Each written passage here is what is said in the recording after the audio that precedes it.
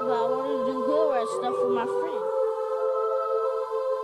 You're stealing, right to jail. You're playing music too loud, right to jail, right away. You're driving too fast, jail.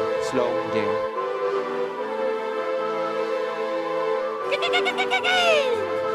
Tango, El Gato, Los Pantalones.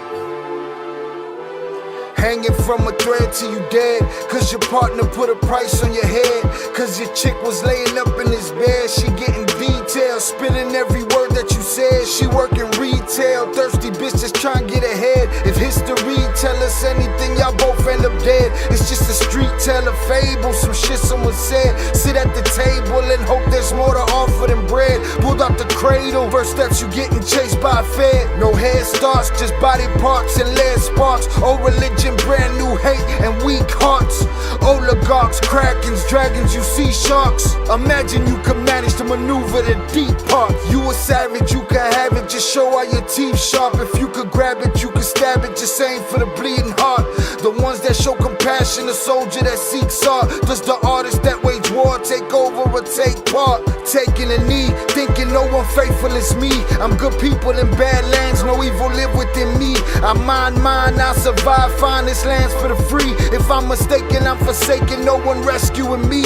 Residual effects, stray bullets through familiar necks. For any number of infractions that I deem disrespect. Your beliefs, you deserve better, but we both in the shit. You just haven't come to grips with it yet.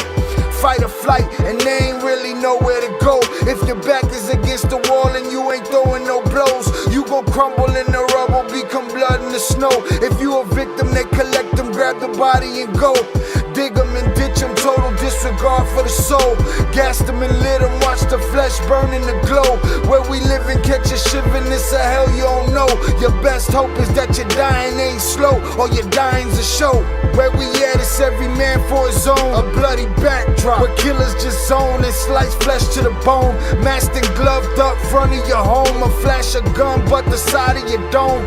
Fresh blood from a stone, dents in your sense. Kick your fucking ball through the fence, dare you to say something. No sense in sitting around in suspense. Find out what's next, open your fucking mouth, disrespect. See the extent of how my life is intense. She beautiful and oppressed in a permanent summer dress. She a servant and still she blessed. Children cradled against her breast, whispering prayers, wishing their souls the best, knowing that they forgotten, not forgetting they're blessed. The bloodiest red lights, just piles of dead life. Something must be broken, the glyphs wasn't read right. You think them Bible papers will shed light? Yeah, right. Burn after reading, tell the preacher I'm leaving. I'm gone.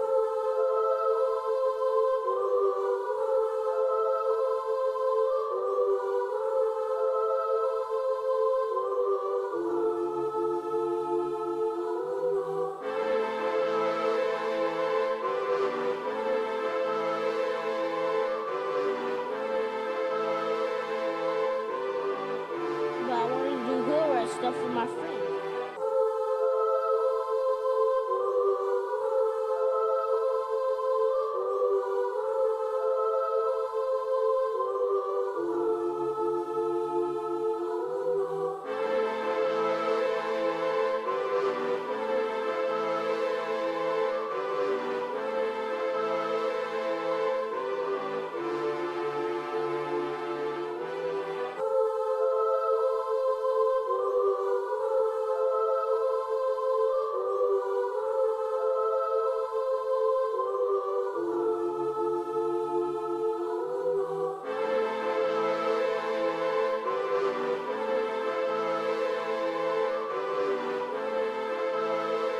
You're stealing, right to jail. You're playing music too loud, right to jail, right away. You're driving too fast, jail. Slow, jail.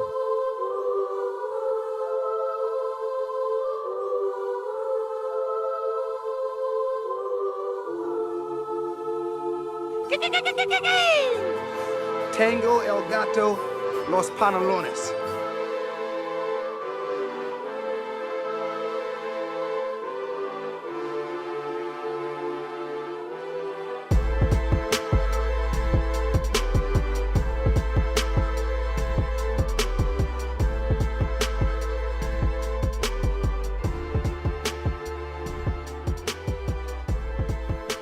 What is poppin', people? Welcome back to Shy Ill Reacts. I'm your host, Shy Ill, and we are back in the building. Thank you for joining me on this lovely Friday night. Hope everybody was out there getting that money. Millions! All week long, and I hope you're ready for, nice, chill, calm, debaucherous weekend. All right, salutes to y'all. All right, salutes to everybody here. Positive vibes, and salutes to everybody not here that we'll be waiting on. Hit the like button if you have yet to do so, and thank you for joining me tonight. We got a couple of things we're going to cover today. All right, for those enjoying the samples, the sound bites in the intro, that was live. Papa's live. That shit live. Do it live. We'll fucking do it live. Okay? Salutes. Hit the like button if you have yet to do so. Happy Friday, everyone. Salutes. All right. Boom. Run through the chat. We just got done with the members only. We was covering the search for freezer meat. All right. Don't ask me. Fuck do I know. Okay. But that's what we was covering. We're gonna get back to that after we get through these Cartel developments. We're gonna hang out Friday again. There may not be a stream next week. Got a bunch of stuff going on. But I'll keep y'all posted on that. Maybe the stream come from another undisclosed location. All right, let's get it. Boom, just get this ready. We chilling. All right, on a young Friday, the young Viernes. El cuerpo lo sabe. Hit the like button. All right, we're gonna cover the supposed list of Narco governors. We're gonna cover the public security director and the police protecting the Chapitos. We're gonna get back on the Diddy catch up. We playing catch up on the whole Diddy situation. Sorry, I don't know. We're getting the shit. All right, from Sean G. Salutes to Sean G. The podcast was so we're getting the shit from him.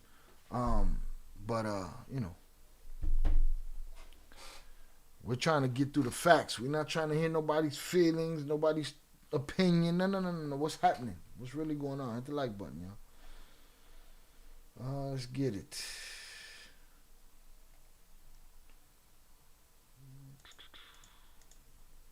What they say, Trump versus Elon Musk on pay-per-view, they'll both roll their fucking ankles and fall out unalived on their own shit right there. Shout out Big June. Let's tap that like button. All right. Again, let's get through the chat. Shout out Shannon, Deb, Zoraida, Velez, Primo, Big June. Salutes to you. Send mines. Hello to everyone in the chat. Salutes. Happy Friday, y'all. Dubo being nice, doing their job today, sending reminders. Shout out Vernon Himes. Big June, let's tap that like button, get them numbers up. Salutes. Shout out Primo. Haven't heard the intro using the drops. It's funny. Salutes. Freestyle that shit. Hood rat stuff with my friends. Shout out Split That Pie. Alright. Salutes my brother Oso. Intro like a boxing ring walk. Salutes. Happy Friday. Hundreds up. Shout out P7G. Ducky in the building. What up, Shy? Salutes to you, sir. Sounds like you got something big planned, Shy. Sometimes. A little bit. Sometimes. Won't be no lives due to Primo the Great being on paid time off. The Shy offices will be closed. Yeah, I mean, if you paying for my stay at Yellowstone, it might work like that, But then you might be running they might accuse you of running a criminal organization. Hit that like button on your way in, man. It's Fuck Your Feelings Friday. I agree. Shout out Ricky Bobby on the check-in. Salutes. Grease Junkies DIY. Yo, Shy, in your opinion, who's been more honorable, the Zambatas or the Guzmans? Ain't neither one of them ain't shit. Where's their honor in any of it? There's honor in any of that shit? You tell me where it's at. Huh? Everybody testified. Everybody betrayed. Everybody did their thing. Everybody did their oppressing. I ask you, shout out Grease Junkies DIY, to tell me where's the honor in any of it.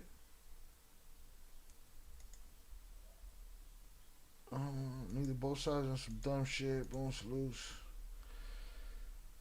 Yeah. Big Fat Philly Friday. Enjoy. Buen provecho. Hopefully you have a service enough to give us a sneak peek.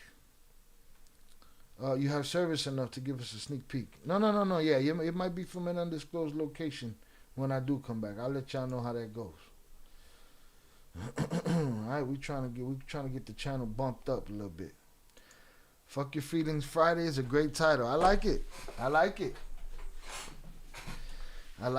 Primo might have finally brought something to the table over here. No mommy's wait.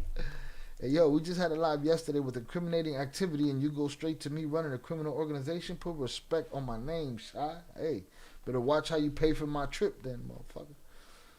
All right, I'm going to Yellowstone to shut down the Shy area offices and shit. Yesterday was an incriminating live stream. What happened yesterday? Nothing. I was just here trying to get my revenge yesterday, you know. But yeah. But we just, for now, remember, I'm sticking by the rules that have been delivered, all right? I'm sticking by the rules that have been delivered. The wheel is open, all right? The wheel is open. $10 through Power Chat. $13 through Super Chat. $10 through Power Chat, Cash App, Venmo, and PayPal. $13 through Super Chat. I will stick by the rules. If your donation comes in after the timer is over, consider it a donation. So don't do it if you're not doing it on time, all right? Consider it a donation, no spin. If you don't pay the right amount in the Power Chat, consider it a donation and will not get a spin. You have 4 minutes and 20 seconds. All right? I am going to hold everybody to the extremes that they hold me to. If you take 3 L's in a row, no charity for me, because you played the game, you took those L's, and I don't get no reprieve the way I didn't get a reprieve the other night. All right? So, boom, make sure you get them in. And I know the next question that's going to be asked is, where is the TTS? Y'all know where it's at. It's in the description. Power Chat in the description. Super Chat on the live stream. Again, Super Chat's $13. Power Chat's $10. Where's this motherfucker at?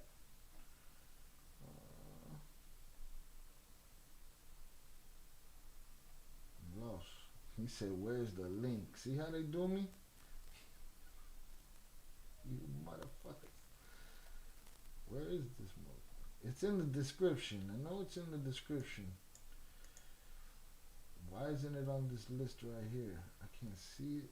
Where is it? Boom, here we go. Copy this. Let me see if that's it. Paste. It's usually here every day, but where the fuck is it today? Boom. Alright. Make sure this over here is popping. Alright, Zoraida dropped. Zoraida's dropped. I seen it. Oh, that's another thing. Make sure you put that it's for spins or shots or something like she did. Let's get it.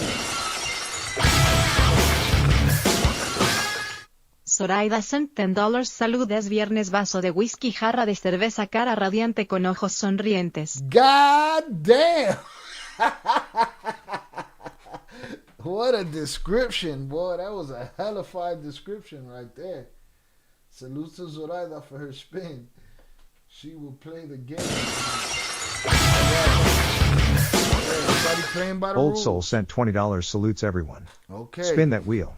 Spin the wheel. All right, we get everybody playing by the rules today. I like it. Playing by the rules. There you go. Velez sent $10. Ice emoji. Cut of meat emoji. All right, see, Velez, ya lo cagaste, but you lucky I didn't say this is the rules from now on, but I think you might have heard him. I don't know. All right, I'm going to let this one get by. He talking about the frozen meat, but the new rule is you have to put what it is for in there. So you spin the wheel, put whatever, and then put your message. But you got to put it in there or it's going to be considered a donation going forward. Why? Because then people drop a dub just for support like Working Man and Upper Echelon did the other night. And then I'm handing out spins at the discount. And y'all hold me to the coals, right? So I'm going to hold y'all to the coals. So you get away with it today, but that's it. Today's the last day you get away with that shit. It's a wrap after that, all right? I'll get back to the chat. We got 1 more minute left. Boom. I'm going to spin that wheel quickly and we're going to get it moving. Hit the like button if you have yet to do so. All right? But I do need to find where my link is because it's kind of disgusting that it ain't where I needed it to be right now. The Streamlab one. Streamlab one. That's crazy.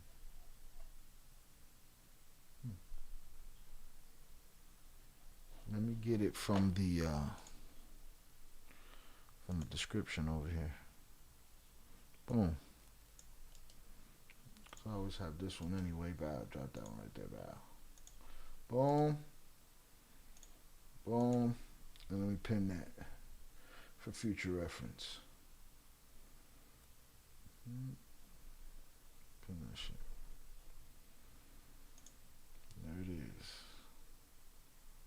Right? The L Avengers, the LeBron Avengers. All right. The wheel is closed. The wheel is officially closed. Anything after this moment is just a dono. And I appreciate you for it. All right. Salutes. Wheel is cerrado. Okay. Close that. Close that. I think we should be good. Let's get it. Let's get it. Let's get it.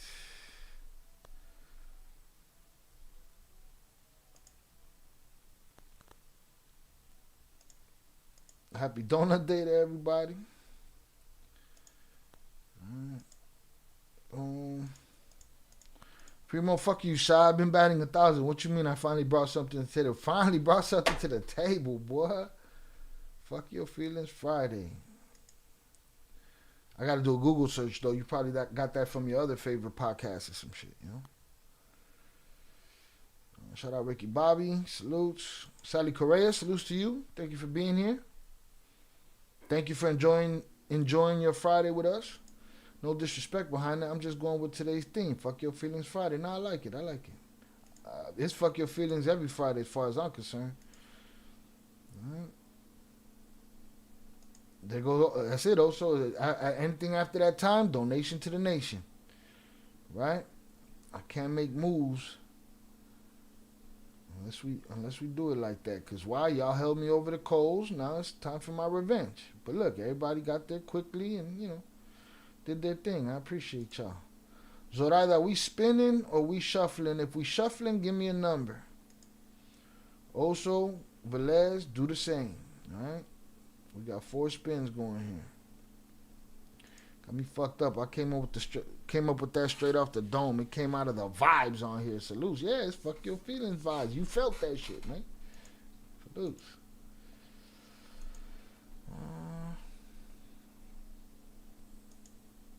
Tournament tomorrow. What did PR do now? PR, you always in hot water. So that was on your ass already. All right? Cancel culture. Oh, happy Friday, Z. Oh, shit. Yeah, you done fucked up. She'll clap you, bro. I said, sup, Queen Z? Nah, she don't do the Queen Z. Zoraida, and you better spell the motherfucker right or get as close to it as possible. Zoraida said spin. Boom. So spin the wheel. Yeah, or put a shot glass or put something. You have to acknowledge that it's not just a comment about something else with a don't know. Does that make sense? So put a shot glass, put whatever. Yeah, but you're going to put spin the wheel and then frozen me. I'd have understood it. You know what I'm saying? I'd have got it. Pure, the queen's name is Zoraida, not Z. Hi, Zoraida and Shannon. Sitting here listening to Ramon Ayala. Who's that? Shout out to Pooh on the check-in. All right.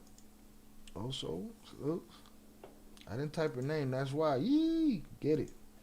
Yeah, there you go. Now you did it right, Pure. All right, now you're back in her good graces. She don't have to fuck you up, right? Nice salutes. Boom. Let me get back out of here. Let's go over here. Let's get this wheel spinning. All right. back to 0. We got 0. I'm wondering, do I keep everything that's on here? Maybe. I'll think about it. I'm going to take the gummies off. I'm going to take the gummies and the gorilla off. Y'all didn't appreciate them last time. That new development. We'll leave them there for now. I'm glad I put that there because I didn't hear that rule yesterday. Oh, yeah. Well, I'm glad you did too because I'm on their ass. Zoraida, I'm on their ass. Too many mistakes happened and cost me. Right? And then it offered up the LeBron's Avengers. It offered up a, what's it called? An asterisk for them. Shout out Raven Jefferson in the building, all right? Where's JP? I don't know. Wherever he's at, hopefully he's good. Hopefully he's catching a nap. All right, motherfucker been awake for like 17 days and shit. Hit the like button, y'all. Hopefully he'll pop up. I sent him a message. We'll see what's happening. Matter of fact, let me take a look over here. Boom. All right, let's get it.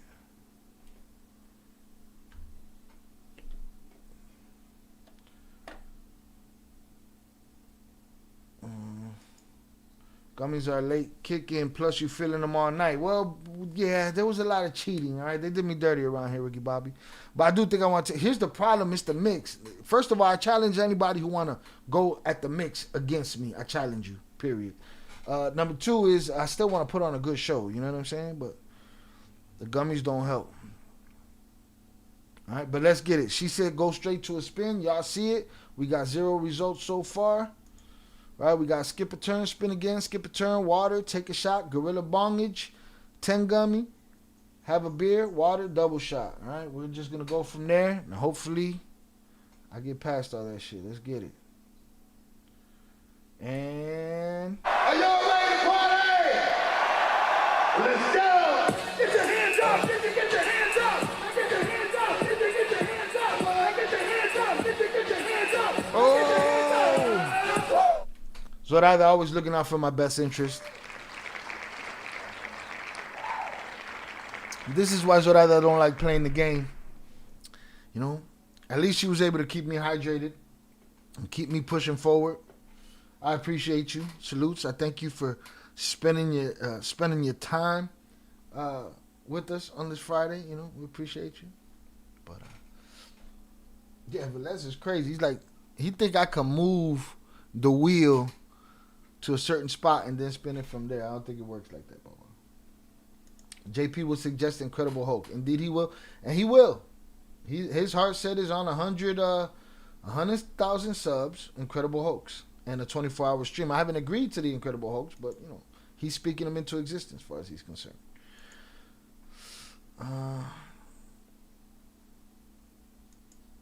Still up here rolling a fatty, getting ready to see what Shy talking about tonight. A couple of things. Enjoy the fatty. Spin mine from water red. That's Asino es la cosa. I was here for most of it. I made gummies but didn't eat them. Now I smoke my dab and occasional blunt. Nah, I'm over here shots, beers, 9.5ers, 5.0ers. Like, come on, man. No mames. All right, so salud Zoraida. Right now, Zoraida's punching air right now. Ramon Ayala, El Rey del Acordio. You gotta go find them. I probably seen them before. You're just not out. All right. Also, what are we doing? Also, I asked you a long time ago. Let's see if you answered me and I missed it. No, we spinning or we shuffling? If we shuffling, give me a number. All right. You got water. Yeah. You got water, and I talked about that's why you don't like playing the game. But thank you for keeping me hydrated on this lovely Friday evening. All right.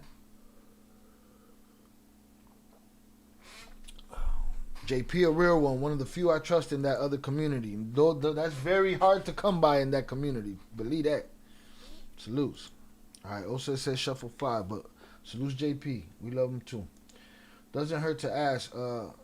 Doesn't hurt to ask, he would say. Yeah. That's exactly what he would say. All right. Let's get it. Boom. 5. All right. Boom.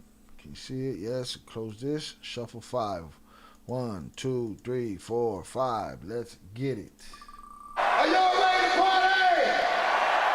Let's go. Get your hands up. Get your hands up. Oh. Yeah. Yes. So either you win some, you lose some. Though your streak has been, your streak's been pretty bad, but you're not alone, because at least you help hydrate me. Also, just got to hold that L. You know what I'm saying? Are we shuffling or are we spinning? Also, let it be known. Give me a number. Keep it moving. The usual for you, 5? All right, here we go. 5. 1, 2, 3, 4, 5.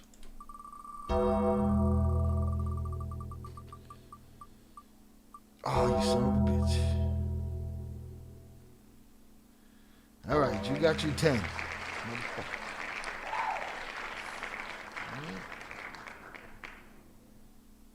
All right, there you go. You got a 10. Your boy can't sip on nothing with this shit going on over here. I got to split that motherfucker, though. I'm going to close that. Velez, what are we doing? We spinning or we shuffling? If we shuffling, let me know. Yo, chat shot, we out here. We on the way to go see some midget rest. Enjoy, bro. That's going to be a good time.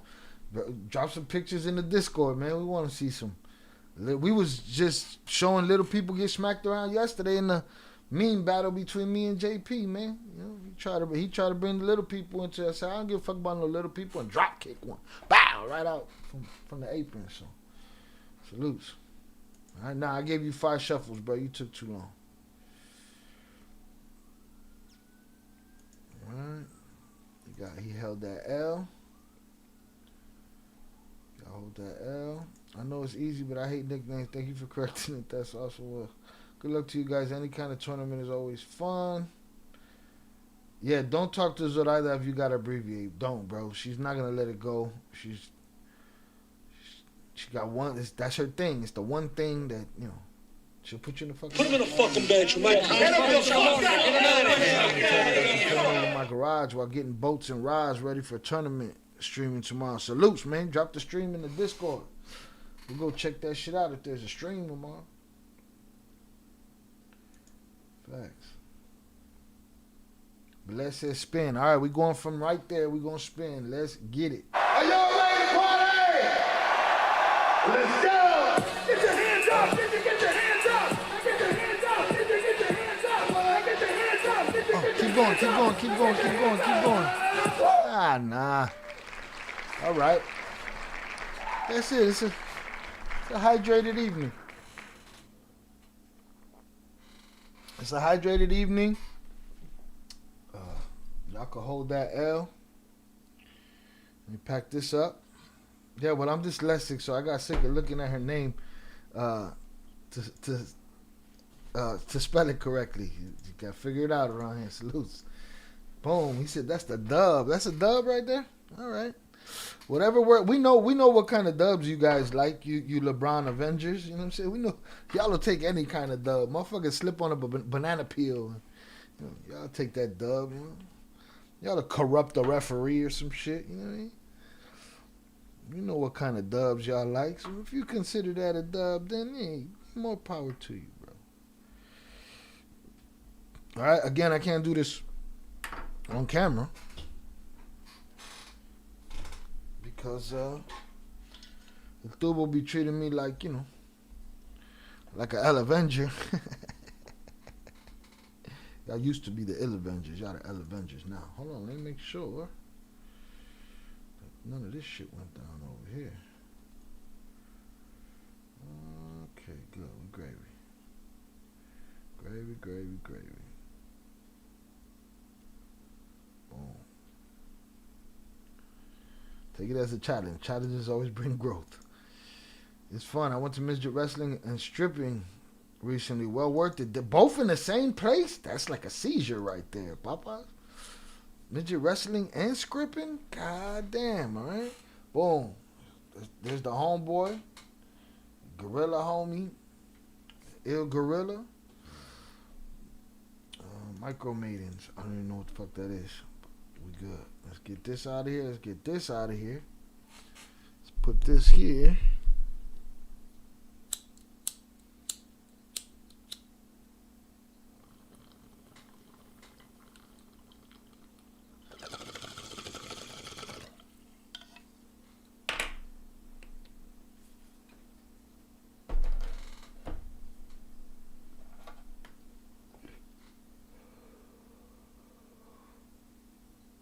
You can't see it, but it filled. I don't know if you can see it, but it filled the room. Salute.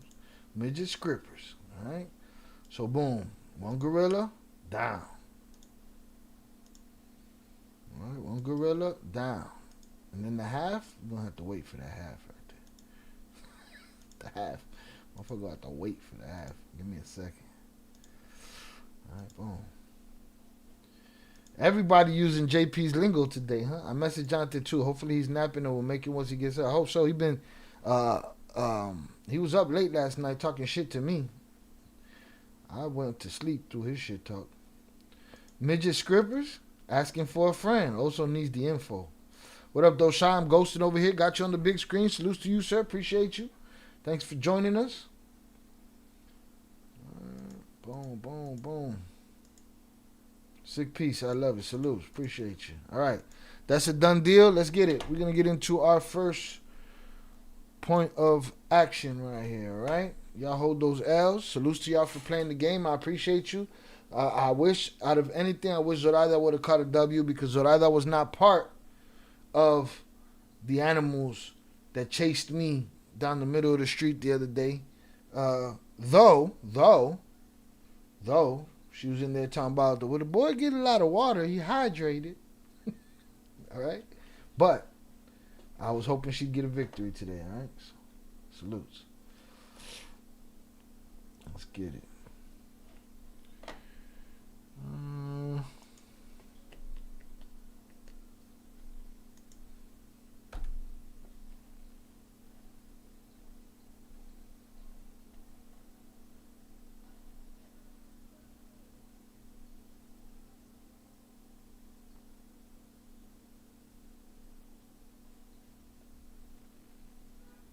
Shout out Ricky Bobby. I know it's hard times, Ricky Bobby, but she can't come back. Fuck out of here. Can't come back. La cagó el gallo. Yo vivo tranquila con los pelos. Cagó el gallo. Cállate, Don't let her come back. Let's get it. You don't want no problems.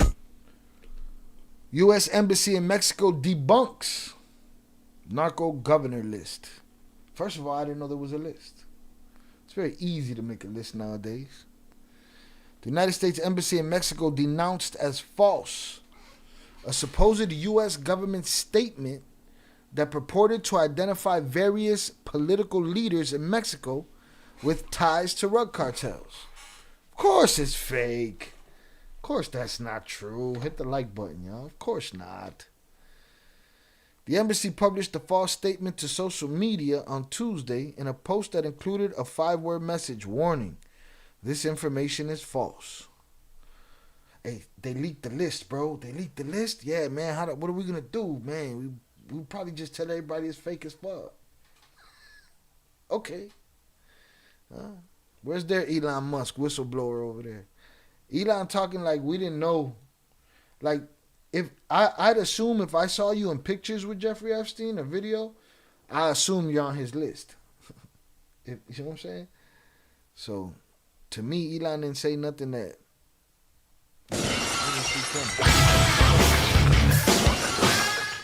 P. Jeter Hisaj sent $19.99 on YouTube. Have a much on Michi Tom. There you go. Shout out Peter Hasaj. He said, have a much on him tomorrow. Have lunch on me tomorrow. Salutes to you. I appreciate you, sir. Thank you for the $19.99 super chat. Let me salute that in here. Let's see. Boom. Let's get in there. Where is it? Oh, right here. I'll do this and this. Bow, bow, bow, bow. Thank you, sir. Appreciate you. Life's full of challenges. That's what keeps us growing. If we don't shy away from them and we don't if we don't shy away from them. Shy said she could come back, but you don't deserve. I didn't say she could. I said she can't come back. I said she can't come back. Zoraida, she cannot come back. No. I'm not that dude. Like Shy. Okay, like Shy said. Okay, sorry, I read that wrong. I was like, what? No, not me. She can't come back. You could creep her. You could keep her. Huh? You should have snitched on her a long time ago, other guy. And you could have had that motherfucker. Right? Mukbang Shy, salute. Sorry, like Shy said, she can come back.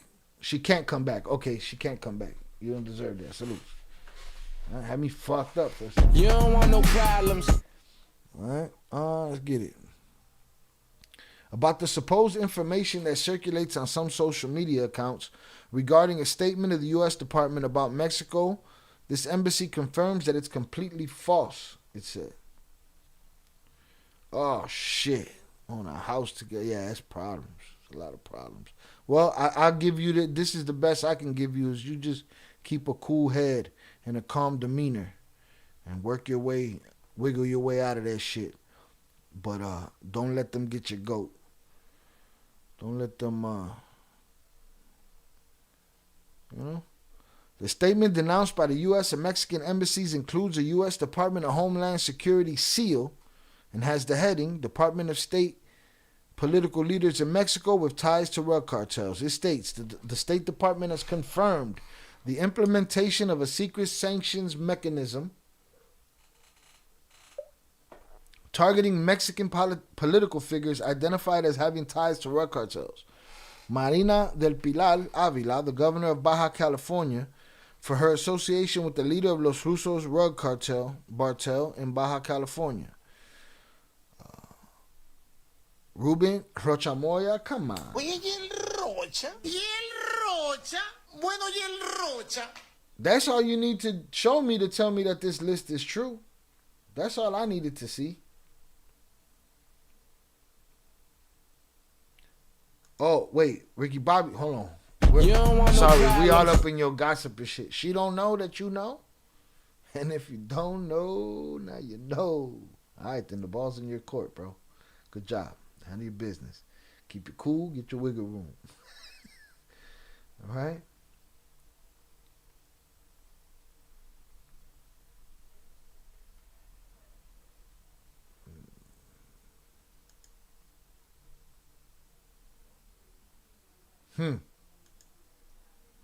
Coño, man. All right. All right, we backing up out your shit right now. Well, I am. Pause. No mommy's wait. No mommy's wait. All you gotta do, You don't want no problems. all you gotta do is show me the first one. Oye, ¿y el Rocha? ¿Y el Rocha? Bueno, ¿y el Rocha? I'm convinced that this is the truth.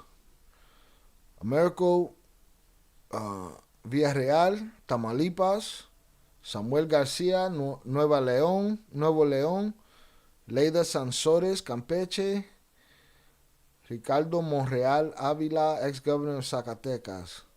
Rocha, Villarreal, Garcia, and Sansores are current state governors. Monreal is the leader of the ruling Morena party in the lower house of Congress.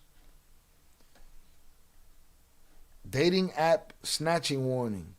The U.S. Embassy in Mexico did, however, issue a travel advisory concerning a rise in snatchings tied to dating apps. Jesus. The advisory comes in response to several incidents where U.S. citizens were abducted by criminals using fake profiles on dating apps, targeting unsuspecting tourists at popular Mexican beach destinations such as Puerto Vallarta and Nuevo Nayarit. They wildin', dog. They wildin'. And the people on these dating apps, y'all fucking wildin' too. I don't know what's wrong with y'all. Something wrong with y'all. You tweaking. And Rocha was in the U.S. Embassy in Sonora yesterday. Oh, we got a sighting. ¿Y el Rocha? Bueno, ¿y el Rocha? Hit the like button, y'all. We got a sighting of the roach. Right? We got the sighting of the roach. Did I put up my score up here? Hold on. Where's it at? Right there. Boom. Gorilla. All right. The U.S. Consulate General in Guadalajara has highlighted the modus operandi of these criminals.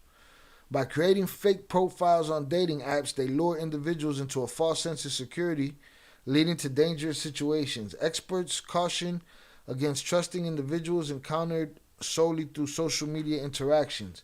We're giving you the impression that he's much happier than normal, one expert noted. Identifying this as a potential red flag, it's crucial for individuals to remain vigilant and confront any suspicious behavior to avoid falling victim to such scams. All right, that's one story in itself, but let's get to this up here. Let me ask y'all a question. Here, I'm going to put up a poll. Does Rocha, hold on. Does Rocha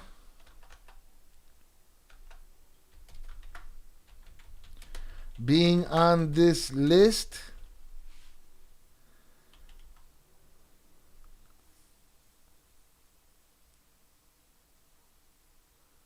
does Rocha being on this list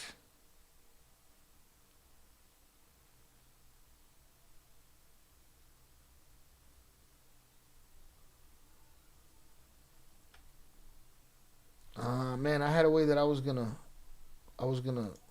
that's that gorilla kicking in and shit.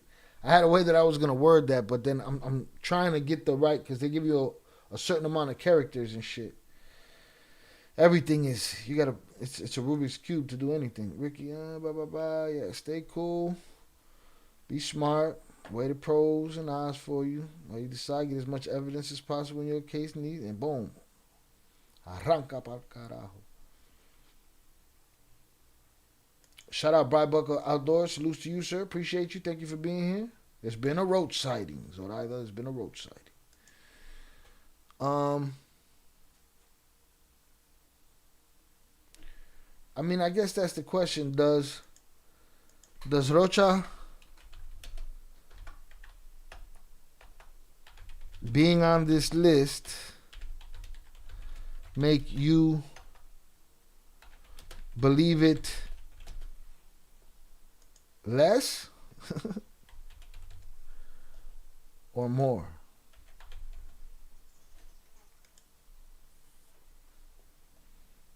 Because him being on that list, that should confirm that list for me. Tells me government lying like a motherfucker. Hit the like button. They bullshitting. That's what it sounds like to me.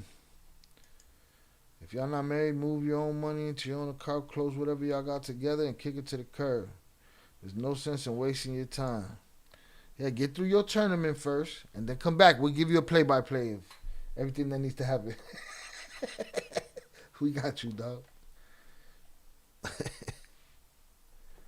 Right?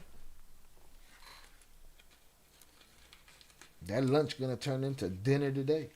Shit.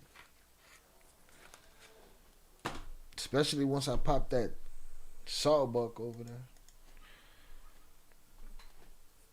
Let's see. 60% say it make you believe it more. Yeah, that shit solidified it for me. They need to look at all of you motherfuckers. They need to put cases on all you bitches.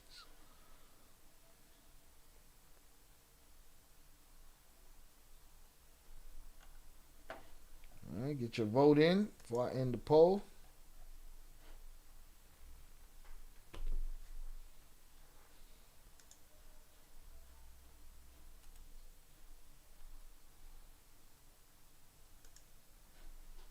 Sawbuck is $10, 10 spot. Sawbuck.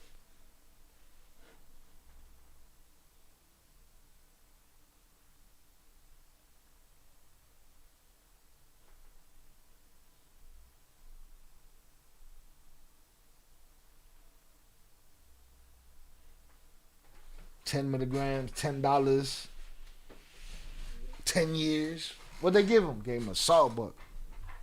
Jail like a motherfucker. Straight to jail. You're stealing, right to jail. You're playing music too loud, right to jail, right away. You're driving too fast, jail. Slow, jail. This is America. Damn, I done blew this lighter out already. I gotta go get another one in another room. Son of a bitch. I want to get to this story here quickly before we move on. I'm gonna end this poll.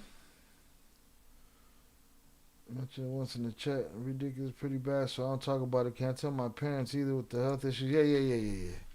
No, don't worry, dog. We got you covered over here. Your secret's safe with us. Shout out Zorada, yeah, it's confirmed. Shout out HG on the check-in. Salutes. I don't smoke blunts. I smoke lighters.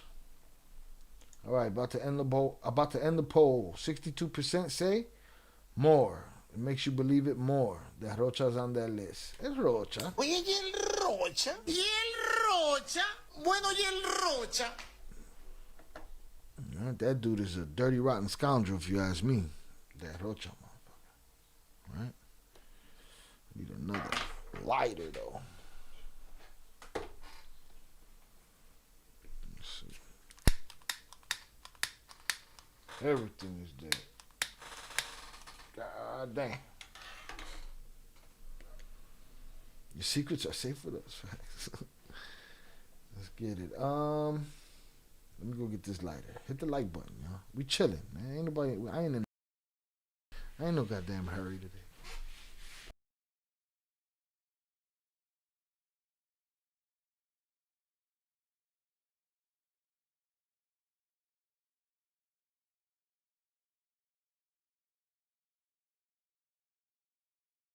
Taking gorilla bong rips. See what we got here. Tampoco, no, mom.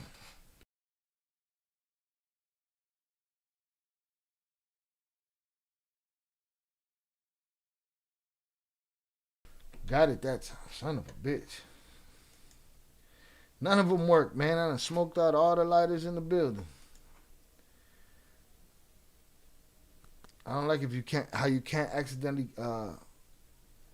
change your vote if you accidentally click wrong. I wonder if YouTube would look at that like, yeah, they probably should let you do that.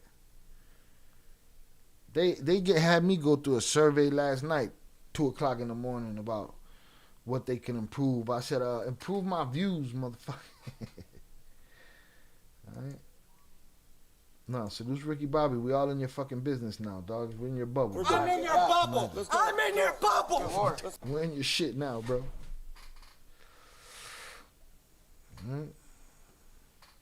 Let's get it. Culiacan Public Security Director Sergio Leiva Lopez resigns after 7 municipal police officers arrested and released for protecting Los Chapitos linked agent. Los Chapitos linked agent. Right? Shout out HG. Don't you hate that all the lighters are gone? All of them. But I got a can of butane right there, so I'm going to fill everything back. You don't want no problems. All right, shout out Zach Lightner on that check-in. No mommy's wait. I made it. I'm late. Salute. Always on time. Appreciate you. Hit the like button on your way in, everyone, if you have yet to do so, and let's get it. So I think Velez was dropping information, or Albert, somebody was dropping information early in this. I don't know this whole story here, but hopefully they give us what we need right here. Following the resignation of Sergio Antonio Leiva Lopez as Secretary of Public Security and Municipal Transit of Culiacan, local authorities are seeking a new director, one with a military background. So there's a position open right there, Velez. Got a position for you. His resignation came after 7 Culiacan municipal police officers were arrested after an altercation they had outside of a medical clinic with state agents investigating 2 men who were admitted to the clinic with hammer wounds. So they came up against somebody's muscle. The police came up against somebody's muscle, is what they saying. See, but let's say he'll take the job as long as he can wear his little hat. You put his little hat on him, he'll do the job, man. Easy. However, Mayor of Culiacan, his name is Juan de Dios. I don't know if that's Gamez or Jaimez or Mendivil, y'all gotta stop. It's just too many consonants, man. Too many consonants after bong rips. Asserted that his resignation was for personal reasons unrelated to these events. Sure. So his cops had a run-in.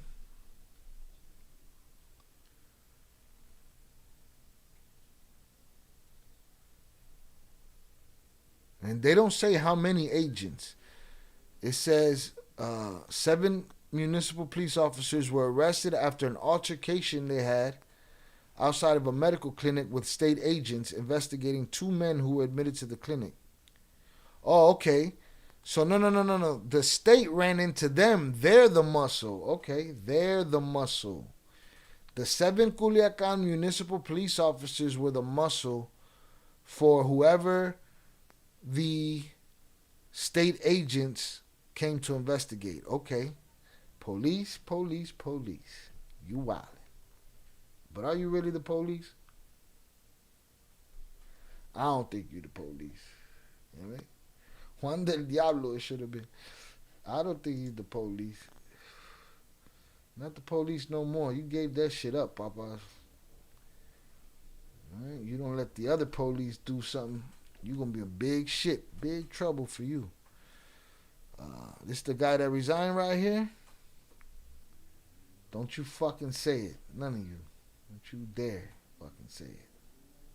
I'm watching you, motherfuckers. Yesterday, during the course of the day, the Municipal Public Secretary, Sergio Leiva, submitted his resignation as secretary. He's an active state police officer and is once again at the disposal of the state police. Given this situation, the mayor indicated that he sent a request to the Ministry of National Defense to present a proposal for the new secretary, seeking one with a military background. He said, get us a soldier in here. We need a soldier. This shit's going left, y'all. I don't want no part of it. Leave me out of it. You think this guy got out of that position out of fear? Not fear. Like his cops were on the take. He wasn't on the take.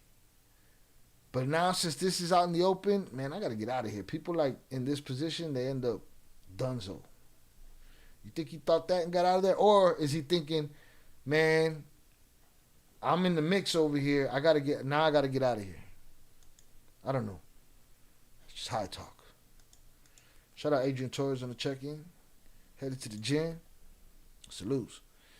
But he said, get us a soldier because the shit ain't right. We're requesting a written proposal from the military region to fill this vacancy. We're doing so with the goal of strengthening our collaborative work with federal corporations. Municipal and state police battle.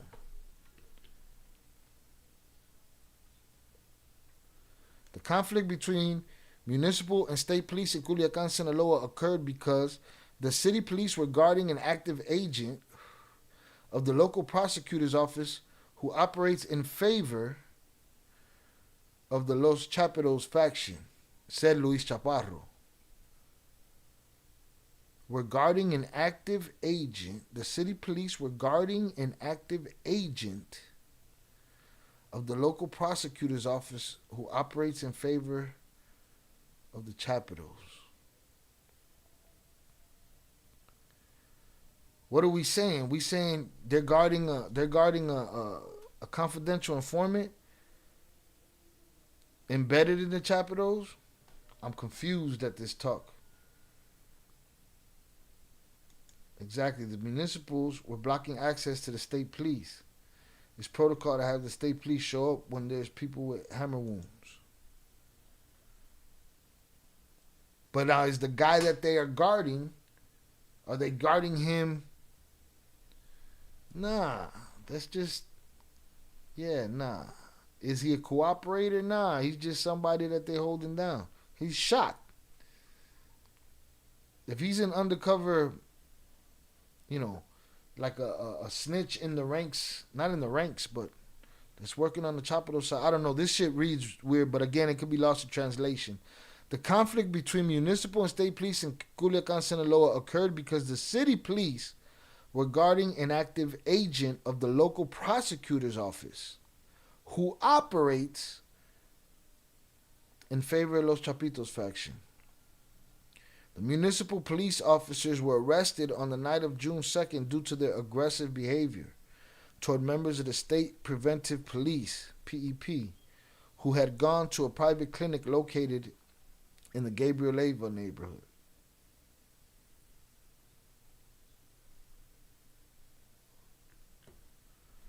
State agents were at the clinic following an anonymous report of 2 men admitted with hammer wounds.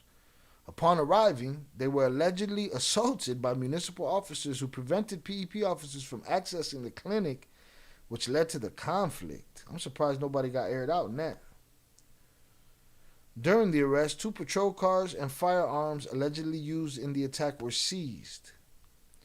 These weapons were not listed in the official registry or under the control of the police department.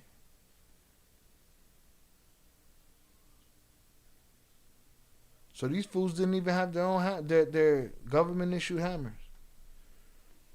According to Los Noticieristas, a cloned police car was also at the scene. No mames.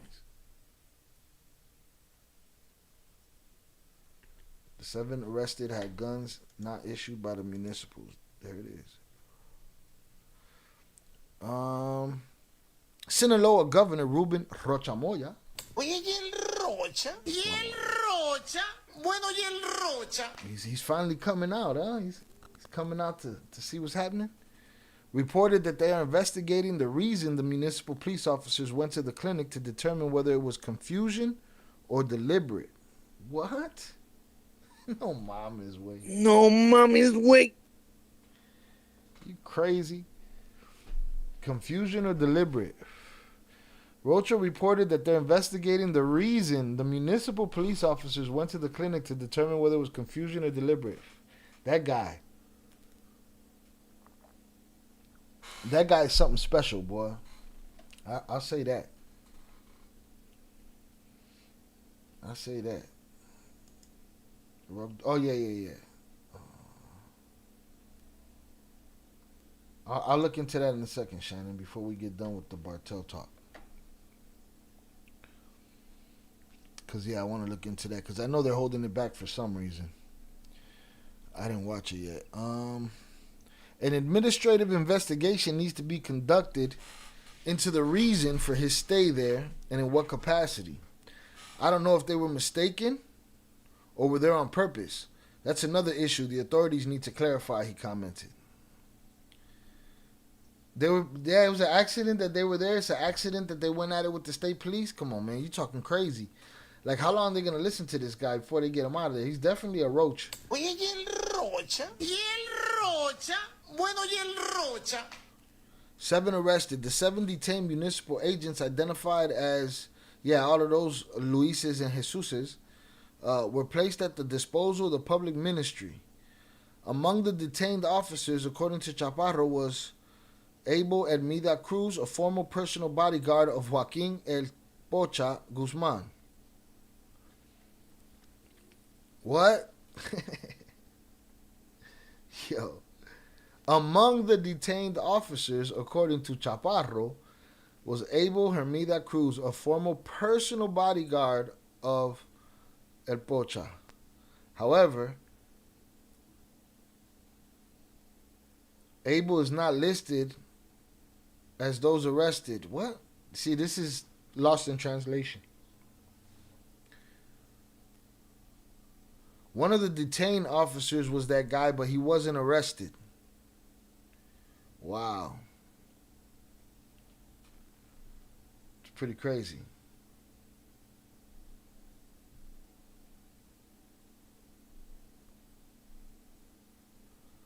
Let's see. Abel's not listed as those arrested. Cruz had previously been arrested in 2010 and 2015 during a failed Mexican Navy attempt to capture a poacher. Wow. Alleged Los Chapitos links. According to our source, this man is known as Gumaro, whose real name is Gustavo Ernesto N. He is believed to be a key player in Los Chapitos organization and is serving as an active prosecutor. An active state prosecutor, a key member and leader of Los Chapitos, is being guarded by a group of municipal police officers, the journalist said. He added that Gumaro arrived at a clinic with another person with a hammer wound to the arm.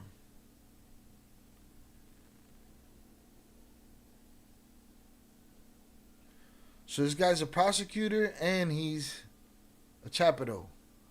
No mames. Shit's crazy. Shit is crazy. Sergio Leiva Lopez became the Secretary of Security of Culiacan in December 2022 and later was reconfirmed in November 2024. Prior to this posting, he had the similar position for nearby Elota, Sinaloa. While in that municipality, he often authorizes police officers to attend Sinaloa State Police training. What is this?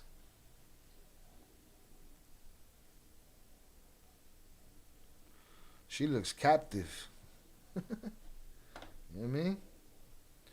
Ana Karen Val Medina, mayor of Elota, Sinaloa, is shown providing then Commander Sergio Leiva and the Elota police with numerous ballistic helmets, vests, and other gear as a gesture of cooperation earlier in 2022. Yeah, we got to give them that work. You guys need helmets and masks and all that shit, you know? Look at me, camera, giving this helmet to this young child soldier while this Bartel guy stands over my shoulder and we look natural. This looks natural. Mayor Val Medina's 2021 election win ended a 90-year PRI hold on the position and is her first political position. Since then, accusations have emerged linking her directly to figures from the Sinaloa Bartel and Ruben Rocha Moya, the current Governor Roach of Sinaloa. According to journalist Annabelle Hernandez, Rocha Moya's 2021 Sinaloa gubernatorial campaign received a significant financial support from the Sinaloa Bartel, with René Bastidas Mercado, el 00, allegedly, or el doble cero, allegedly contributing at least 10 million, essentially securing the Elota mayor victory for his wife. For his wife, my wife. El doble cero has long been linked to Los Chapitos faction since he began working with the Sinaloa Bartel under Damaso Lopez faction before flipping to support the Sons of El Pocha. The city of Elota and its political figures have come under fire since the internal war broke out between Sinaloa Bartel factions. Two brothers of recently captured Leobaldo Corrales Garcia, who was wanted in the U.S. with the $5 million reward, were executed and dumped on the outskirts of Elota at the beginning of the battles. The Corrales family has strong political ties in the region, including political party leaders. Remember, this is what? Tommy's brother-in-law? It's Tommy's brother-in-law right there. All right.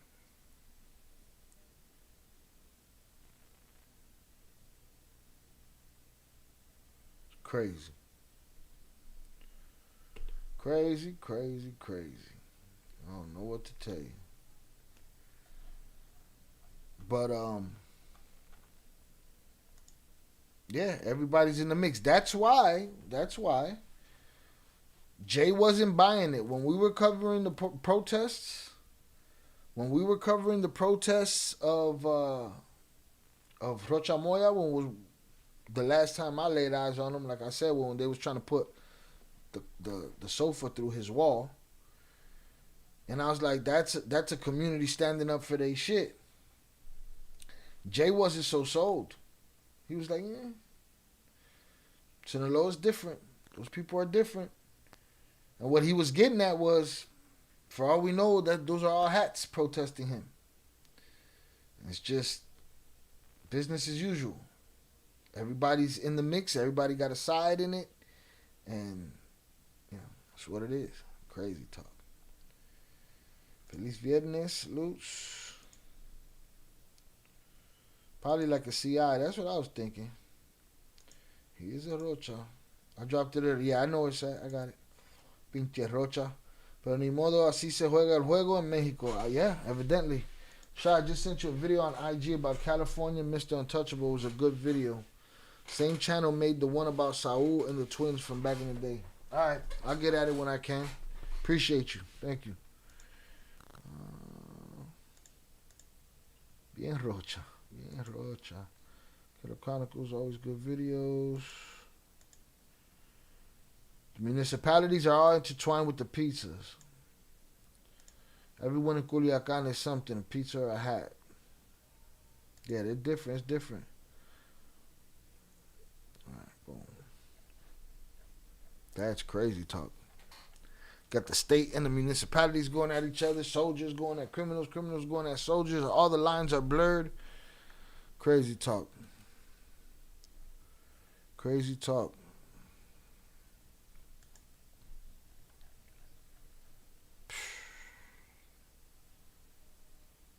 Yeah, I can't show you none of this shit.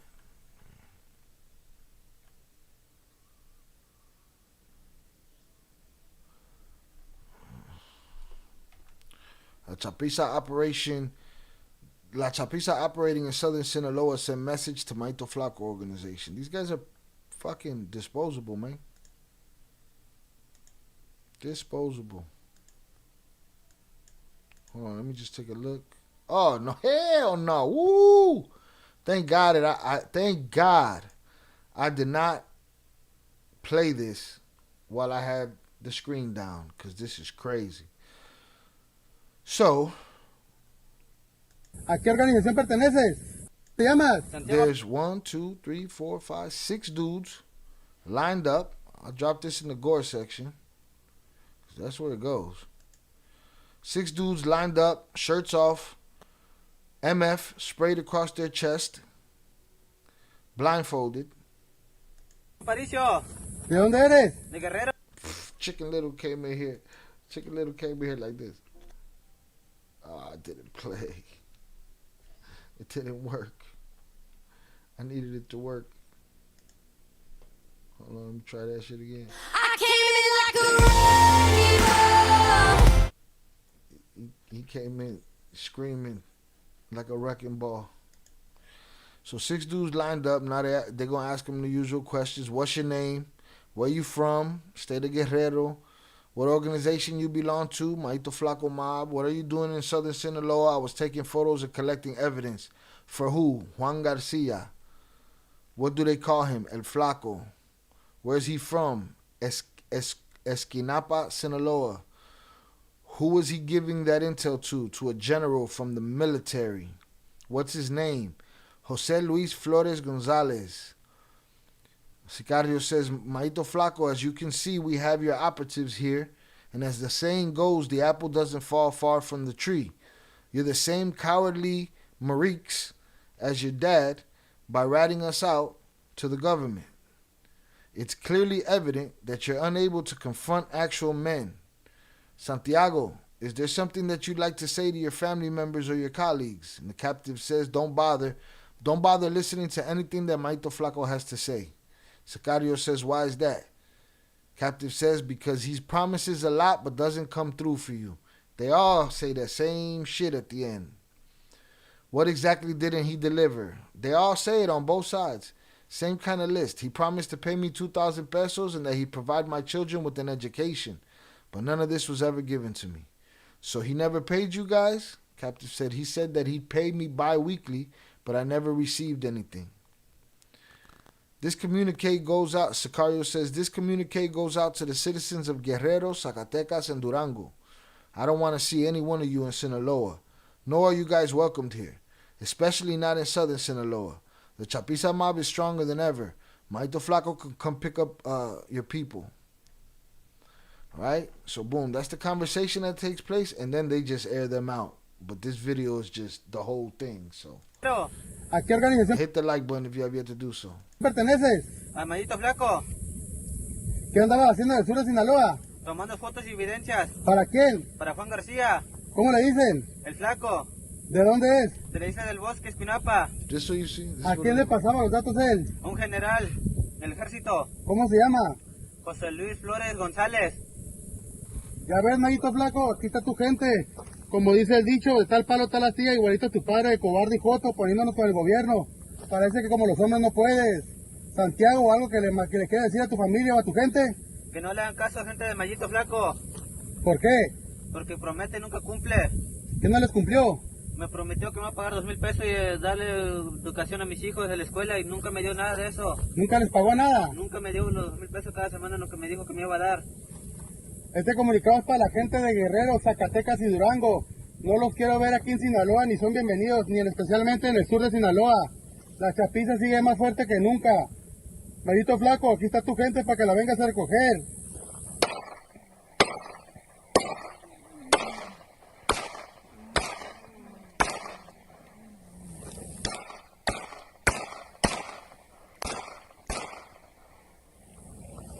Buddy that was talking got it first. Yeah, they not fucking around. They left him in the heap right there. Holy horse shit, Batman. That shit crazy.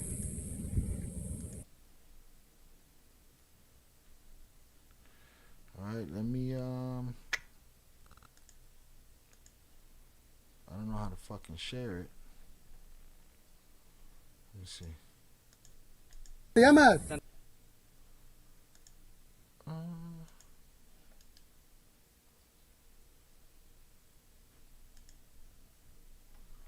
I'm just gonna have to drop the channel because it doesn't give me a link. So I'm gonna have to drop the pages on. If you want to see it, you can go check out the page there. That shit's crazy, son. I'm gonna drop it in the gore section. Enter at your own risk. Alright, boom. There it is.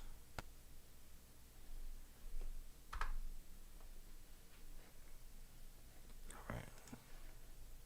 Let's pop it in the chat. Hit the like button if you have yet to do so. They want to put that military in that position because military's with the little hats. Salute. Shout out Upper Echelon on the check-in. Shout out Miguel Lopez on the check-in. Chicken Little came in like a wrecking ball. Let's turn that off.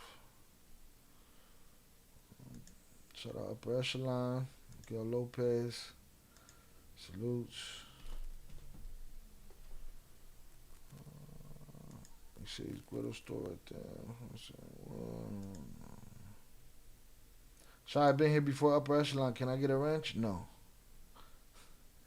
Alright, consistency in the chat over long periods of time. These gangsters believe in promises. It seems that way. Fuck.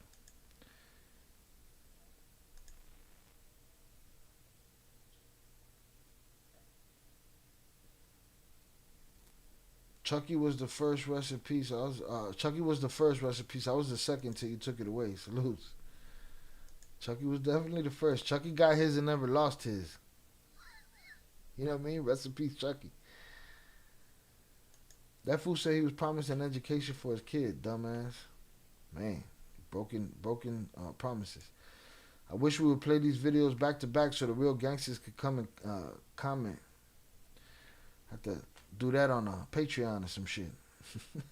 In the Discord, because that shit was brutal. I did 12 years in prison because I would not tell on one person and cannot look at myself in the mirror, not to say that it's for everybody, but it's what you did. It's a choice you made, sir. Salutes. Dumb fools right there, though, they just got smoked. Ugly style.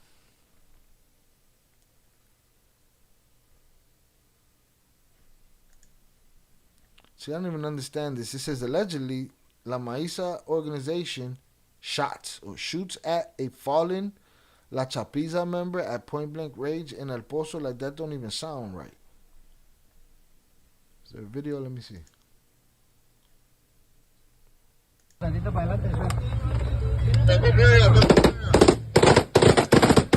Oh, shit.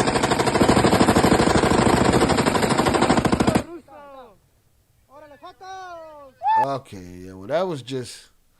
So they wanted to turn a body into mush, and they did.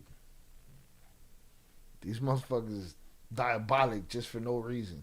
You know what I'm saying? Like, you gotta hit these motherfuckers with shock and awe, bro. You know what I mean? Because, goddamn, they don't give a fuck. Peter Hassaj wanted the wrench before. He said he should get the wrench. Everybody's voice to text is fuck up, but yes. Rest in peace, Chuck E. Cheese Gong. Salutes. They made Swiss cheese out of dude. Indeed, they did. Nah, I can't even call it Swiss cheese. Sound like they lit him up. Lit him up. First of all, dude was already down. They just wanted to turn it into nothing, so they did. Shy, I'm always here. I told you on the big screen, just working. That's why I don't chime in as much. Well, there you go. What do you want me to tell you? Yeah, that's a good excuse to not have a wrench. What do you want me to tell you? That's not what, consistent long periods of time, again, you have to be here all the time. If you checked in every time that you say you was here, maybe. So you get mad when people get your name wrong. Why you just I think that was another error. I'm not gonna put that one on her. Primo, I think you're just thirsty for a W. I think you're just thirsty. All right. I think that's I don't know if that's another speech to text, but yeah, it happens. Okay, maybe he's not an environmentalist. They wasted lead. Papa, they put everything into it. It just turned into clothing bouncing in the air from there was nothing in the clothing anymore. All right, I'll drop that one in the Discord too for those that want to see it. But shit's crazy.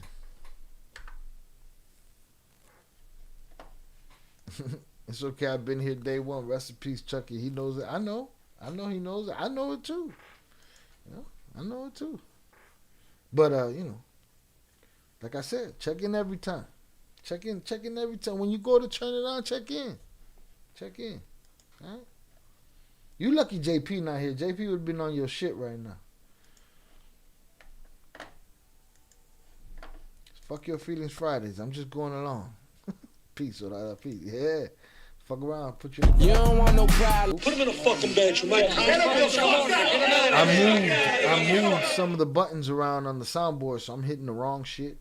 It's Friday. What we doing tonight? Right now, we covering this stuff, and then we're gonna move on to continue to catch up on the Diddy shit from the Sean G videos, and go from there.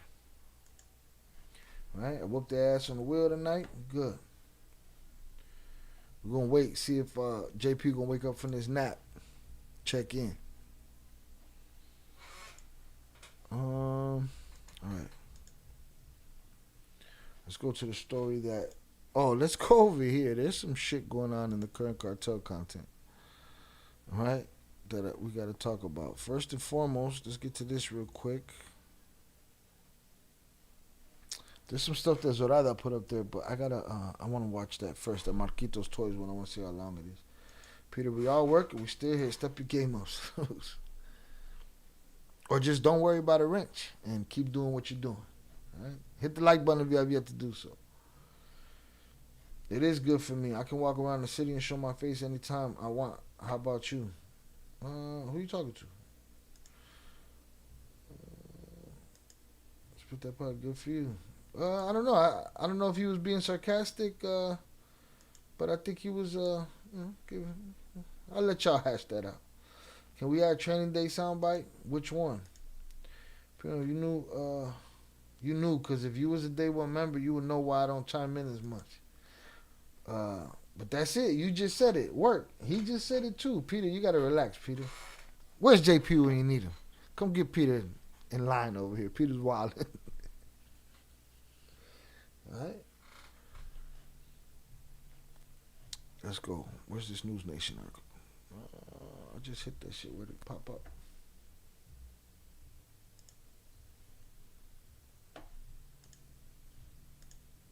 There it is.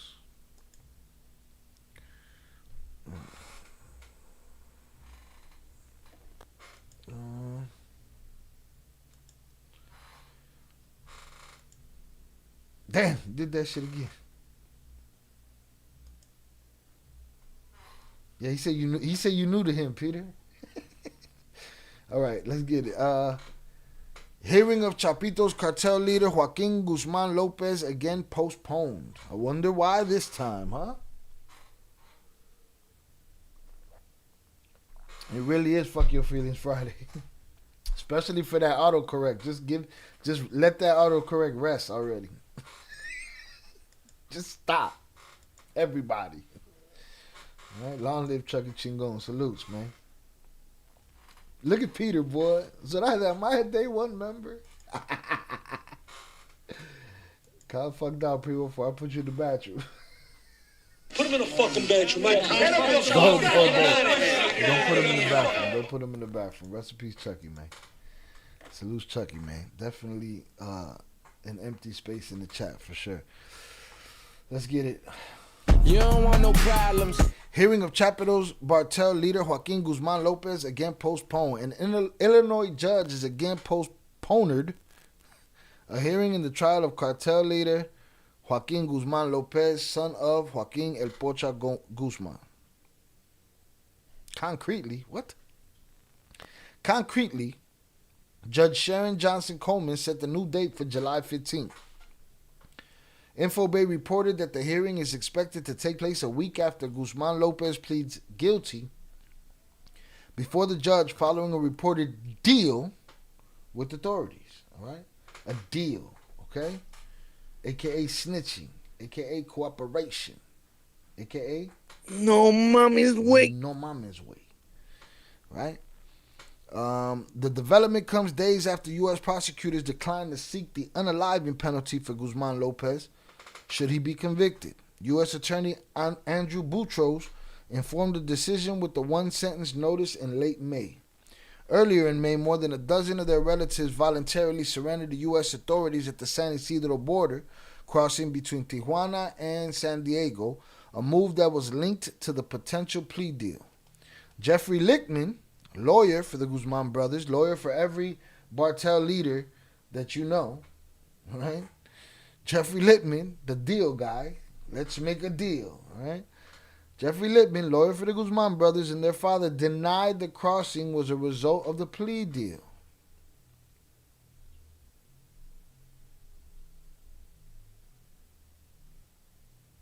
That it wasn't part of the deal. However, he did not deny the deal. However, Mexican investigative journalist Anabel Hernandez said the surrenders may be linked to valuable information that the El Pocha's sons have already shared with the U.S. officials. They definitely had already shared all kind of shit. You know what I'm saying? It's already definitely some sharing going on. Some sharing, some caring, all of that shit. Hernandez said in an interview that evidence provided includes video recordings of cash deliveries, which she said are part of material included in the plea agreements. Joaquin and his brothers recorded people when they handed over money. Just like your child. Oh, man, they was taking pictures. Right now, we need like the intro to Exhibit, Paparazzi, you know what I'm saying? With the camera. They used it in The Sopranos. We need that right now. Because your boys is out here recording shit. They didn't record this shit after the fact. This is shit that they recorded and they just kept in the tuck just in case the day came, in case of emergency, break glass, and you got all your snitch supplies and shit. You know what I'm saying? Right? So come on, man. Cartel. Spelled with 2 L's. Bars.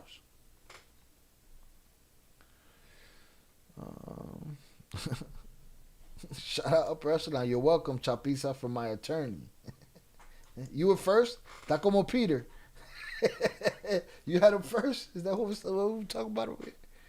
Huh? Let's get it. Let's see.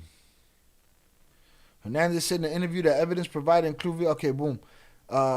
Joaquin and his brothers recorded people when they handed over money, just like El Pocha Guzman, Hernandez said.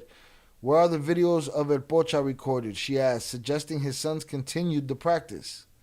Hernandez added that the information shared by Joaquin and Ovidio Guzman is so significant that the U.S. government agreed to relocate their mother, Griselda, along with 16 other relatives, and offer them protection in the U.S.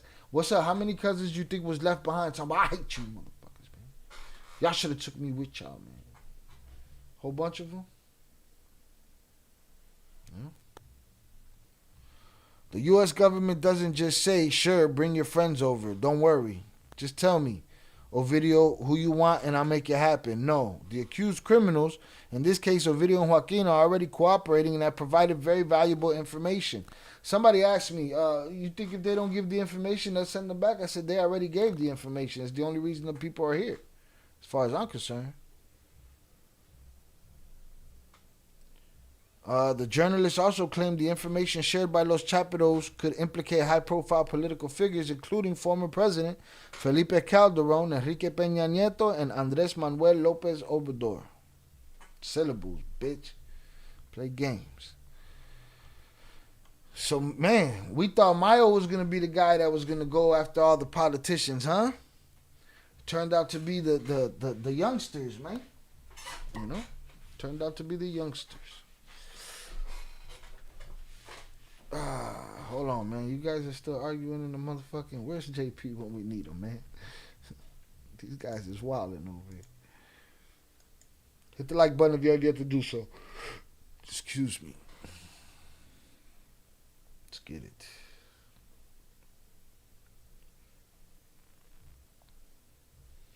The chat's on fire. Who's in the top three? Shannon, Velez, and Zoraida. Also in fourth place. Primo in fifth.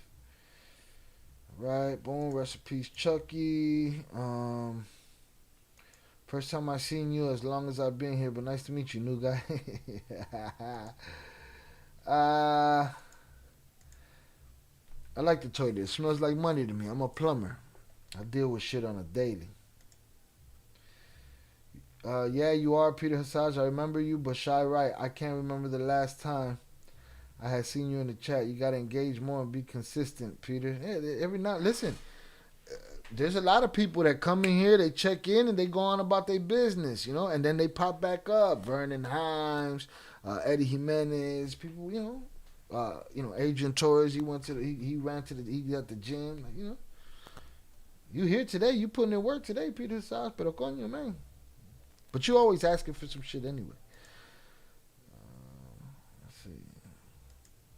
Been since Chopper Podcast started, Primo, 4 years ago. Damn, it been 4 years? I don't know. It's all good. I ain't got nothing against him. He definitely is sarcastic, though. That's what he was doing? He was on some bullshit? He do be on his bullshit, don't he? Wait, it's Andrew Erskine. Nah, man. I don't know what you're talking about, man. 8 years? Damn.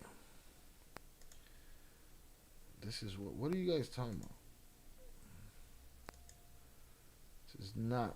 Again, for the people that don't know what we do, I cut all this stuff out for the edits and we put the edits out. So this is a live stream. I'm chilling. It smells like arroz con gandules and coquis. 30 Puerto Ricans in a Toyota hatchback behind 50 Mexicans in a Ford Pinto. All right? Puerto Rican Fest. Division in North Ave.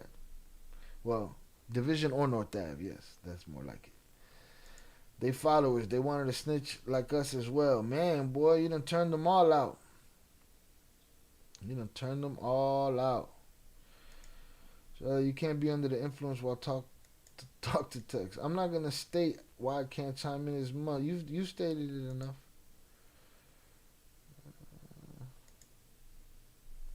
All right, I'm done with you, motherfuckers. Fuck your feelings Friday. Salutes. It's chat engagement. Argue all you want. Yeah, please do. We got everyone in their feelings. Just saying. Get them, Peter. Get them. Peter, you better, you know, to all that wrench talk, Peter, it looks like Primo's handing you your ass in this conversation over here. I don't know, man. I'm just saying.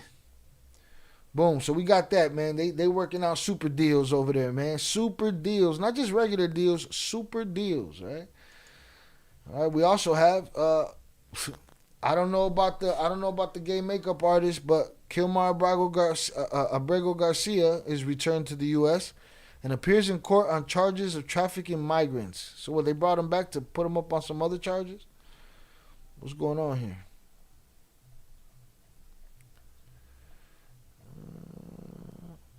That's a long ass article. I don't want to do that. I'm not doing that. Not now. We'll get back to that because I want to look at this. This is another one Velez sent to the Discord. This is an Instagram, so it should be shorter. Let's see. I don't know how true it is. This is Aaron Parnas. I don't know who the fuck Aaron Parnas is. But it says news. Hold on a sec. Let me see something. Get this out of here. This out of here. This out of here. This out of here. This. All right. Let's see. Where'd it go? I lost it.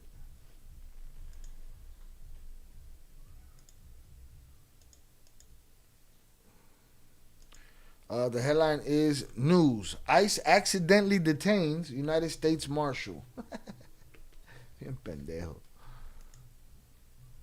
Accidentally detained a United States Marshal as part of immigration enforcement efforts in Tucson, Arizona. According to the Arizona Daily Star, we're now learning that a deputy U.S. Marshal was accidentally detained by ICE authorities because the U.S. Marshal matched the description of the individual authorities were going after. U.S. Marshal Service said in a statement that the deputy U.S. Marshal's identity was quickly confirmed by law enforcement officers and he exited the building without incident. But this is a significant development because if ICE agents even accidentally were able to detain a deputy United States Marshal who's responsible for protecting the federal court system, then that means that they're kind of indiscriminately detaining individuals that they... Yes, they're a bunch of dumb fucks that are living their soldier dreams.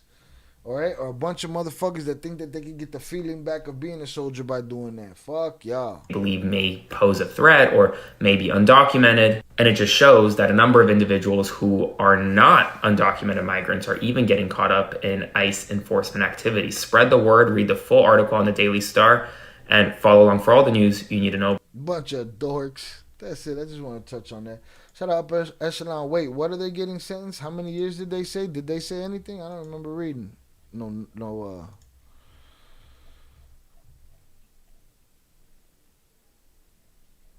I don't see no numbers here. It just said it keeps pushing it back. It keeps pushing their shit back. It don't say no years here, though. Did you hear me say it? I don't think I said that. So I don't see no time here. They just say their hearing is pushed back so that they can snitch some more. You know what I mean? That's it.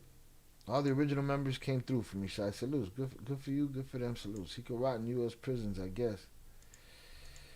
All of y'all are effed. I talked to my handler, and y'all are going to prison. So rather, you're doing 325 months flat, but if you give me a Coke and a pizza, I'll give you less. All right. Miguel Lopez. Fucking melted ice. He did a 12-piece wing dinner so he can look at himself in the mirror.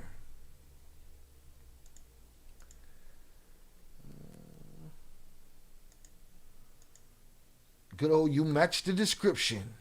All right. Vanilla ice. This guy's wild. All right, let's get this the fuck out of here. Let's get this the fuck out of here. Let's go over here.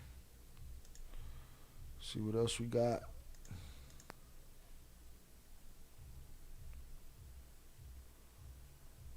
Yeah, we'll get to that another day. Federale. Tango el gato los pantalones. It's a Federale. Tengo unos gatos los pantalones. All right, I think that's it for that. Been here an hour and a half on that. Y'all got some gore out of it in the Discord. All right, anybody wants to join the Discord, I'll drop the Discord link. Hopefully it's here. For some reason this list is out of pocket today. Where the hell is it? There it is. Boom.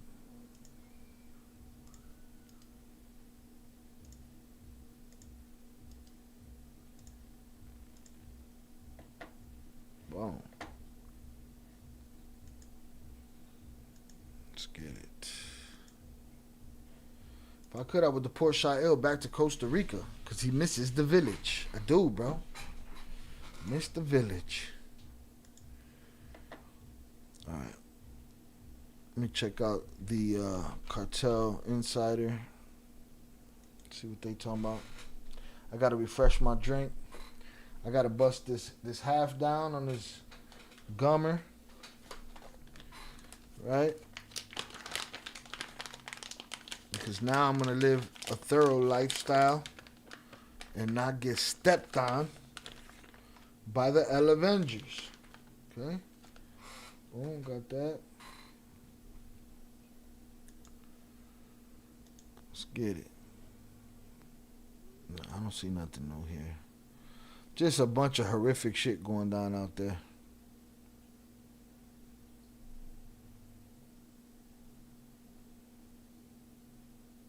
Yeah, he got nothing here. Just a bunch of gory shit. All right, man. We about to get back to the Diddy catch-up. All right? The Diddy catch-up. We just did a members-only stream before we did this live stream. And in that stream, we got to the book that was written. A book called The Search for Freezer Meat. Right? We made it through a lot of hopefully, the end of the freakiness that was being talked about on the on the catch up, but we're trying to catch up. We just got past Diddy's assistant's testimony and into the Punisher, which is one of the prosties that they would hire, right? And again, I still see a relationship, a toxic relationship, but when it comes to the freak-offs, to me, I haven't heard nothing. That shit sounds like she was with the shits. It's just not in Costa Rica, Michelle. He said it's in Costa Rica. Is where he said it's at. Dude, gonna start the video with y'all recording me? Nah, I seen him let somebody slide today in the video we were watching in the members only. I think we caught the rare glimpse of him letting somebody slide, but he did turn around and tell somebody else, "What you doing, man?" I don't know what the fuck wrong with dude. All right, but I'm gonna refresh my drink. We're gonna start where we left off in the members only, and we're gonna go from there. Ah, shit. Shannon said, "Oh no, there's more freaky dicky to come." All right, god damn. Let's see what's over here. Boom. Oh, look, Peter talking all that shit. He just joined the Discord. Come on, man. Boy. JP, where you at, man? JP, the unwelcoming committee will be there to get at you as soon as he pops around. Right? I went to Costa Rica last month with 3 of my boys and had a blast. See that? You know what I'm saying? You too busy, bro. You can't carry a wrench with you to Costa Rica. You got to relax. Right? All right, y'all. Let me get to the get this shit out of here. Get this shit out of here. We're gonna chill. Smoke them if you got them. Drink them if you got them. If you're sober, it's a hug from me to you. There is a Poetic Flacco video on this Diddy case that he dropped today that I do want to cover before we go. All right. I'm gonna start playing the.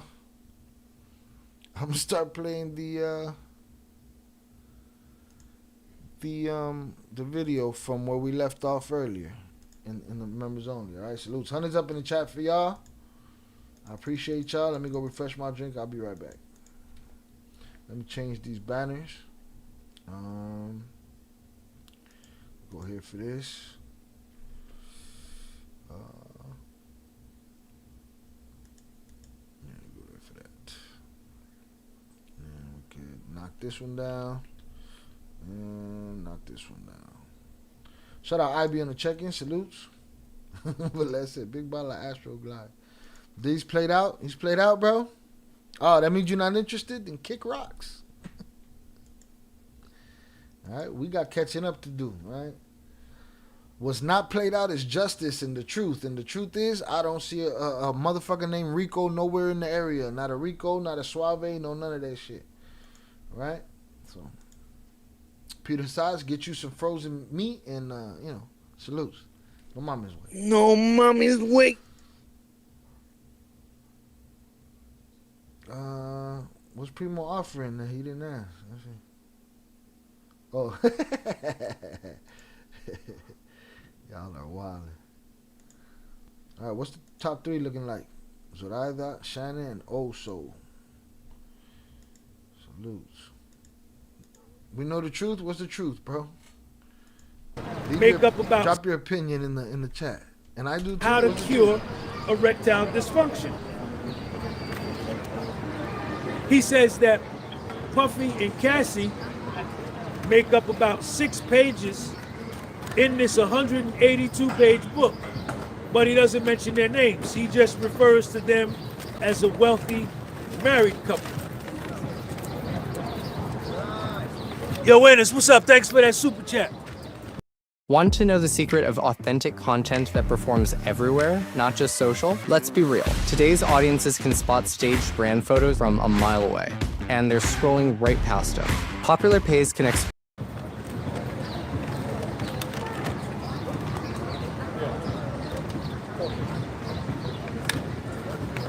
In his description of this wealthy married couple, he describes some of the freak-offs he had with Cassie and Puff, but doesn't use their names.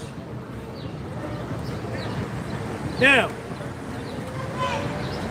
the government rests. Puffy's lawyer, I think this is the black dude, the bald-haired black dude. He cross-examines the male escort, and he asks him about the name of his book, In Search of Freezer Meat, and that it's a book about erectile dysfunction. And In Search of Freezer Meat is crazy, boy. That shit sound like a horror novel and shit. Not a horror novel, but a horror novel. Oh, man.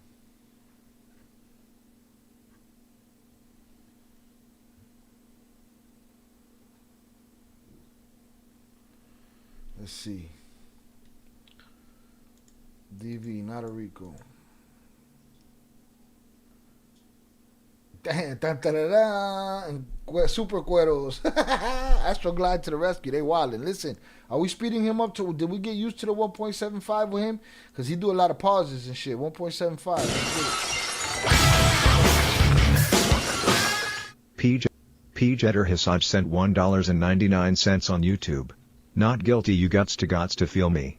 Shout out Peter Hisaj for the $1.99 super chat. Not guilty, you gots to feel me. Yeah, only thing I've heard is DV. As far as Rico, I don't see Rico, not yet. All right, insert your freezer meat, y'all. And he asked him about the name of his book, In Search of Freezer Meat, and that it's a book about erectile dysfunction. And the attorney, and I think everybody in the room is like, how could you be a male escort and you suffer from erectile dysfunction and you write a book about having a penis implant?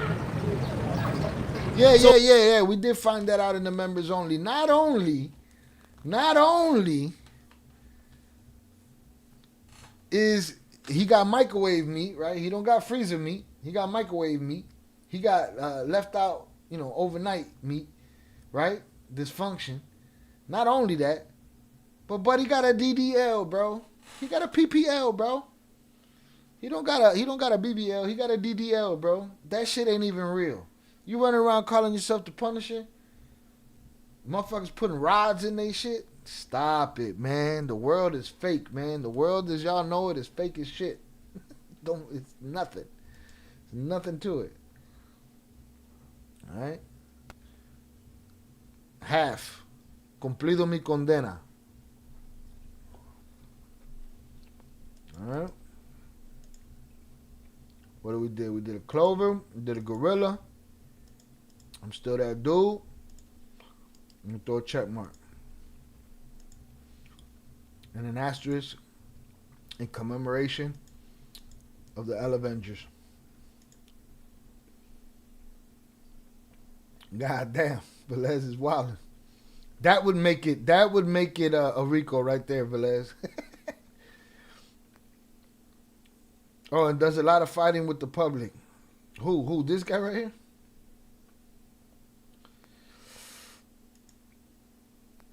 Shout out IB. He said, I feel like we don't give a fuck. It's Fuck Your Feelings Friday, bro. We thought you knew. Salutes to you, though. Let us know how you feel so we could tell you what we're talking about. You extra hydrated. I'm extra hydrated. I think I'm regular hydrated, but of course, to haters of me being hydrated, I'd be extra hydrated. Of course, that's, you know, he just gave me, that's the water version of it must be nice, this motherfucker, man. Telling you, boy. Some wild shit.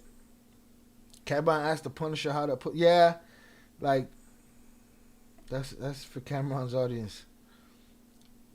Doesn't matter. It's probably whack.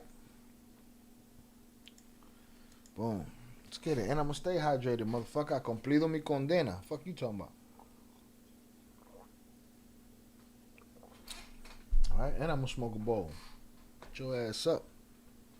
All that hater talk. Y'all done turn old soul out. Well, before I read this, I'm gonna say I'm playing catch up. I'm not good at trials. Every trial that I've tried to do, I've fallen short. Alright? With this one, I'm going to Sean G, who's giving us just facts, and going through it all. And at this point, and we've been through many videos since yesterday, at this point, I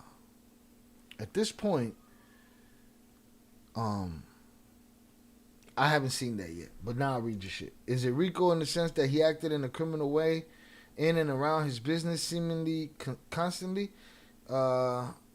Seemingly constantly. It may not be in the normal way people think of a Rico, as in making money through crimes. Yeah, but there's benchmarks they gotta hit, and they ain't hitting them. So far, she's paid for everything. She paid for it. So far, he ain't used the company to pay for none of their freaky shit. As far as baby oil, Astroglide, motherfucking freezer meat. You know what I'm saying? No paper trail, none of that. Mad toxic text messages, but that's it. Well, you taking gummies, doesn't it F you up? It's just, I was on shots, beers, and I did 20 milligrams more gummies than I was supposed to that night, right? And then I had a bunch of Republicans with tiki torches and Democrats with rainbow flags chasing me down the street, and, you know, and I had these lights on me, and it was a wrap. But no, I'll edible anybody in this chat. But all of it. Put it all together.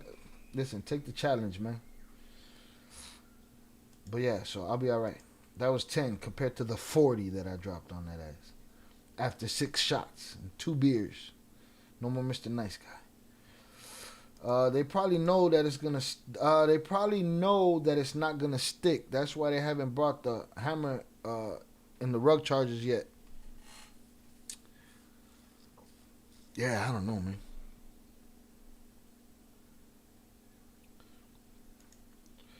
They're damn sure gonna spend all this. Yeah, nah, I'm straight. You should go to Cartel members' trials in Chicago. Get the fuck. No, mommy's wait. No, dog. Straight.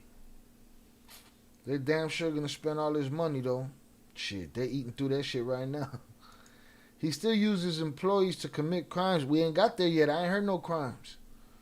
And seemingly committed crimes against his employees by using force and influence in a criminal way. None of them people called the police and pressed no charges. Ivy.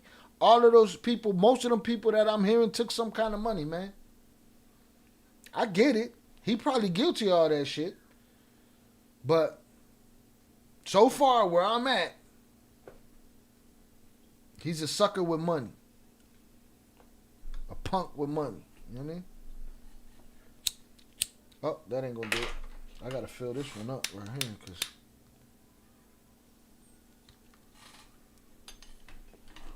but shout out to you, IB. Keep them coming. Throw them at me, cause again, I'm waiting for the aha moment, man. I'm waiting for it. You're right, but it seems that he did commit enough crimes in his business using his assistants to break into. I haven't got there yet. I'm saying up to this very point, up to this freezer meat story, I ain't heard nothing but domestic violence and posturing when he go looking for Suge with all his weapons and shit. Diddy, shut your ass up. Child probably forget he's in the courtroom and think he's in the chat and start saying, miss me with the bullshit. I'd be like, they start talking, get the fuck out of here.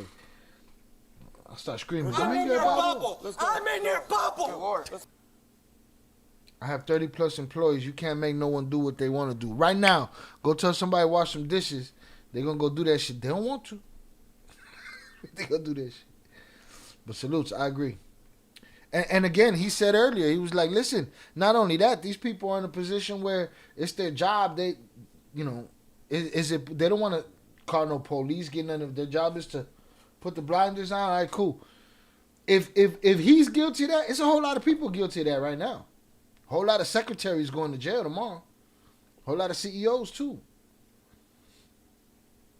You know? I just feel like he's being railroaded. Is he a piece of shit? Yes. But he's being railroaded in a lot of ways so far. Miss me with the D-Rock. D-Rock to me was a moocher that stood there with a job, got a job when he got out of jail and was lucky he had one. I don't think Big would want him there with dude. He lucky he ain't going down with him. I also think it's a massive distraction to keep people from paying attention to a lot of bigger picture as far as what's going on geopolitically. Can't keep up with that anyway. It's too much, bro. Too much happening. You can go and concentrate on everything geopolitically. You ain't gonna get to all of it. The shit that's happening, the world's burning, bro. You just gotta keep the sun shining on your little section and keep your grass green. That's it. That's all we can hope for. So either you stay here and be distracted with us, or you take your ass to a geopolitical channel. Salutes. They've had one major high-profile trial after another in the news cycle for the past 3 years, and that's by design. I don't doubt it. I still ain't seen a picture. Can anybody? Weren't we talking about? Because again, there's so many things to cover. I couldn't cover the drones. Remember when the drones were happening over New Jersey? I never saw a picture. How in the age of 2025 internet, I've made the challenge on the internet, dropped the picture of those drones that everybody was screaming about in the Discord. I ain't never seen them. I've been paying attention to a lot of courtroom reporters constantly the first few days of the trial that I heard enough, but also see where everyone is coming from in their own views. What are you talking about this? I have been paying attention to a lot of the courtroom reporters. See, that's another thing. I'm not dealing with reporters. And I'm not dealing with no mainstream media, and there's a lot of internet media I can't deal with. There's some people that are covering this story that are getting their feelings and their emotions involved. This guy is coming with what is happening in the courtroom, and that's all I care to know. I don't want to hear nobody's biases. I don't want to hear nobody's nothing. Miss me with the bullshit. So that's why I'm doing it this way. They get paid for that. If they don't listen to that, then I'll find someone else who would. There it is. Easy. So they go and they talk about who the Punisher worked for, right? So at the time when they hired him, he worked for a company called Hunkomania. Then he left them and started his own male escort company called thepunisher.com. He still does it to this day. He started in 1995, so he's been doing this for 30 years. Now, what's called getpunished.com. Now, what Puffy's lawyer was trying to establish was that this wasn't a prostitution situation, that the Punisher and all the male escorts that currently work for his company, getpunished.com, and who work for hunkomania.com, were employees or independent contractors of the company. So, when they got rented out, the male escort was paid by the company. So, what he's saying is, this couldn't be prostitution. And what the defense is doing is trying to poke a hole into the prostitution charge on the indictment. Wait, what did he say? It couldn't be prostitution? Hold on. You gotta relax, Primo. Get your geopolitical ass the F out of here and let us talk our shit. It's Fuck Your Feelings Friday. Oh, he's going with the theme. He's going with the theme. You a good sport. You'll be all right. New Jersey drones. Am I wrong or did that not happen? Am I Mandela affecting over here? Morning, IT legends. Welcome to my vlog. Motherfucker, I don't even believe you're real, motherfucker. You AI guy. Hold on, I didn't see this. Employees. Right, so he was employed by Hunkomania, then he had his own Hunkomania, fucking freezer meat, all kind of shit going on here. And who work for hunkomania.com were employees or independent contractors of the company. So, when they got rented out, the male escort was paid by the company. So, what he's saying is, this couldn't be prostitution. And what the defense is doing is trying to poke a hole into the prostitution charge on the indictment. So it could be or couldn't be. So the male escort was paid by the company. So what he's saying is this couldn't be prostitution. And what the defense is doing is trying to poke a hole into the prostitution charge on the indictment. Okay, cool. Then I'm gonna get to that shit, Ivy. He said the couple reporters I was talking about were also literally just reading the transcript of the court that they took notes on that day, just like this guy. Cool. That's all I want. And then, but I ain't got to that shit so far. I ain't heard shit, dog. Nothing. I heard mad texts that make her look like she was with the shits. Where the texts where she's trapped and trying to get away? Where those texts at? I ain't hear none of that shit. When they got rented out, by the company, Hunkamania. Puffy's lawyer asked him, said that Hunkamania doesn't engage in prostitution. Am I right? The male escort says, no, we do not engage in prostitution. Puffy's lawyer asked him, your company, GetPunished.com, you do not engage in prostitution, right? He answered on the stand under oath, no, we do not get involved in prostitution. And this is important. As crazy as the circumstances sound, Puffy's defense is they don't care what goes on, baby oil, Astroglide, this, that. Their job is to poke holes into the indictment, into the charges Puff is charged with. Now, this is another part. This was real interesting. Puffy's lawyer brings up, he asked the Punisher on the stand. What's up, baby? He asked the Punisher on the stand. You had feelings for Cassie, didn't you? The Punisher was like, nah, not really. He was trying to avoid, nah, not really. Puffy's lawyer asked him, you thought you was the only one that Cassie was doing this with. Feelings for Cassie. What's up, baby? He asked the Punisher on the stand. You had feelings for Cassie, didn't you? The Punisher was like, nah, not really. He was trying to avoid, nah, not really. Puffy's lawyer asked him, you thought you was the only one that Cassie was doing this with. He said, yes. He said, Cassie told you that she feels comfortable with you and that she would call you, right? He said, yes.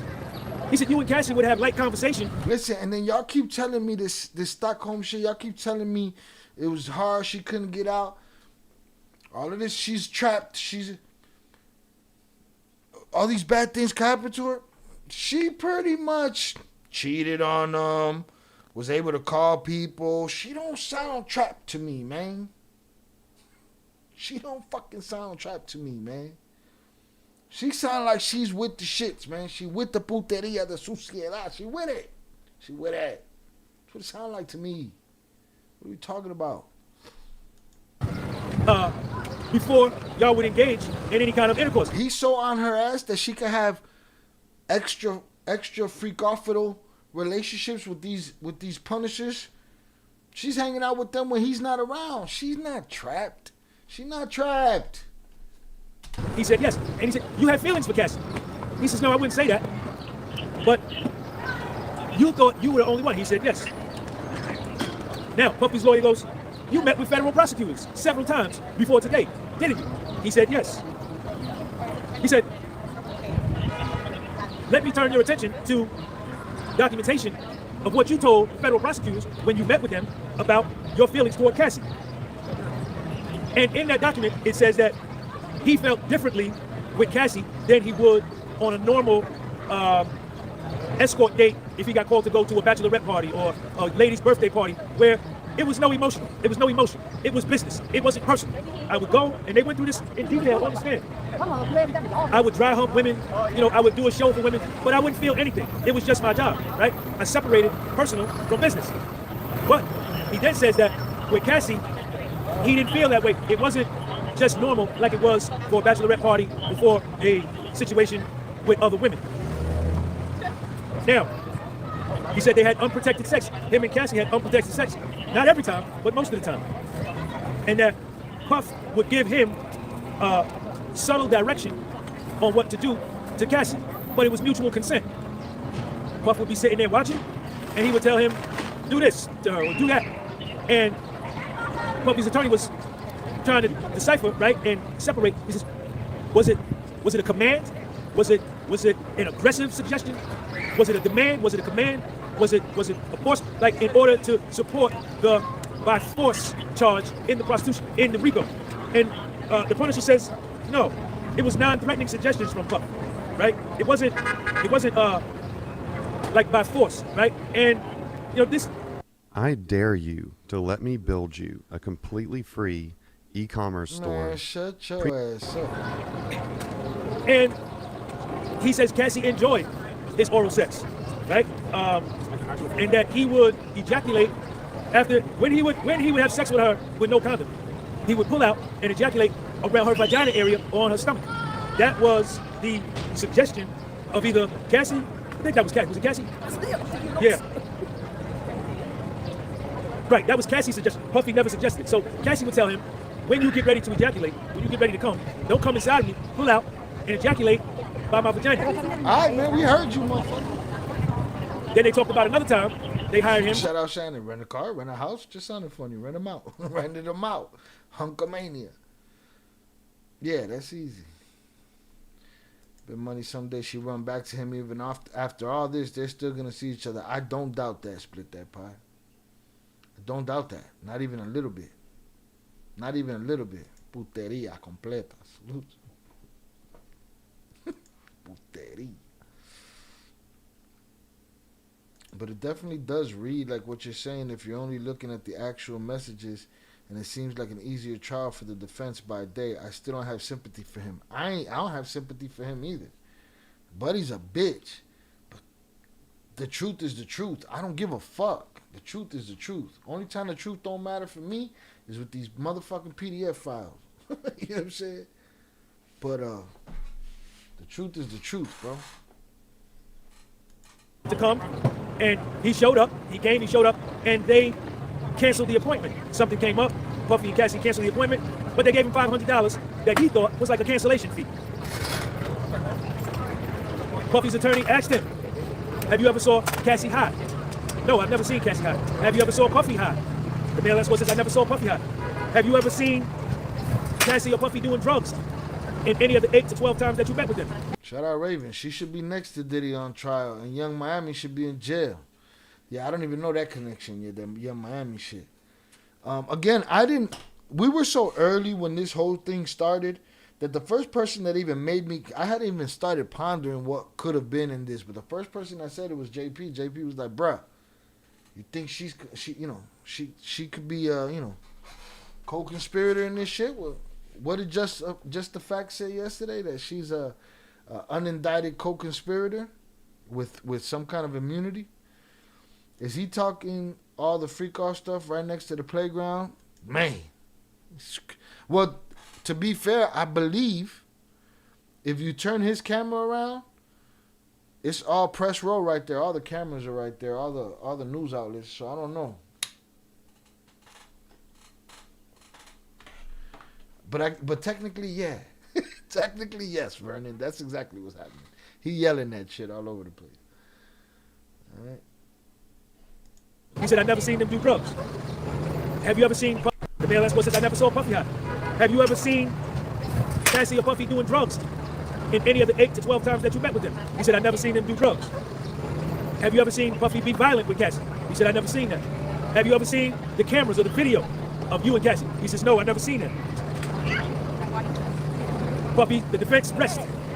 The government comes back out and lets them know. A cancellation fee, so I gotta keep shit professional. You know what I'm saying? We be trying to keep shit professional. Motherfuckers is wildin'. All right? Cancellation fee. Says in open court that the Punisher, the male escort, Deshaun Hayes, met with them. He met with federal prosecutors a few days ago. And that was it, man. That was it. Cassie's mother took the stand, but it wasn't much to that. They didn't. They talked about the time Puff stole Cassie's phone and her mother called the cops. Yeah. Thursday, Monday, off now. The government asked her a few questions.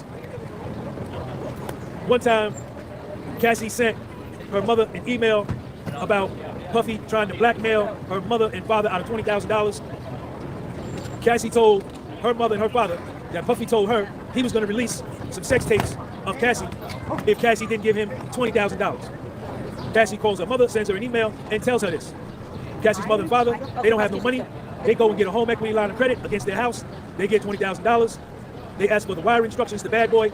They get the wiring instructions. They wire $20,000 to Bad Boy so that the tapes won't get released.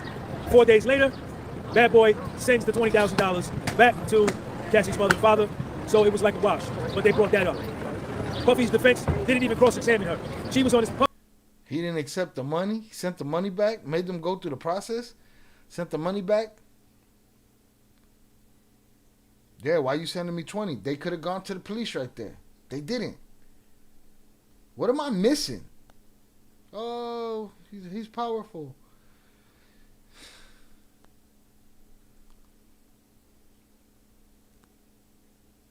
Yeah, he was like, why they sending 20? They sent it to Bad Boy Wiring. Nah, that shit was supposed to come in a duffel bag. With Cassie. Puffy's mother, Cassie's mother wasn't on the stand no more than 10 to 15 minutes. So that was. Yo, he ain't shit though. But that's it. The moment he put up that extortion, boom. Oh yeah, you go to the police, then what? He's still gonna put it out? He's still gonna put the video out? You got a report on him, you got paperwork. He don't even want paperwork. He don't want that money on his books. Sent that shit back. I mean, I don't know, man. It's just crazy. Was the case today. It was a tough day for Puffy to sit there and for that stuff to come out.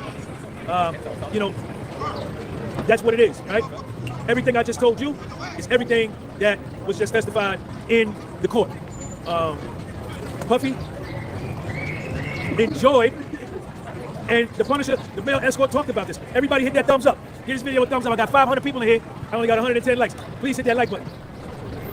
The Punisher, another thing they talked about. What would you say to somebody that hasn't tried therapy before? Just ask yourself if what you're doing in your life right now.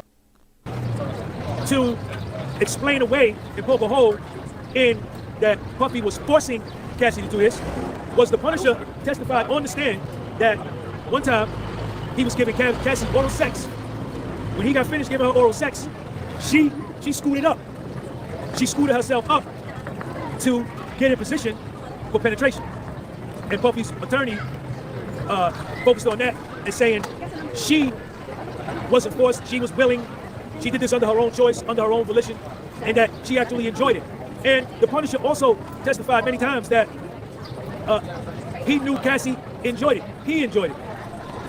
He asked the Punisher, did Cassie ever have an orgasm? The Punisher says, I don't know. If she did, I could never know. But I know she scooted up to me, and she would sigh, she would wince. It was pretty explicit in there today, man. But he also said that Puffy enjoyed it. Puffy enjoyed being butt naked in close proximity to Cassie and the Punisher, and he would masturbate. He's a cuck. What do you want me to do? This is where we are. Let me think if I can think of anything else that they talked about. That pretty much was it. But the Punisher wrote a book called The Search for Freezer Meat. You know anything? That name is crazy. Thing about freezer meat, you put meat in a freezer, it gets hard. For freezer meat. If you know anything about freezer meat, you put meat in a freezer, it gets hard. He had erectile dysfunction. And I think the Punisher has a penis implant. And he wrote a book about his erectile dysfunction. And he said he had this problem for a big part of his life. Yet, he continues to be a male escort. And even when he had the erectile dysfunction, he still was a male escort. What do you want from me? What do you want from me? Yeah, so, but I think the key thing here is that Puffy's lawyer got him to testify on the stand that the company that he worked for, Punkamania, walk right through the live. This is live TV. The company that he worked for, Punkamania, did not get involved with prostitution. He said that out his mouth on the stand. He also got the Punisher to admit that his company, GetPunished.com, which has the same business model as Hunkamania.com or Hunkamania, does not get involved with prostitution. They are not prostitutes. Puffy's lawyers, defense team, got him to admit that on the stand. Now, this is one of several male escorts that we know. We know of at least 13 male escorts that were talked about at the beginning of the trial. So there you have it. Shout out Sean G. Shout out Oso. That's a wild title, bruh. What the fuck? In search of freezer meat. Crazy. Wilding out. Let's get to this other one. Salutes, hunters up in the chat for y'all. I appreciate y'all hanging out with me tonight. Bow, bow, bow, bow, bow, bow, bow. Let's get it. Chilling. It's the weekends here. Everybody got their millions. Salutes. Hit the like button if you have yet to do so. We just chilling at this point. Playing catch up.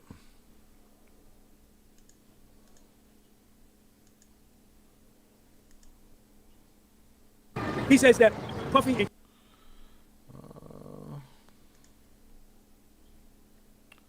go to the lives. Where's the lives? There we go.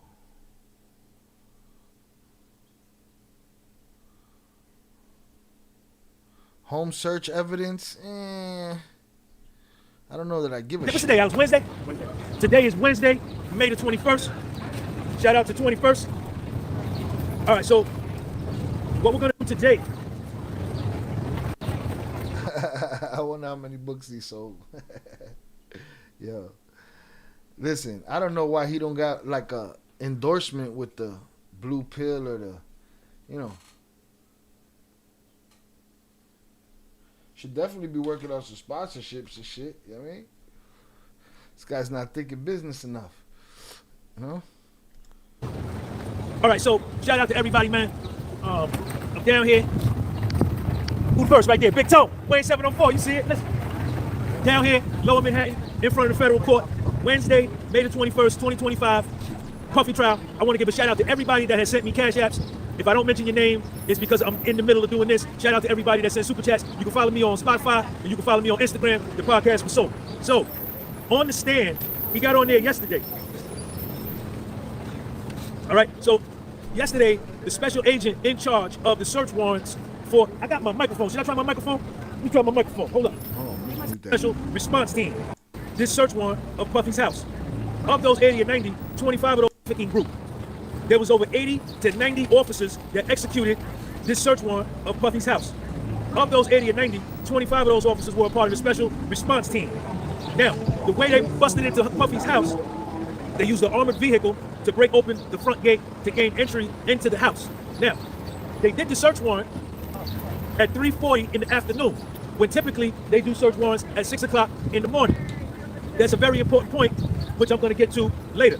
Now, he went into what items they got seized at Puffy's house. That's all I want to know, what they seized. After that, I'll keep it moving.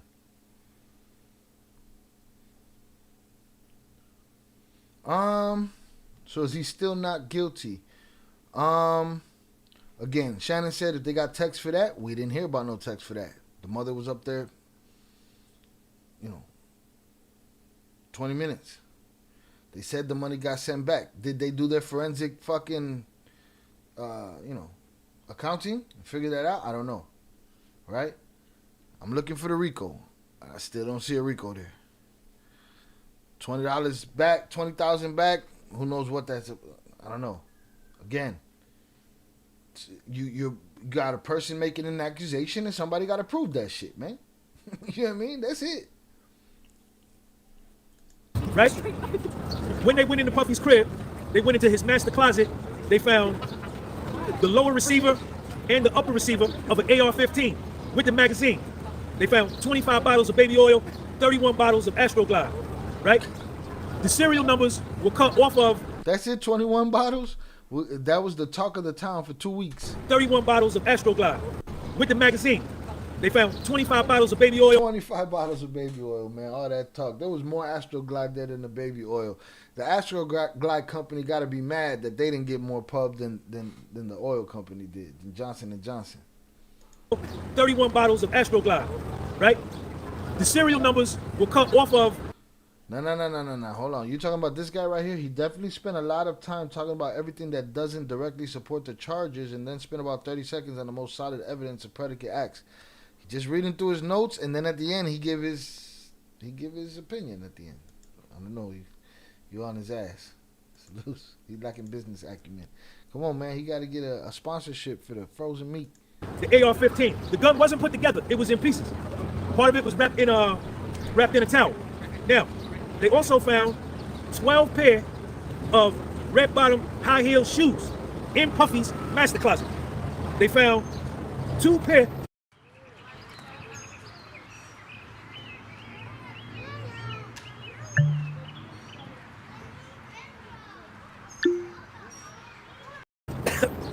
It's either one pair or two pair. Hold on, let me get my coffee. Shout out to my man Alex, brought me a coffee. I got my coffee. Who's that right there? Gelato, what up? Quay T, straight fat.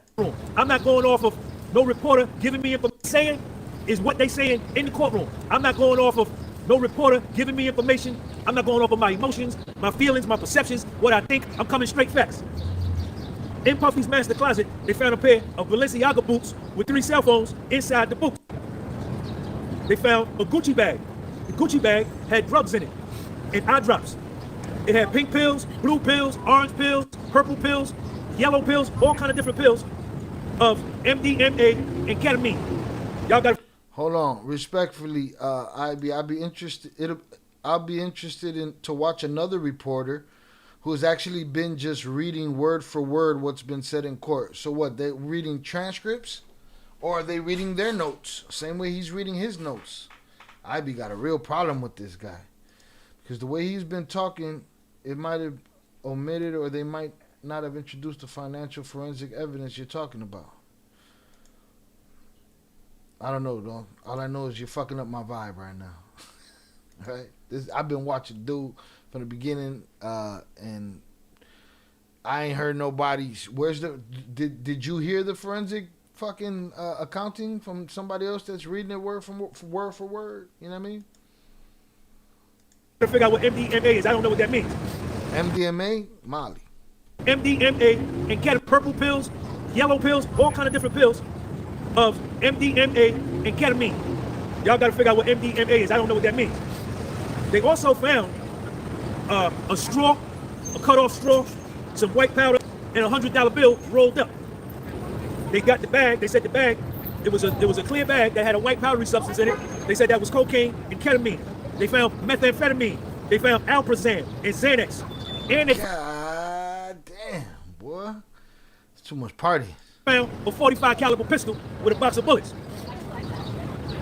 So this is what the special agent is testifying to under direct examination by Mrs. Steiner, who is one of the assistant U.S. attorneys that's prosecuting this case. And they're putting up photos. They're taking over 500 pictures. They took over 500 pictures of evidence of what they found at Puffy's crib in Miami. Now, box of hard drives. Where's the box of hard drives? I thought there was so many hard drives that they had to go through that you never have enough. You know what I'm saying? Time to go through everything. What happened to all of that shit? And the 1,000 bottles of baby oil and all, and the explosion of Kid Cudi's car. I get it. He did these things. He's a dork with money out there doing shit. You know what I mean? Is it a RICO? I don't know yet. I ain't seen that yet. Just saying. Oh yeah, government might not have introduced a whole bunch of shit. Who knows? I'm trying to catch up. I'm trying to get there. I'll quit. I'm good. Salutes.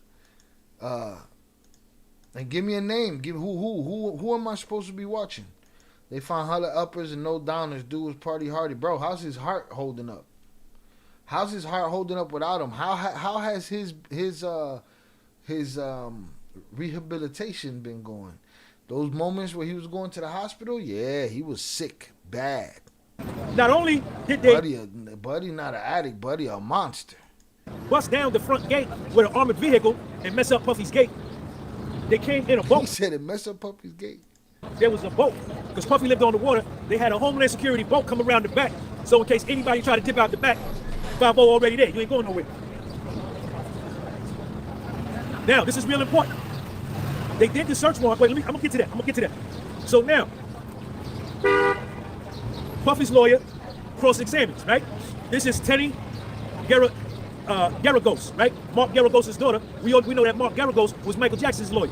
His daughter, Tenny Garagos, is on Puffy's team too. Now, she comes up, Puffy's lawyer comes up and says, she puts up a picture of Puffy's front gate. No, first she put up the picture the government used with Special Agent Gannon to show where they gained entry into Puffy's crib. She put that picture up, right? And she said, you can take that down. Then she put up another picture where the other side of the gate, they destroyed the gate. And she asked him, like, why you ain't show that picture? Why you didn't show the picture of where y'all destroyed his gate? Then she asked him, how did you get into his property? He said, we used the armored vehicle. She said, how many armored vehicles? He said, we used just one. Now, this lawyer was money, right? These lawyers is money, man. They see, the way I be seeing it, they see it a whole different way. So, So when a client comes to us with an ask to launch an influencer marketing campaign, the process is pretty streamlined. She tells the girl who's putting up the pictures, say, put up that picture that the government put up when they were direct examining Gannon, right? So they found the 45 caliber pistol in a red suitcase. So she said, bring that picture up with the red suitcase. They put the picture up. She asked my man, the Homeland Security dude, is that the suitcase where you found the pistol? He said, yeah. Is that the suitcase where you found the ammunition for the 45 pistol? The special agent said, yeah. She said, where did you find that suitcase? He said, in the security area, immediately after you come on Commissioner Combs, immediately after you come on Mr. Combs' property. So when you come into Puff's crib, everybody, you gotta hit that like button, man. Hit that like button. I got 300 people in here, 68 likes. Double tap the screen, get a video with thumbs up. So as soon as you come in Puff's crib, he got a security gate right there. I mean, a security booth where I guess he got private security. You understand? So she said, where did you find his red suitcase? He said, we found it in the security area. He said, was the gun in there? In the red suitcase? He said, yeah. Where was the gun? By the security area. Was the bullets in there in the red suitcase? He said, yeah. Where was the bullets? By the security area. So what she was saying was that his security, the gun you found, right, which is in the indictment under the RICO, right, guns and weapons, was actually a gun found in a location in the security booth on his property, you understand, where his security detail is licensed to carry pieces, right? That's what she getting at. Somebody gave me a super chat. Who's that right there? Garrett, my man went to shit on Puffy's property. Get them likes, hit the like button. So that's what she's trying to establish from the door. Yeah, you found a gun on Puffy's property, but it was by the security booth. Now, then she said, bring up the picture of the closet where they found the AR-15, the upper piece, Wayne 704. Wayne 704. Bring up the picture with the closet where you found the upper receiver of the AR-15 and where you found the lower receiver of the AR-15. She said, did y'all, first she asked him, did you go and conduct this search in Puffy's master closet? He said, no. She said, some of your people did it, the people that you were, because you were controlling the entire search. He said, yeah, some of my people, they took the pictures also. So she said something to the effect of like, did you remove any of the shoe boxes from the closet, the upper part of the shelf? He said, how did she say that? He said, no. Or she said, were you supposed to remove anything? Were you supposed to take the pictures of it as is? You understand? What's up, man? How you doing? All right. But anyway, I can't remember what she said, but this is the point. She put up two pictures of the same closet. One picture had the shoe boxes up at the top. The other picture of the same closet didn't have nothing at the top. So what? Who's that right there? And Wendell Morris, Indiana, Indianapolis, Indiana. So what she was saying was, you said y'all supposed to take pictures. Y'all weren't supposed to remove the shoe boxes, or you put them back. You took them down, you put them back, or you weren't supposed to touch it. It's some kind of procedure. Either they're not supposed to touch it, or they're supposed to take it down, put it back, or take a picture before they touch it, or whatever. She showed, Puffy's lawyer showed, like, look at this closet. One part, the boxes is there. The next part, the boxes ain't there. You know what I'm saying? So kind of like, I think what she's getting at is that the search that they did was like a little shaky. Like the search they did was a little shaky, right? That's what she said, not me. Didn't we go through the video of that search? Didn't we go through the video looking at the teddy bear, at the clock on the wall, and looking for all the cameras? Where are the cameras? None of that shit happened. Shout out IB. Law and Crime has a reporter there every day, and there's also this girl, Rotted Mangoes. I randomly came across, has been there every day doing really thorough reporting, in my opinion. Over and out. Salutes. I can relate to this guy. He's an old head out there doing this thing, and I don't hear him just talking bullshit. Again, he's looking for the truth too. Again, he's with me and he agrees Puff's a piece of shit. But let's get to the fucking facts here, because they've been circle jerking since the beginning. All right? All right? I get it. You're not entertained. My apologies. Maybe next time. They've been talking about Baby O so much since then. Johnson & Johnson don't even need to do promotion. Shit. They should be paying for dudes, paying half of his lawyers and shit. Now, then she said, okay, put up the picture where you got the AR-15 upper receiver and the AR-15 lower receiver. The serial numbers have been scratched off the AR-15. They put up the pictures. The upper receiver, there's two upper receivers. They was wrapped in a towel, held together. Peter Hisage, I can't take your criticism to heart either, because I don't know if you've been here the last 2 days we've been covering him. We've been listening to him, but Buddy's made it clear. But you guys want to hear what you want to hear. Well, go to somebody that's going to tell you what you want to hear. You know what I mean? Together by tape. The lower receivers was in the shoebox, but they was in two different parts of the closet, or two different parts of his room. So the gun wasn't together, right? So she asked him. She said, you know the gun wasn't together, right? The upper receiver and the lower receiver, the magazine, none of them was together. He acknowledged, yeah. So then the government showed a picture of like everything together. The lower receiver next to the shoebox with the upper receiver, the bullets, all of that. And it's a picture of it all together. Good. Okay, so listen. I think Buddy's pro the motherfucking truth. All right? And, yeah. We'll see. And this was her point. She's saying, like, why did you take a picture when all of the stuff is together in one spot? When y'all found a part over there, you found a part over there. Why you didn't take pictures of when you found, you know what I'm saying? Individually. So if you've been listening to him, you tell he's just not a puffy guy. He just knows a railroading when he sees one. And guess what? If the prosecution is shit in the bed, blame the motherfucking prosecution, people. Miss me with who the fuck is reporting. If the prosecution shit in the bed, then they shit in the bed. You know what I'm saying? What she's kind of getting at and what she's trying to insert into the jury's mind is that... Salutes, IB. Still with you. Didn't say anything about not being entertained. I just said I'll stop interrupting your flow. Salutes. I'm saying, y'all mad about the source. He telling the same shit everybody else is telling. He just speaking my language over here. I wasn't speaking bad about him, Shy. But I'm saying, you say he's pro-Cuffy. I don't think he is my point. I think he's charge the motherfucker with what you're supposed to charge him with and get him out of here. That's just my point. That's all I'm saying. All right? It's a resource. That maybe they planted it. Right? Now, she talked about ways to identify a gun, even if the serial numbers is... Yo, I really don't care about the gun and all of that shit because, you know, next y'all gonna tell me, is it owned under the company name? It don't got serial numbers. It don't matter. Somebody in trouble. Scratched off. You can swab for DNA. You can pull for hair and fiber, and you can dust for fingerprints. A gun, even if the serial numbers is scratched off, you can swab for DNA. You can pull for hair and fiber, and you can dust for fingerprints. Right? Well, I'm not pro Puffy. Are you talking about pro Cuffy? You saying Cuffy like the meat story?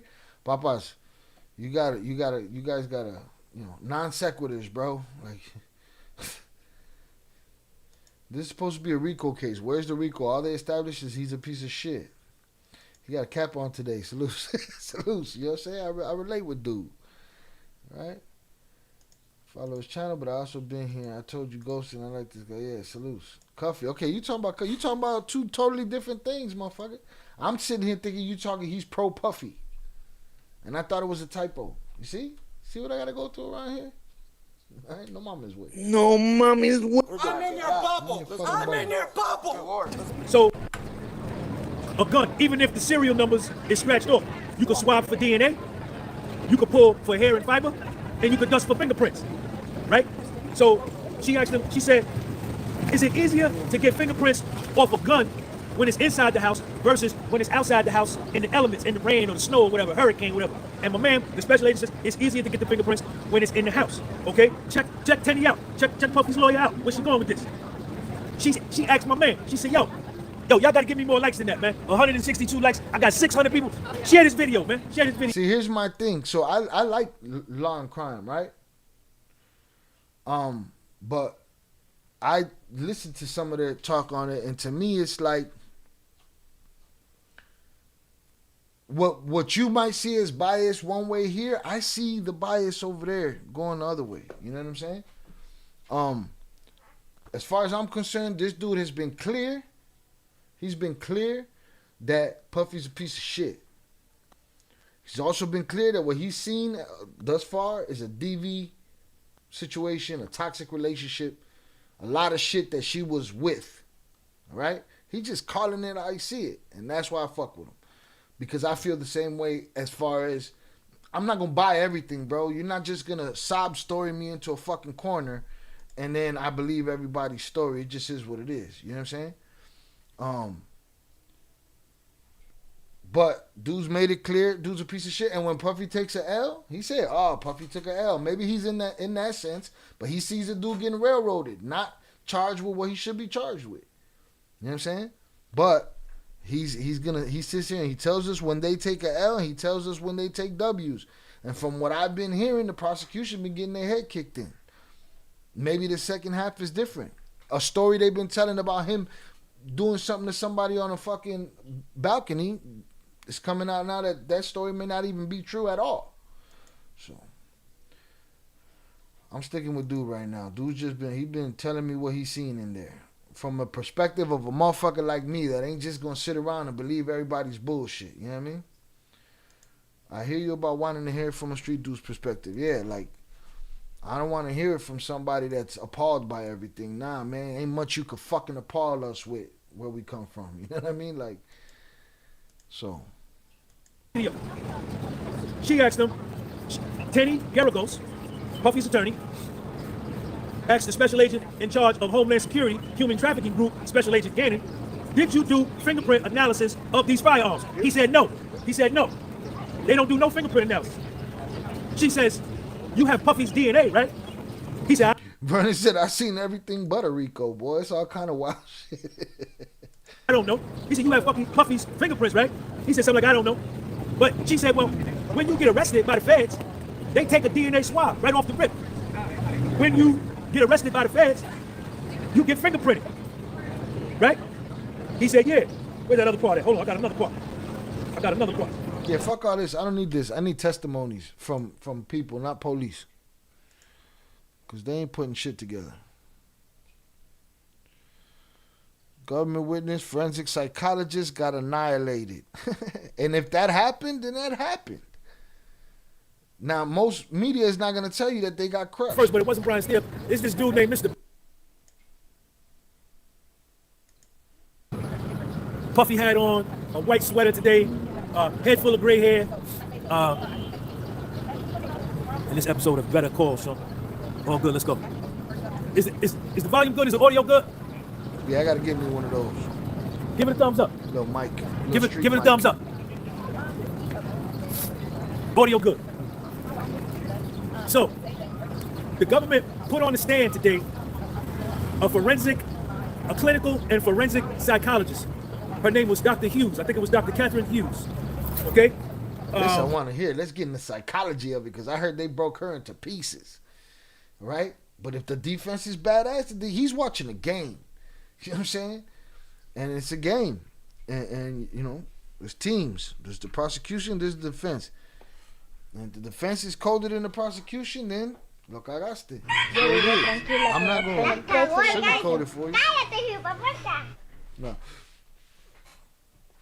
If they figured out that this lady is a shill, then it's what it is. Before she took the stand, the defense, Puffy's lawyers, and the prosecution were too quiet. Boost your volume by up to 600% with Load Max. Going back and forth about two issues. One of the issues, Sean Smith, what up? Is that Cassie was in Boston, Massachusetts without Puffy, and she was looking to buy drugs. So this suggests that there was no force from Puffy for her to use drugs, that when she was alone in Boston by herself, she bought drugs on her own, or she looked to buy drugs on her own. And she's at Boston. She could have gone and figured out her life and got away from dude, and there's no, that she ain't never been trapped, as far as I'm concerned. Never been trapped. And she sent a text message to somebody saying, I'm in Boston, it's just me. How was the sound? The sound is good? Cornell Ford, the sound is good? Into it, the sound is good? The government then came back. Hold on, let me blow my nose, yo. I ain't gonna...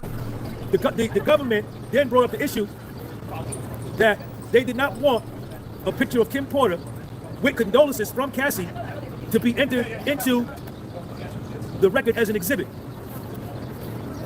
Because the government didn't want the defense to plant a seed and pull at the heartstrings of the jury, and they shouldn't be allowed to make the jury think that Puffy is the only parent left and would make them less likely to convict him, okay? Let's keep going.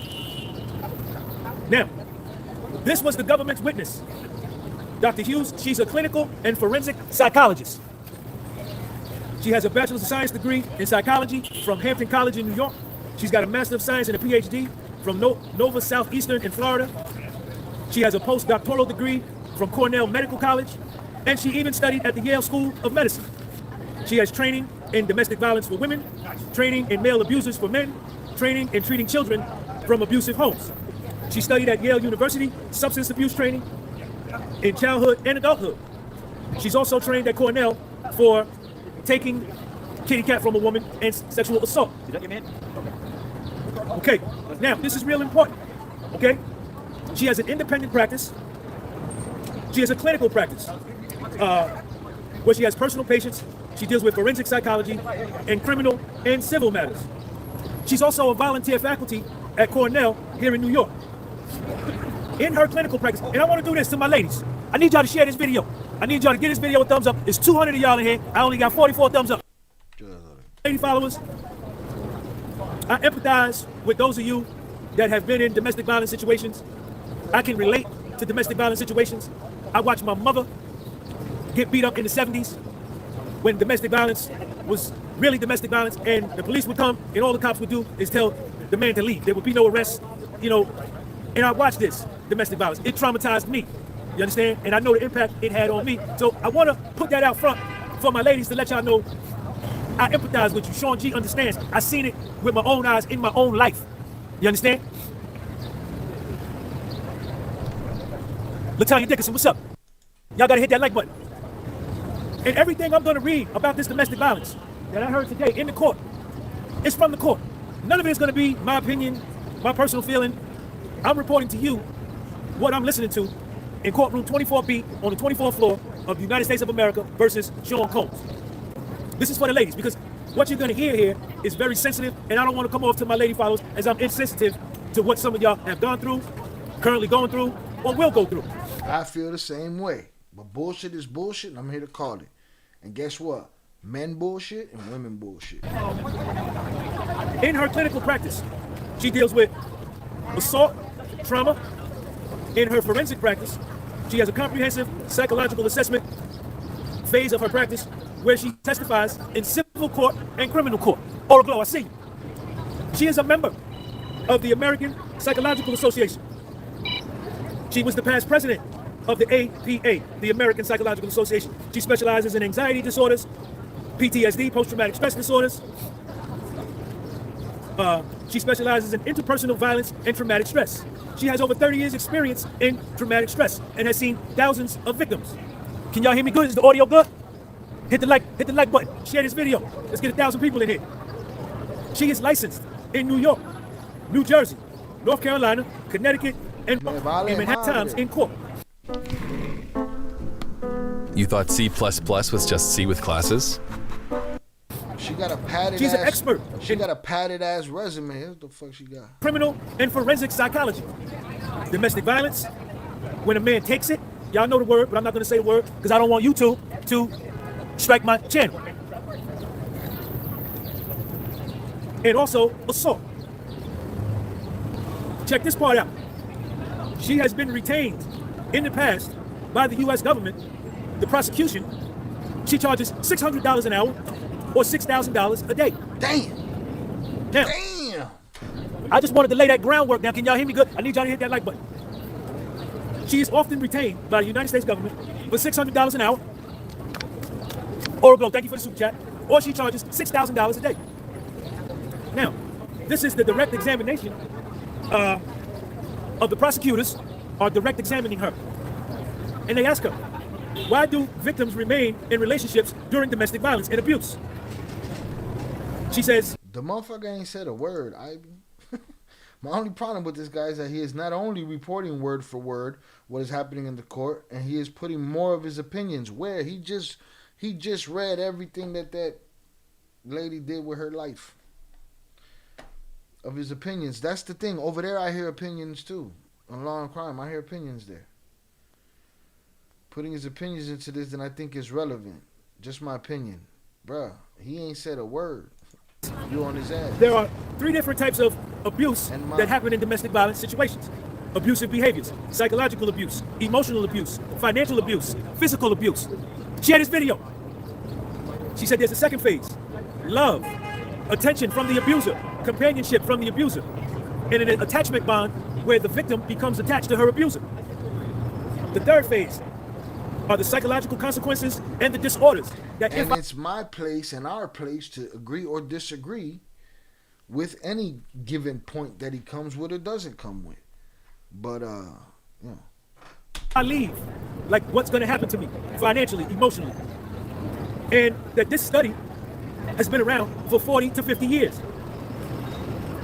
She says that the dynamic in a domestic violence relationship where there's an abuser and a victim is power and control. Check me out, y'all stay with me. Stay with me. That power and control can come from hitting the victim, beating up the victim. The victim then begins to feel fear, scared. She's walking on eggshells, and the victim just gets to the point of, how do I stay safe? Now, I want y'all to stay with me now. I want y'all to stay with me. Who is that right there? Tony Q. My man from Ohio, Tony Q. Thank you for the super chat. Ladies, stay with me now. Be patient with me, ladies. I'm just going on what I'm getting from the court. This ain't my opinion. She says when the victim feels fear, they either have two reactions in an abusive domestic violence relationship. At the low end, it's just anxiety, and at the high end, they can feel like they're gonna die or be killed. Then she made the interesting point that physical violence doesn't have to be used all the time in the abuse. That once the abuser abuses the victim one time, that sets the tone and the foundation in the victim's mind that I can be hurt by this person if I don't allow them to control me, or if I don't agree or cooperate, right? That's real important, because she said that once the first incident of physical violence happens against the victim, that's all that needs to happen, because now the victim knows that the abuser is willing to take it to that extent. She then went on and talked about the psychological abuse, physical threats, intimidation, walking on eggshells. Puffy's team objected. The judge said, strike that from the record. Told the jury, disregard what you just heard. She kept going under direct examination from the prosecution. Y'all got to stay with me. Y'all got to stay with me. This is so deep. This is so deep. This is so deep. She said that the victim goes through feelings of depression, post-traumatic stress disorder, PTSD, anxiety, and fear. When there is sexual abuse, it's damaging. It's the highest types of psychological distress. There's shame, there's humiliation, there's degradation. And the shame, degradation, and humiliation prevents the victim from leaving. So they remain in the abusive relationship because of these thoughts and feelings. Then there's the emotional abuse. They get the demeaning, low self-esteem, depression, low self-perception. They can't talk about it with nobody, so it keeps the victim stuck. Okay? Stay with me. I need y'all to stay with me now. Y'all still there? I need y'all to share this video with somebody. You got to share this video with somebody right now. Do me that favor and get a video a thumbs up. I'm live from New York. I'm right down here. Here is the next phase of why victims, and I'm being real conscientious, and I'm being real deliberate by not using the synonym her, right? I'm using just victim, because an abusive relationship can occur between female-female, male-female, male-male, female-male, right? The role of victim and abuser can be... I just MailChimp my marketing with AI to create a hyper-personalized campaign in minutes. Interchange. And that came up in this case because the clinical psychologist, the government's witness, Dr. Catherine Hughes, or Dr. Hughes, she kept either slipping up or deliberately saying her, as if referring to Cassie. But y'all got to stay with me, because this thing get deep. It get deep. The next phase of control of the victim is financial dependence. A lot of times the victim is afraid to leave because they need resources to leave. The abuser controls the housing, mortgage or rent, travel, money, food, clothing, and the victim feels trapped. So they can't leave, they don't leave. Now, at this point, the clinical psychologist was saying, when she was answering this question, she needs resources to leave. She felt trapped. Puffy's lawyers objected. They said objection. The judge said sustained and strike that from the record. Told the jury, you must disregard the government witness using the words her. Y'all got to check me out. Y'all got to check me out. Y'all got to check me out. It get deep.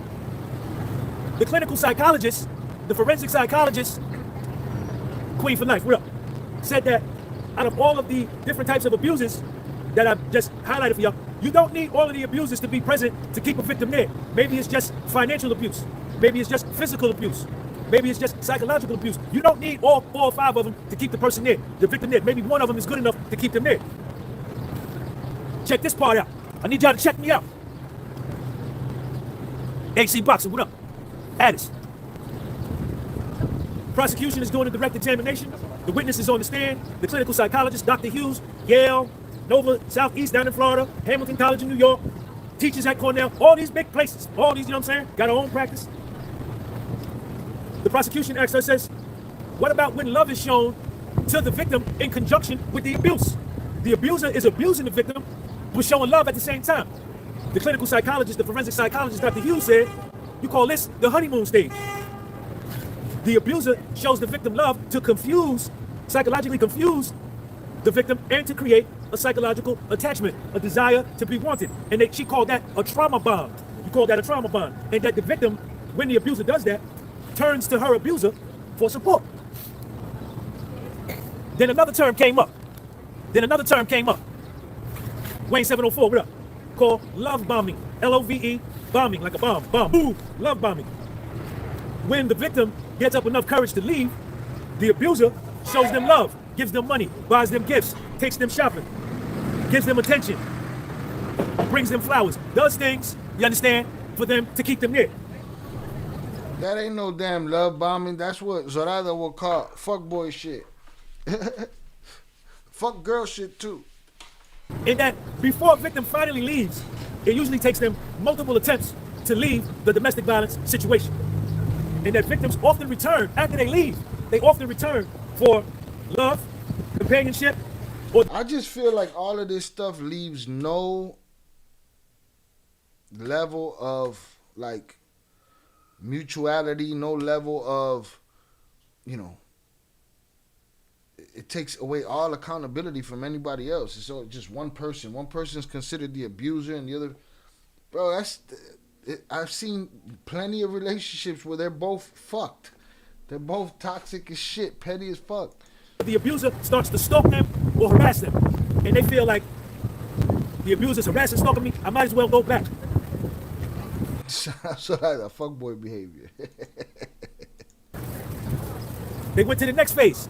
How do victims cope in an abusive relationship? They go get outside help, they get a restraining order, they go to the police, they go to a shelter, or they go to a Title IX. Number 2, they talk to family, friends, someone at church, the pastor, or they go to counseling. The most common, which is number 3, they talk to the abuser and they try to negotiate or comply, or they begin to fight back. The victim also has another strategy that they call, that they either placate or appease the abuser.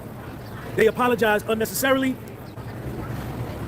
doing things they don't want to do, and they say yes when they want to say no. There's 2 types of self-defense. Passive self-defense, where the victim blocks punches, curls up on the floor, or does nothing that threatens the abuser so that the abuser can stop abusing them.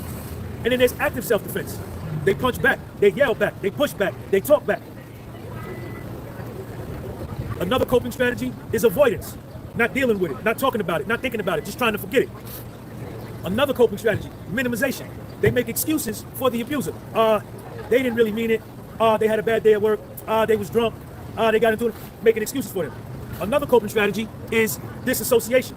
They zone out, they space out. And this has the ability to impair the memory in the brain. Another coping strategy is getting involved with drugs. In the morning, during your meditation, you do not say an affirmation. You raise a question to your subconscious. Why do... And alcohol. Victims can still be positive and love the abuser while coping even years after the relationship is over. So the clinical psychologist, the forensic psychologist, the government witness said that even after the victim leaves, she could still love her abuser while coping with the relationship even after years after the relationship is over. I need y'all to check me out. Disclosure. The government prosecution is direct examining the witness and says, what about disclosure? She says sometimes victims wait months or even years for fear of being judged, shame, economic and finance, or if they disclose it, friends that her and the abuser, that the victim and the abuser had, may not be friends with them anymore. Like literally, like somebody was able to come up with a reason for every single decision that somebody else made. Just a general list of things that somebody fell for or did, or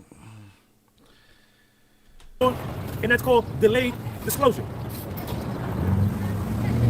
The ability of the victim to disclose what that person is going through, the clinical psychologist, the forensic psychologist, with all these big degrees, getting paid $600 an hour, $6,000 a day, said that the victim. Shout out Ivy. So does Cassie have to pay her for his legal fees if he gets off, or is that only for the civil case? Maybe the government granted her the civil case in return for using her to try to go after him like this. Civil case, there was no case. It was a settlement. She brought up the suit, and then he settled 24 hours later. So there's no courts, no government involved in that. She got her 20 mil. Right?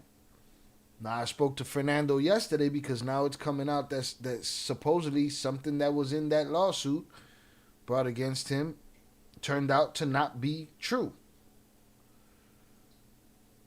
And I asked, well, because somebody said, well, maybe he has grounds to sue now. And I asked Fernando that, and he's like, nah. I mean, I guess he could, but the government ain't got nothing to do with that civil case, though. That civil case was just a settlement. Now he got the other civil cases with what's his face, the producer. So I don't know about that one. But as far as Cassie goes, she settled for 20 mil from him and for 10 mil from the Intercontinental Hotel.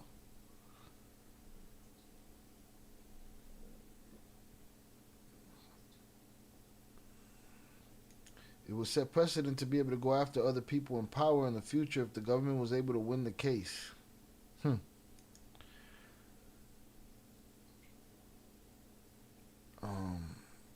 Sometimes the W is, has an asterisk on it, like the L Avengers.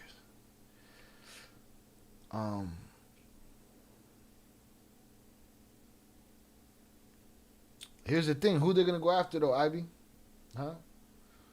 They're going to go after all the rap CEOs. That's cool. If they're guilty, get them, right? But they ain't going to touch no politicians, right?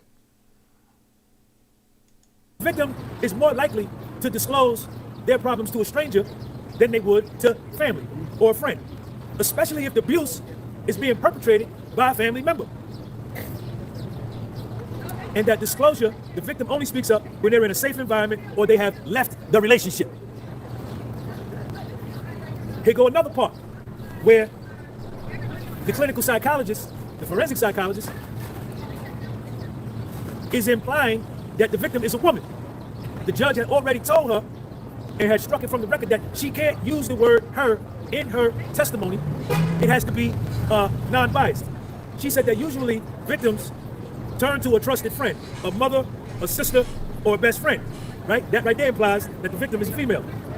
And that it unfolds over time, that the victim never just comes right out and tells the whole story. They give it out piecemeal, a little piece there, a little piece there, you understand?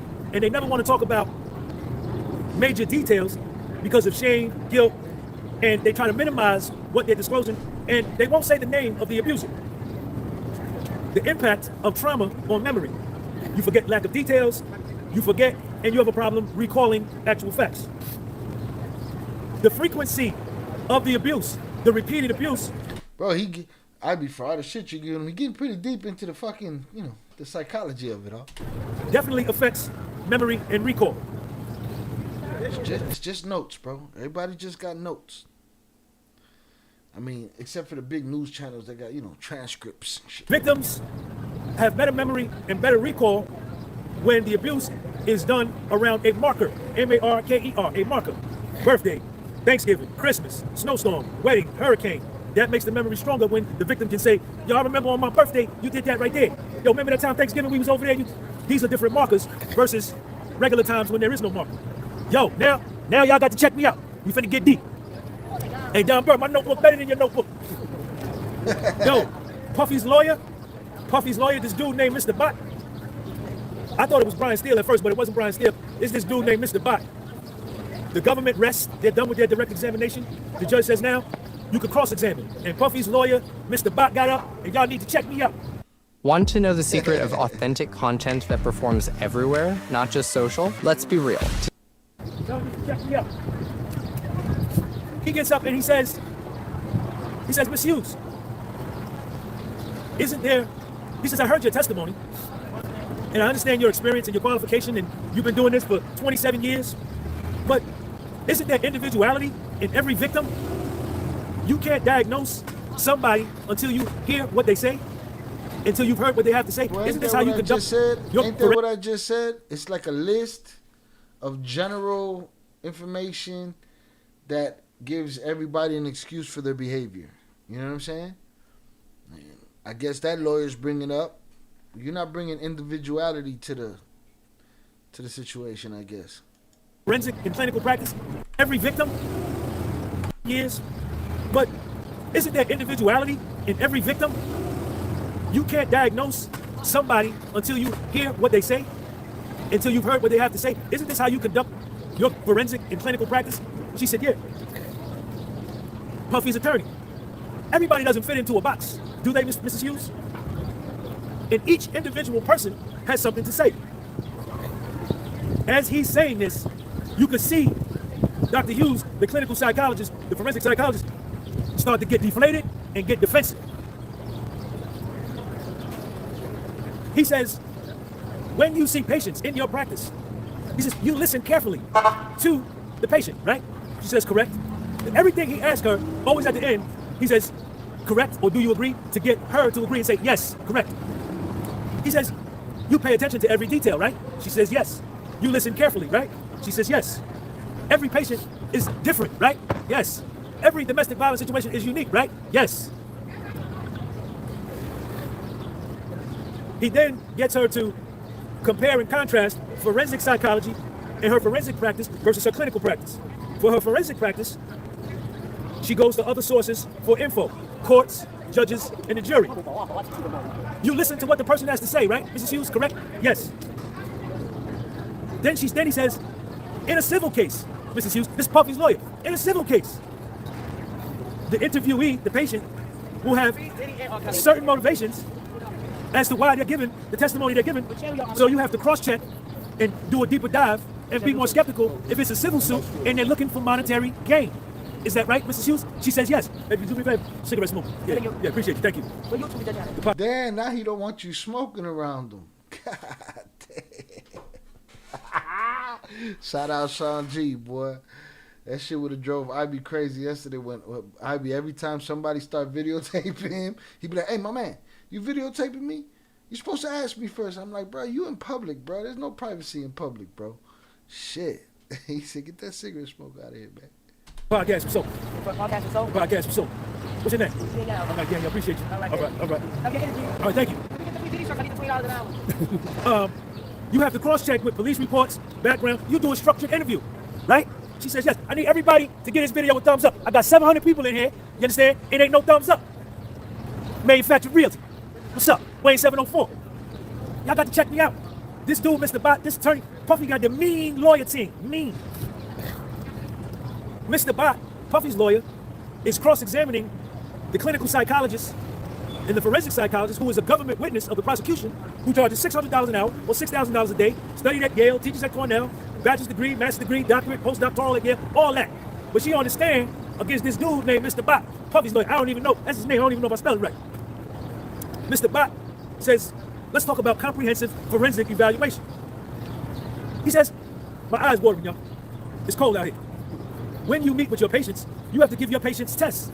Personality assessment tests, a TSI, a trauma system inventory, and you have to do multiple evaluations, correct?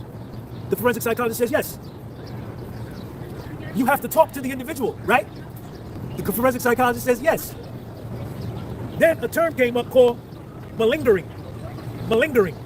And I guess this is some kind of term specific to psychology, and it talks about exaggerating or distorting the facts, or prevaricating. Who's that right there? Treadmill Games. What would you say to men who think therapy is a sign of weakness? When you have a proven... For when victims... Treadmill Games, thank you for the super chat. Malingering is a psychology term used for when victims exaggerate and distort facts, or they fabricate facts and events, or they prevaricate. Now, when you prevaricate, you stray away from the truth, or you just outright lie. Mr. Bot, Puffy's lawyer, brings up this other term called validity scale. And he says, Ms. Hughes, don't some people try to fool the personality assessment test, their response style, they minimize certain things, they exaggerate, or they practice avoidance? The clinical psychologist said yes. Now, here we go, y'all. Put your seatbelt on. Put your seatbelt on. Put your seatbelt on. What's up, man? Mr. Bach says to the clinical psychologist on the stand, Miss Hughes, isn't it true that you've given the same testimony today that you have always given in court matters, criminal or civil? She said, yes. So it was a canned statement. That's it. She came there for a canned statement. Nothing specific to this case, and that's a trick. That's a trick. It's a legal trick, and if it gets exposed, it got exposed. Mrs. Hughes, haven't you been hired by this court, the Southern District of New York, by the Department of Justice in the past? She said yes. Haven't you been hired for $600 an hour, $6,000 a day by the federal court in Brooklyn, the Eastern District of New York, Department of Justice? She says yes. Mr. Buck, you have given the same exact testimony that you've given today before in other courtrooms that you gave today.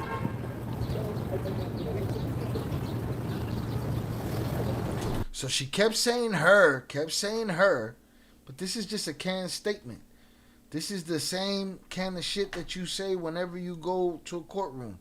And you're going to say it over again and over again. So it's a trick, man. It's a trick. Make you think that she's talking about this specific case. Make you think she's talking about the situation at hand. And everybody say, oh, that sounds like Cassie. Yeah? Text message sound like her too. He asked her, question her, are you sure you haven't read any info on this case? Are you sure you ain't read any info on this case? Mr. Bach, puffy lawyer. She denies it. She denies it. She denies it. She kept saying her. She kept saying her. She says there is no fact I can give you. Then she starts talking about bioneurology of the brain. Mr. Bach tells the clinical psychologist, I can tell you about Cassie because I've been here in the court listening to her testimony, but all you can tell me about is your experience, your 27 years in psychology, your degrees, your master's degree, your doctoral, you're president of the American Psychology Association. Mr. Bach asked her, you haven't spoke with one witness in this case, right? She said no. Mr. Bach, people go to civil lawyers for different reasons, right? Miss Hughes? She said yes. He says, Miss Hughes, all of your forensic work is dealing with victims that have civil suits that want money, right? She kind of goes around that. By now, Mrs. Hughes, Dr. Hughes, she's deflated. Poof. All the air come out of her.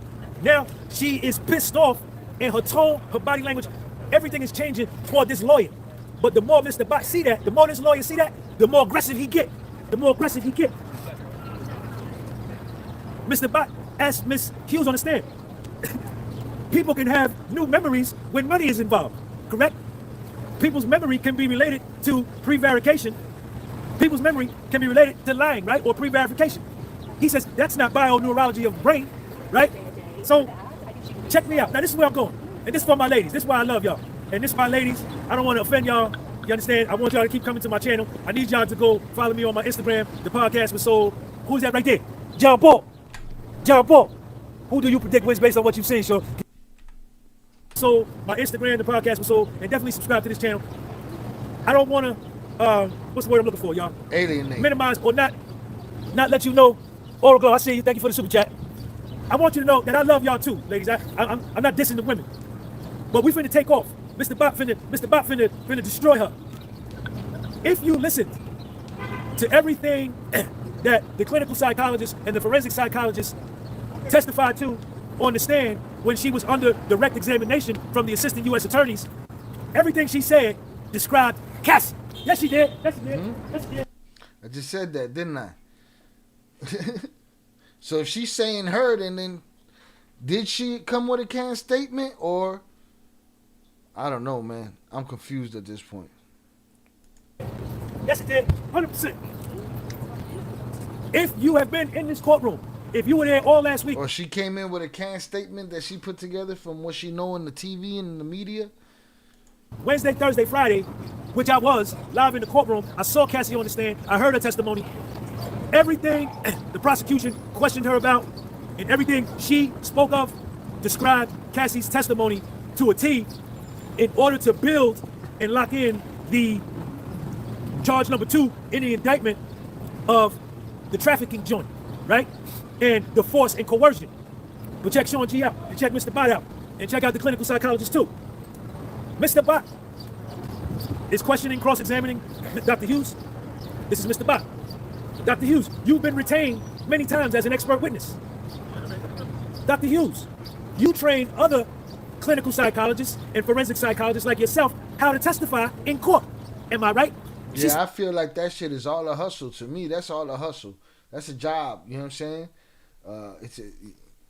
They run into these trials. That's why everybody got their own expert. Because you're going to get 2 experts on the same subject that's going to go against each other. It's like, come on, man. It's all a circle jerk, man. The whole shit is a scam. Start talking about something else. She started talking about something unrelated in court. Clinical psychologists and forensic psychologists like yourself how to testify in court. Am I right? She started talking about something else. She started talking about something unrelated. But Mr. Bott, boom, brought her right back. Said, don't do that. Dr. Hughes, isn't it true? You prepare other clinical psychologists and forensic psychologists like yourself how to go through direct examination and cross-examinations. Dr. Hughes started talking about something over there. She don't answer the question. That's twice in a row. Dr. Hughes started talking about some shit over there. She trying to deflect.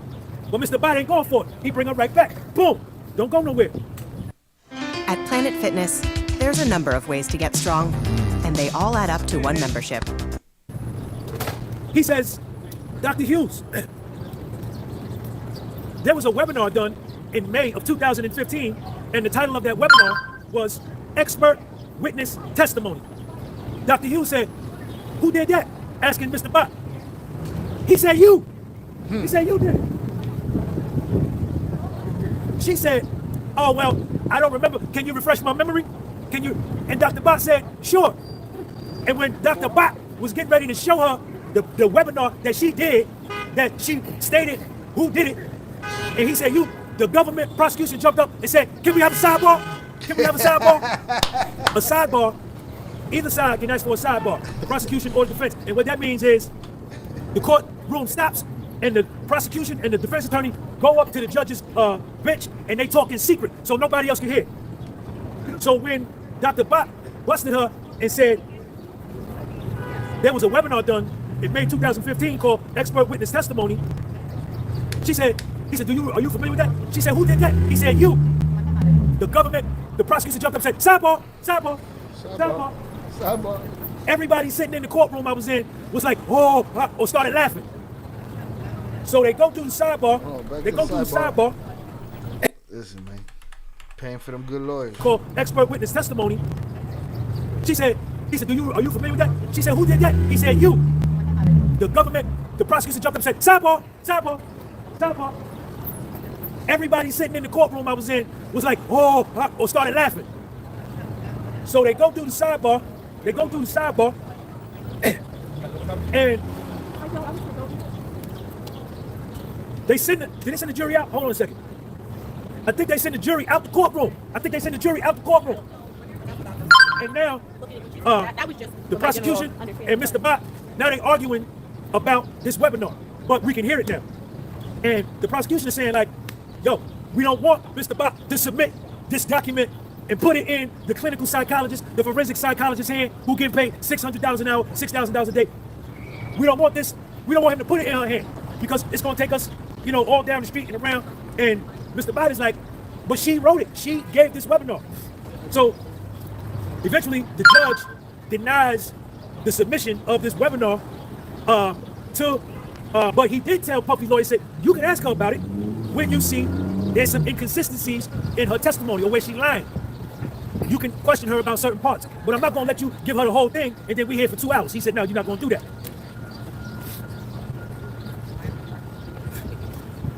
The webinar, how many likes I got? I need 100 more likes. I need 1,000 people in here. Share this video, please, and thank you. Bruh, sound to me like the defense is a beast. That's it. webinar, check me out. The webinar that Dr. Hughes gave, the clinical psychologist, the forensic psychologist that taught at Yale, master's degree, bachelor's degree, all of this and that, president of the American Psychology Association, faculty at Cornell. The webinar she gave was funded by the DOJ, by the Department of Justice, the very people that are prosecuting Puffy. And the title of the webinar was Expert Witness Testimony When Dealing with Domestic Violence in Court. So basically they called their expert actor to come understand and, you know, say their canned statements and sway it the way they want it to go. There were 4 parts to the webinar. Number 1, advanced preparation. Number 2, preparation for court. Number 3, conduct on the stand, how to conduct yourself on the stand. Number 4, navigating through direct examination, navigating through cross-examination. Remember I shared with you earlier. She might need to go to her seminar because it sounds like she didn't navigate that shit correctly. Mr. Bot already questioned her about training other clinical psychologists like herself how to act in court, how to give testimony. There was another part to this webinar she gave. Helping expert witnesses handle stress in court, coping mechanisms, how to deal with objections, how to deal with questions from defense attorneys, how to deal with objections. Conduct on the stand was another part. Know your audience. 2 sections under know your audience was know your jury, know your judge, in case it was a bench trial and there is no jury. Yo, check this part out. Check this part out. Check this part out right here. Yo, check this part out. This is so crazy. Check this part out right here. Puffy's lawyer, Dr. Buck, asked Dr. Hughes on the stand. He said, Dr. Hughes, isn't it true that most of your income that you make today is from court-related work? Oh. Isn't it true that the majority of your income comes from you coming into court giving expert witness testimony? She said, no, that's not true. I need 1,000 people in here. I need 49 more people. She said, no, she better pull out some receipts. She said, no, that's not true. He said, really? He said, Dr. Hughes, are you sure that most of your income that you make today is not from your clinical practice or your private forensic practice or your private clinical practice? It's from you being a witness in court. She said, that's not true. He said, 60% of your income comes from court-related work where you are a witness, an expert witness, and only 40% of your income comes from your private practice. She said, well, that's not most. He said, it's more than 50%. Man. He said, it's 60%, 60-40, that's most. Yo, she was deflated. Poof. Yeah, she tried to pull one of those I was just kidding moves. She tried to pull the, well, that's not most. It is most. Most of. What has most? Which side has the most? Motherfucker. The 60 side or the 40 side? She tried to, but that's not most. Shut her fucking bullshit down, man. Listen, the world is a scam, bro. Yeah, Mr. Bot said that. Mr. Bot said, and don't you give the Southern District of New York and the Eastern District of New York and Brooklyn a lower rate? Instead of your $600 an hour or $6,000 a day, you charge them less because of the amount of work that they give you?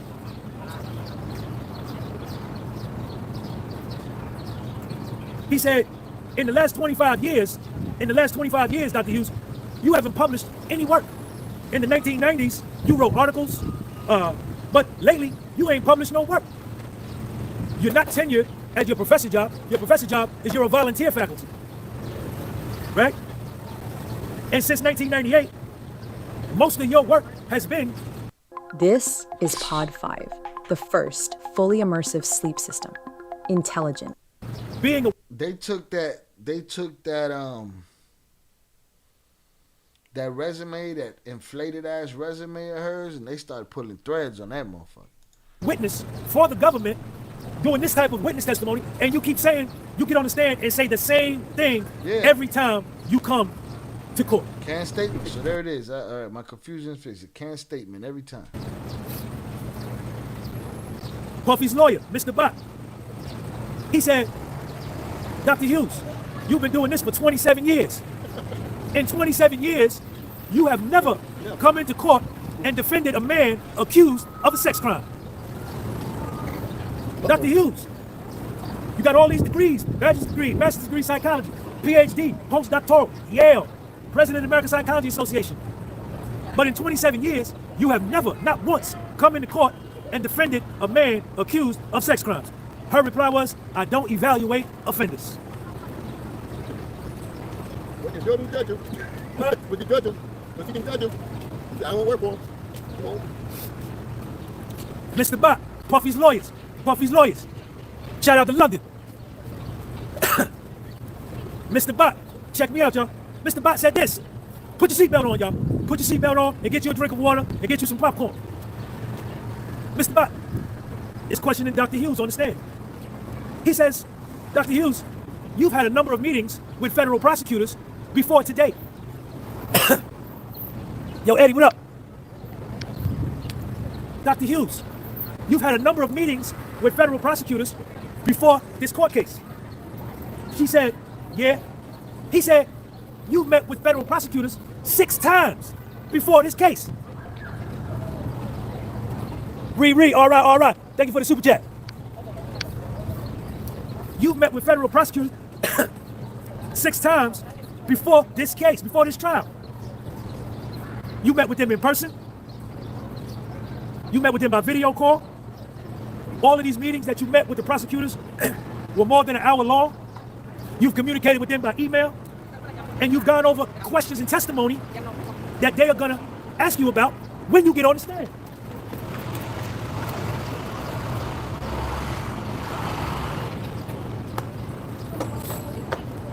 Puffy's lawyer, Mr. Bot, to Dr. Hughes, cross-examination. Dr. Hughes, you don't know the facts of this case. Dr. Hughes, what facts did the prosecutors tell you in these meetings that you met with them 6 times in person? Dr. Hughes, last week, after Puffy's defense lawyers gave their opening statement, you met with prosecutors after that. After Puffy's defense laid out their game plan, Dr. Hughes, you met with the government again. Dr. Hughes, a plan. After that, after the trial started. Dr. Hughes, isn't it true? Isn't it true that you were here as an expert witness? You met with the government again with federal prosecutors after Cassie testified. After she testified. That's important. After.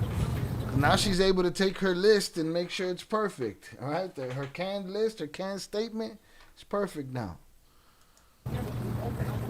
When he said that, the prosecution jumped up and said, sidebar, need another sidebar. They stopped the court again. Everybody in the courtroom, Brian, you was in there? No. Brian, Anthony. Yeah.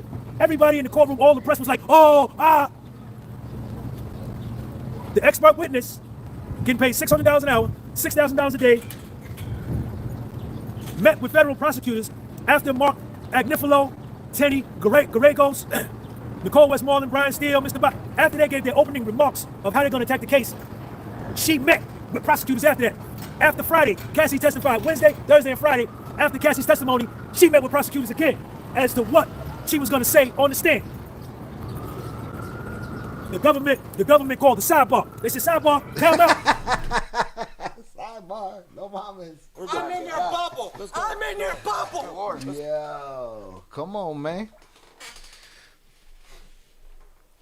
When they code, they code. If the prosecution shit in the bed, they shit in the bed. It's what it is. Tranquilitos. Time out, sidebar. They stopped the court. They came back. Mr. Bot wasn't no let up on his setup. He showed no mercy. He smelled blood. He went for her jugular vein. He asked her, Dr. Hughes, what topics were discussed with the government? Dr. Hughes said, I was helping them about the case. I swear, yo, this is a true story. When they came back from the sidebar, Mr. Bot went right at it again. What topics did you discuss with the government after we gave our opening statement and after Cassie testified? She said, I was helping them with their case. He said, you, as a clinical psychologist, forensic psychologist, were helping these lawyers with a legal case? Like saying, like, how could you help them? And these are lawyers, right? She said, Dr. Bot said, how could you be helping them and you know nothing about the facts and you needed 6 to 8 meetings to educate these lawyers about the case? The government jumped up again. Sidebar, time out, sidebar. Stop it again. They came back from the sidebar. Dr. Bot questions, excuse me, not Dr. Bot, Mr. Bot, Puffy's lawyer, questioning Dr. Hughes. He said, Dr. Hughes, didn't the government and the prosecution share drafts of your testimony with you before the trial? Dr. Hughes, the help you were given, you were emailing prosecutors for briefs with language. You were telling them what language to put in their briefs. Dr. Hughes, what you were doing was advocating. Can you please just hear me out? No, all work management platforms are the same. They take forever to learn, and in the For their side, for the prosecution, meaning you can't be, meaning you're biased, you're compromised. Dr. Hughes, you're getting paid by the Department of Justice, which is the same people that pay these prosecutors. You met with them again. You knew you would be a witness in this case. Yet, you were emailing them language to put in briefs. You were helping them get their testimony together. It sounds like Miss Hughes thinks she a lawyer, huh? And he says, Dr. Hughes, aren't you supposed to be here as a blind witness? Yeah. She said, yeah. He said, I have no more questions. Woo!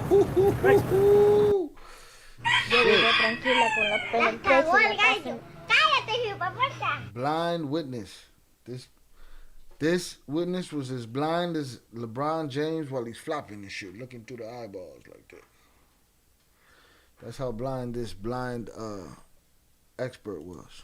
Grace says, Dr. Hughes, aren't you supposed to be here as a blind witness? She said, yeah. He said, I have no more questions. Grace.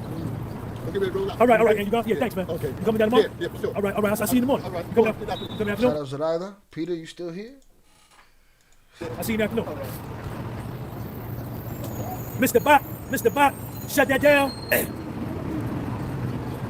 Yo, the prosecution gets up and do a redirect. I don't even write nothing down from the redirect because, yes I do. Check this part out. So Mr. Bot is done with his cross-examination. He says, I have no more questions.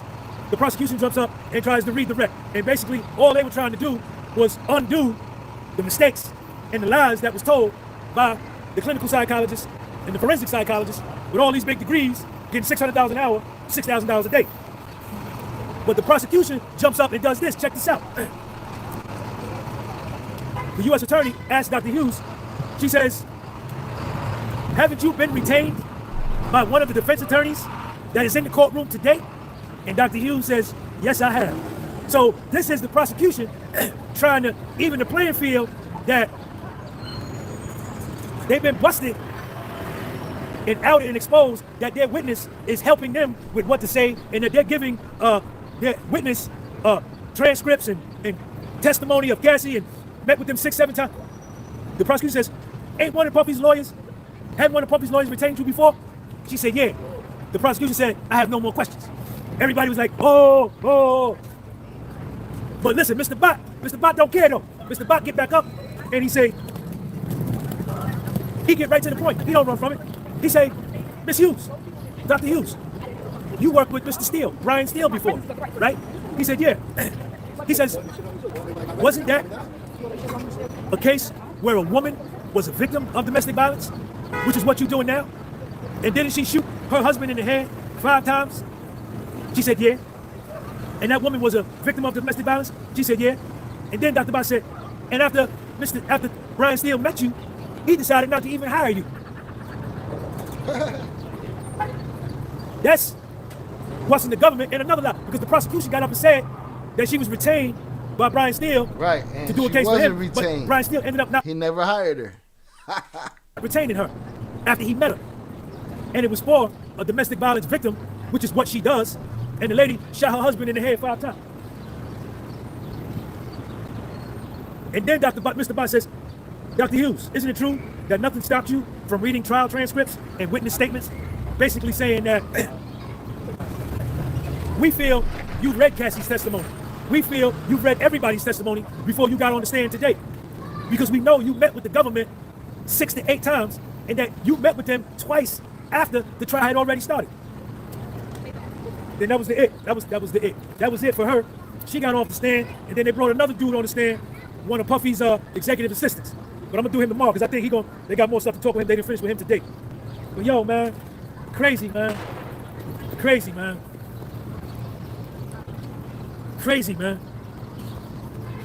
She met with federal prosecutors that's prosecuting Puffy to give him 30 years, the life sentence. And the prosecutors... That right there, dog. Other trials would have been over.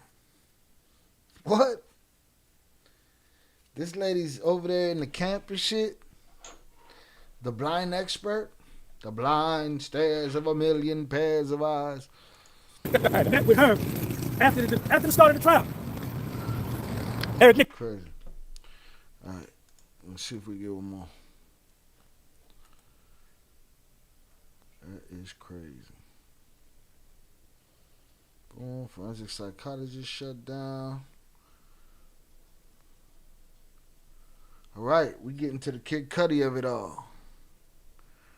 All right. Getting to the Kid Cudi of it all.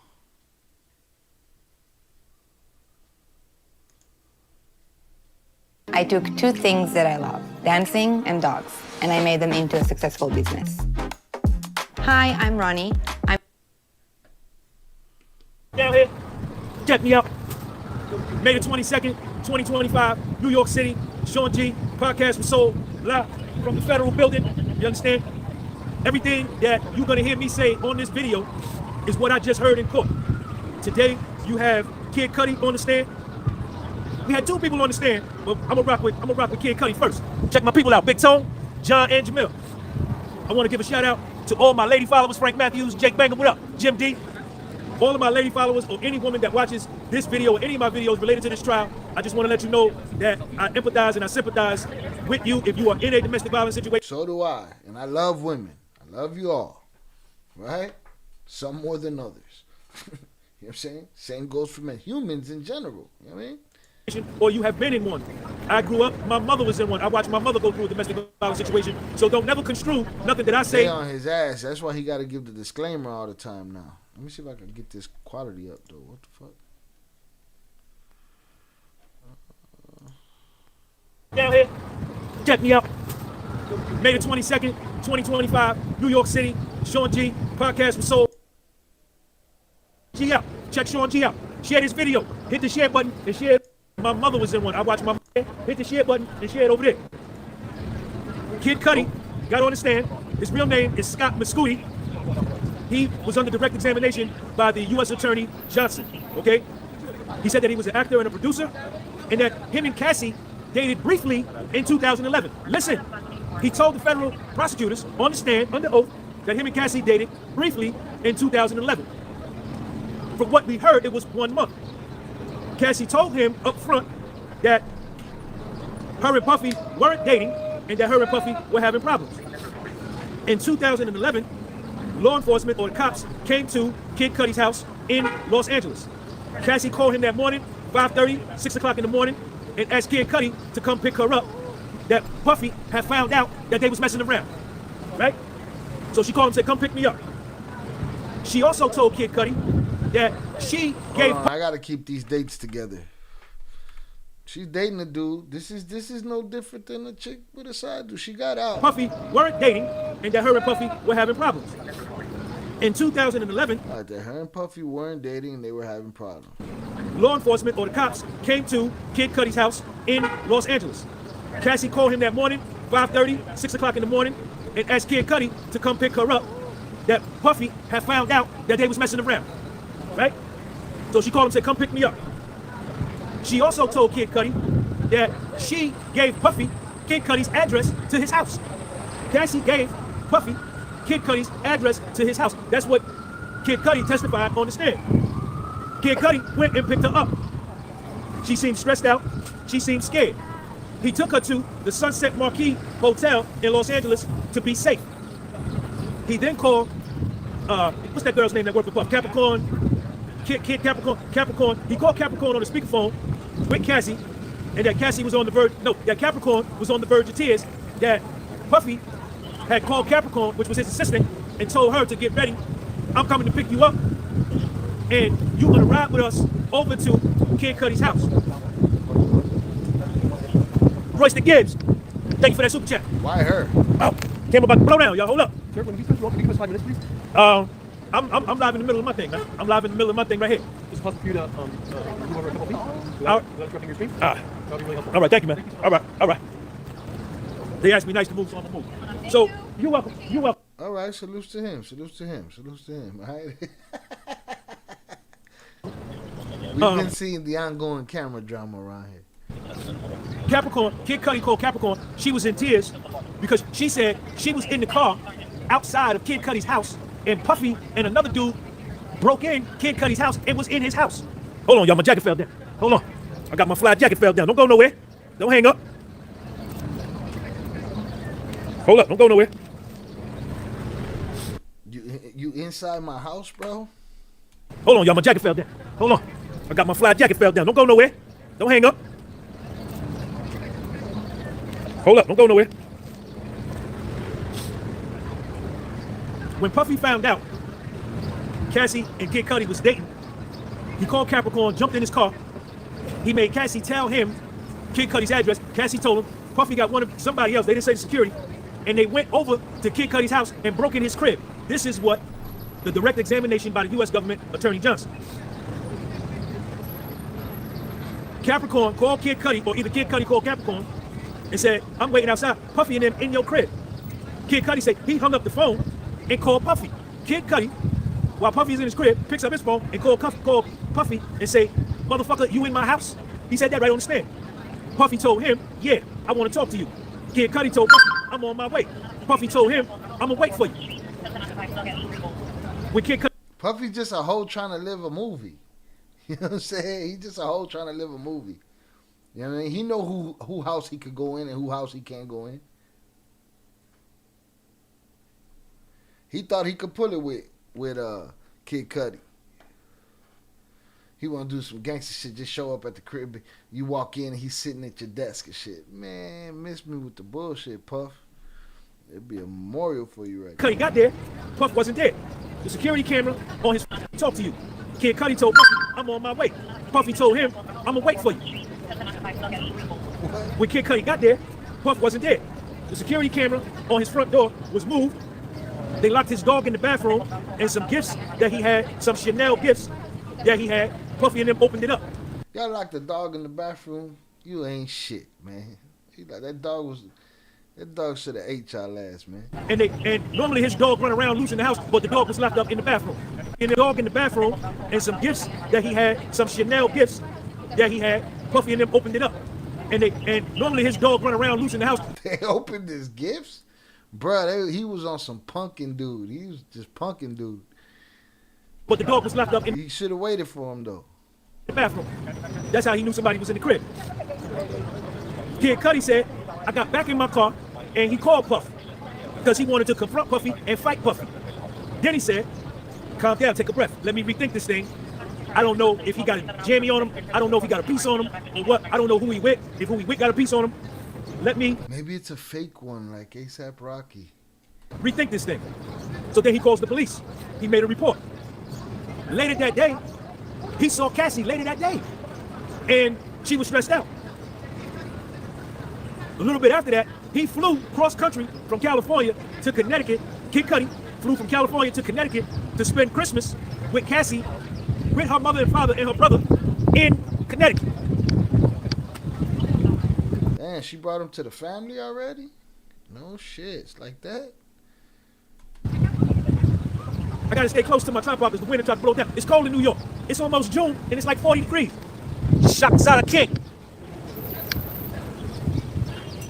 So for Christmas, Kid Cudi flies from California to Connecticut. He stays at Cassie's mother's crib with Cassie, her mother and father and her brother, and spend Christmas with them. While he's there, Puffy is texting Kid Cudi while he's in Connecticut. Kid Cudi telling him, I don't want to talk to you. I don't want to text. A little bit after that, a few weeks later in January, that Christmas was December 2011. January 2012, they break up. Cassie breaks up with Kid Cudi. Right? So that's the way it was initially presented, was that they was only together for like a month when he went over there for Christmas, and then she broke up with him in January. That's a lot of drama for a month, boy. Like a month. Well, put your seatbelt on. Put your seatbelt on and wait until Kid Cudi meet with the federal prosecutors. You know, every time Puffy's lawyer say, do you remember meeting with federal prosecutors? You know it's finna go down. I told you they keep using the same tactic and they keep smashing them with the same shit. Check me out. Kid Cudi go back to California And while he is by his ex-girlfriend's sister's house with his ex-girlfriend, his Porsche 911 Cabriolet catches fire. Somebody throw a Molotov cocktail in his Porsche 911. What do you think, John, would happen if people asked for help more often? I think if men begin to ask for help, they cut a hole in the top of the roof in the convertible and set the car on fire. He called 5-0. He couldn't even do that right, because I saw the pictures and he didn't do that right. He fucked it up, but he didn't do that right. Sucker shit. He's just a sucker trying to live a gangster life. He called 5-0. Punch, drink, boxing, keep doing fight. They cut a hole in the top of the roof in the convertible. When did they do back this? to California. Check me out. Kid Cudi go back to California. Okay. And while he is by his ex-girlfriend's sister's house with his ex-girlfriend, his Porsche 911 Cabriolet catches fire. Somebody throw a Molotov cocktail in his Porsche 911.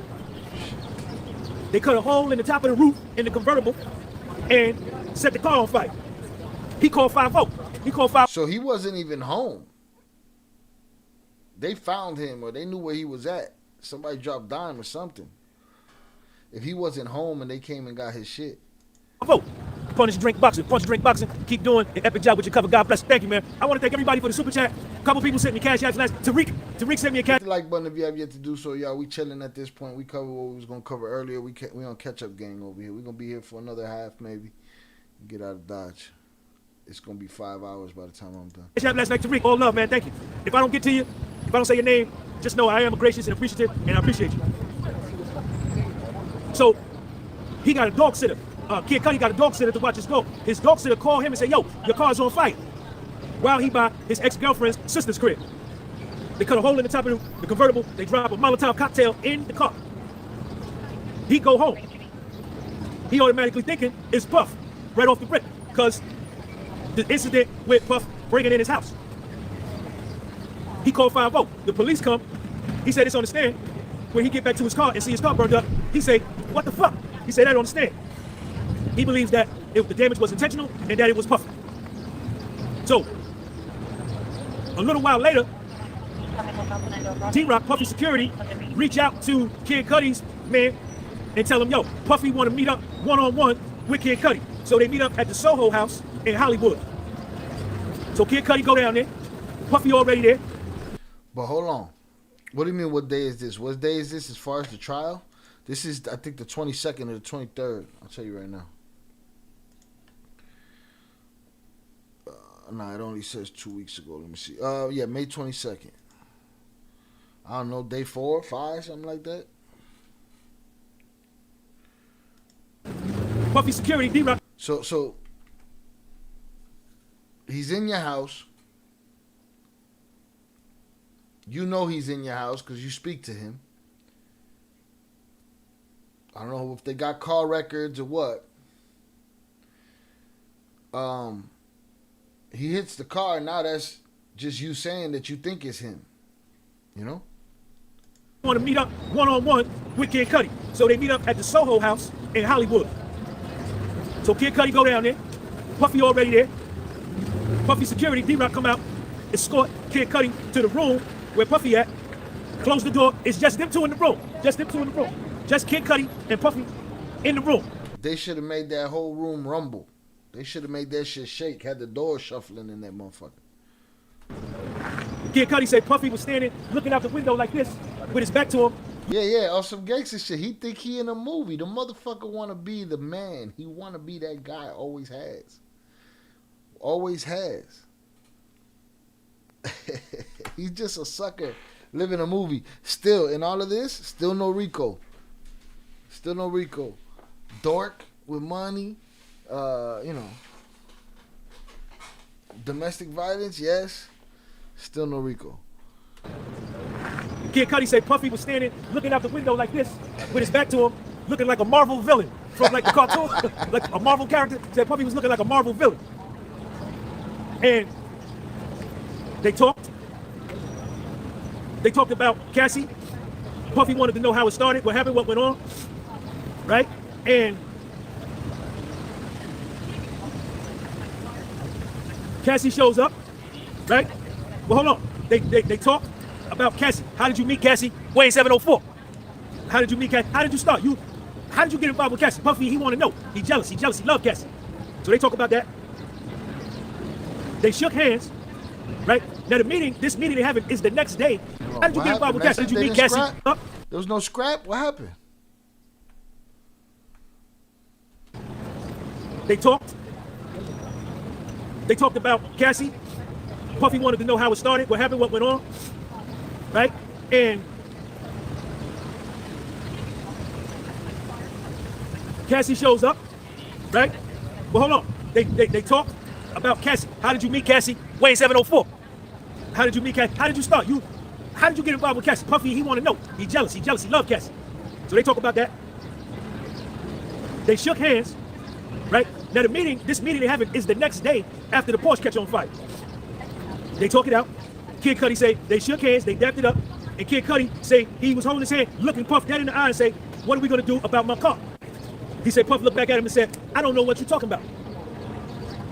And they left. But then Cassie showed up, and Kid Cudi was mad and hurt because she went back. Wait, what? They talk it out. So they talk about that. They shook hands, right? Now this meeting they're having is the next day after the Porsche catch on fire. They talk it out. Kid Cudi say they shook hands, they dapped it up, and Kid Cudi say he was holding his hand, looking Puff dead in the eye and say, what are we gonna do about my car? He said, Puff looked back at him and said, I don't know what you're talking about. And they left. But then Cassie showed up, and Kid Cudi was mad and hurt because she went back with Puff. Then he said that he saw Puff a few years later at the Soho house again, and Puff went up to him and said, I want to apologize about all that bullshit. But this is a few years later. Now, cross-examination. Brian Steele, the one that got Young Thug off. Man, Cudi should have dotted his I. My bad, I had this off the whole time. Cudi should have dotted his motherfucking I, man. Period. Down in Atlanta. Cross-examination, Brian Steele. When it comes to getting to market in a more quick manner, Popular Pace helps us move quickly and efficiently. Brian Steele come out. He ain't playing no game. Listen, I need y'all to hit that like button. I got 700 people in here. I only got 150 thumbs up. Give me a thumbs up. Give me a thumbs up. Give me a thumbs up. Hold on. Give me my stuff. Y'all ready for the cross-examination? Cross-examination of Kid Cudi by Brian Steele. He ain't playing no games. He goes straight for the neck. He said, Kid Cudi, do you have any surveillance photos showing that Mr. Combs was on your property, or who was on your property the day that there was a break-in or your car got blown up? He said, no. He said, the fire department was called, right? The police came, right? You did a police report, right? He said, yes. Brian Steele. Kid Cudi. Here's my problem with that whole shit. Like, you say that the camera was moved, but you didn't see nobody walk up and move the camera? I don't know. The day that there was a break-in or your car got blown up? He said, no. He said, the fire department was called, right? The police came, right? You did a police report, right? He said, yes. Brian Steele. Kid Cudi. Was DNA collected by the cops on your car? Kid Cudi. Yeah, they collected DNA. Brian Steele. Didn't that DNA come back to a female? The government objected. The prosecutors objected. But he ended up, Brian Steele ended up getting his point across that.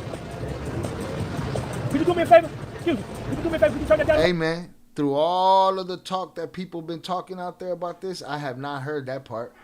That the DNA came back to a girl. Could explain why it was done so haphazardly. Huh? Some jealous chick. He's back with his ex at his ex's sister's house. Maybe Cassie. Could be anybody, right? But he said the DNA came back to a woman. I ain't never heard that part. See, that's why I want to listen to this here. Because people out there talking about the shit that's damning, dude, but they not talking about the shit that looks crazy. Hit the like button. Salute. Peter, this is why you can't get your rent. You're a busy man, dog. Salute. A little bit. Now you can't. I hope somebody comes and interrupt your thing and they tell you no, they can't accommodate you too. They can't help you too. Just gonna come over. He want Buddy to lower his music. Somebody out there wants you to lower your voice. Right? Brian Steele ended up getting his point across that. Could you do me a favor? Excuse me. Could you do me a favor? Could you turn that down a little bit? Now you can't. I hope somebody comes and interrupt your thing and they tell you no, they can't accommodate you too. They can't help you too. Just gonna come over and put the music on. You see them right here. So Can y'all hear that music? Can y'all hear that music? Fuck that music. Can y'all hear that music? Cause YouTube gonna strike my videos, man. Could you give me like 5 minutes, please? 5 minutes? Thank you, man. Thank you. Appreciate you. You got social media? I can help you promote. You want to promote your social media? All right. So the 5-0 collected the DNA off the Porsche, but the DNA came back to a female. Brian Steele, Kid Cudi. There was no eyewitnesses that saw Puff there at your house. None of your security surveillance saw Puff, right? No. You have no evidence that Puffy was at your house.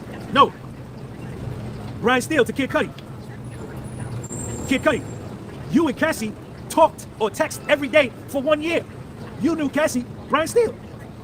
Your relationship had ended with Cassie. Prior to the relationship ending, you and her talked or texted every day for 1 year. Brian Steele looked at Kid Cudi and said, Cassie played you, right? He said, yeah. He said, Cassie played you. Kid Cudi, didn't you go on an international tour with 65 cities called the Cud Life Tour? Yes. In 2011, Kid Cudi, didn't you describe Puffy as an icon? Yes. In 2010, this is all Brian Steele, Puffy's lawyer. In 2010, Puffy, as a favor to Puff, asked you to do a song with Cassie. And yet you ended up, you know what I'm saying, knocking her down, getting with her. Y'all worked out together, you went hiking together, y'all went to the movies, y'all did drugs together, right? He said, drugs, what you mean? He said, you mean weed? Brian Steele said, yeah, we smoke weed together. Brian Steele, you had consensual sex with Cassie?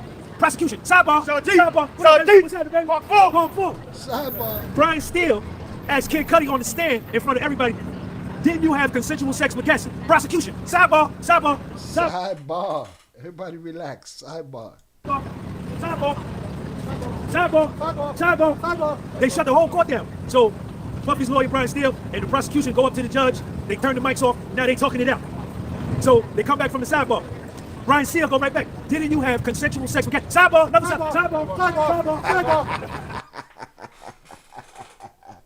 Yeah. 2 sidebars back to back. So they come back. So Brian Steele, he leave that alone because he already made his point. He says, you really liked Cassie, didn't you? Kid Cudi, yes. Cassie told you she wasn't really with Puff, right? Yes. In Thanksgiving 2010, she told you her and Puffy were having problems and that they were on again, off again. Yes.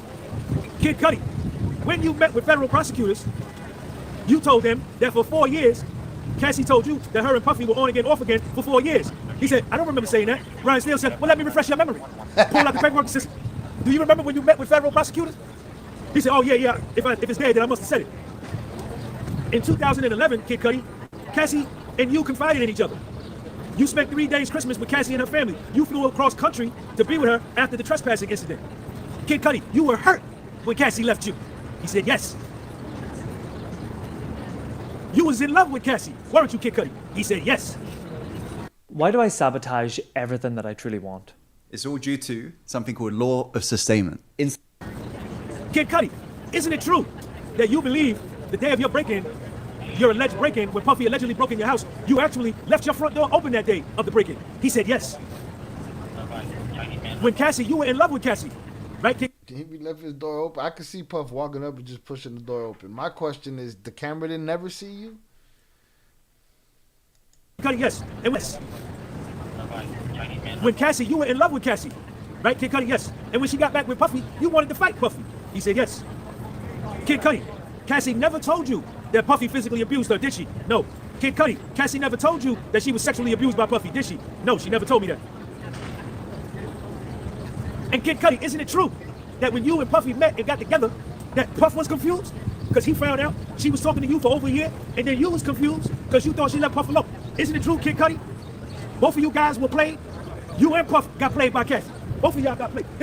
Shit, it's a dirty game, boy. It's a dirty game. Huh? Everybody gonna overlook all of that, but it's part of the deal. And this is the shit that they're not gonna tell you on fucking, these other shows or these other places, man. I'm trying to hear it from Buddy. This is what Brian Steele is saying on the stand.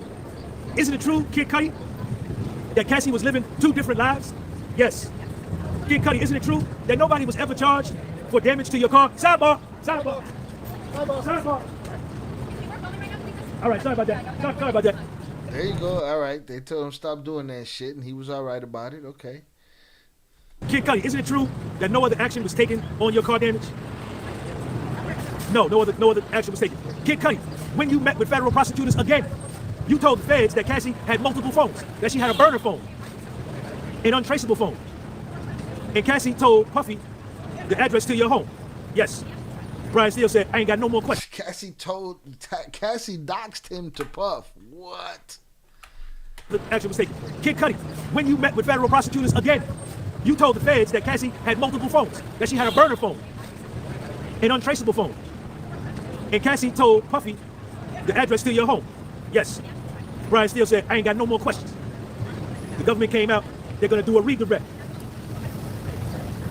And then they just tried to clean up what he, you know what I'm saying? And then there was no recross, so it was over. So Cassie, according to Brian Steele, had consensual sex with Kid Cudi and had been seeing him for over a year without Puffy's knowledge. Not according to Brian Steele, according to Kid Cudi's testimony and his yeses and his nos. She playing Puff. You understand? She got Kid Cudi on the side right here, Kid Cudi in the cut. And then Cassie telling Kid Cudi, nah, me and Puffy, we ain't together, but she's still rocking with Puff too. So she playing both of them. So Puffy is confused, Kid Cudi confused, so they get together and try to compare notes. Like, well, what is she telling you? Well, here's what she telling Cassie playing both of them. So what the government was attempting to establish this morning with Kid Cudi was the fact that Capricorn Karen, whatever the hell her name is, who was Puffy's assistant, and some security person, Capricorn Clark, were acting in concert with him to do the arson on the car, because arson is a part of the RICO, and to show that his employees are a part of the racketeering conspiracy. I am now not convinced that he did the car. This is giving me new information that I didn't know before, and it makes things that I was already questioning make sense. And if you railroad a man and you add a car to the evidence against him that's not his shit, then what are we talking about here? Maybe he was in your crib. Okay, cool. Couldn't nail that one to the wall either. But don't go put some shit that ain't supposed to be there. You know? When you, Kid Cudi, was with old girl, you split up with old girl, you left, you came back, you went to hang out with the ex-girlfriend and the ex-girlfriend's sister, somebody else came along, hit the whip, DNA to a woman. That's information I didn't know before. Why? Because all of these outlets that was talking about it, they didn't tell me that. They just told me that Puff blew up dude's shit. That's it. And that's what I'm talking about. Hit the like button if you have yet to do so. That's what I'm talking about. That's new info. That matters. I don't believe Puff had anything to do with the car. If that ain't his DNA, you can't blame it on him. I don't believe he did nothing to that car. Now it could have been any puteria,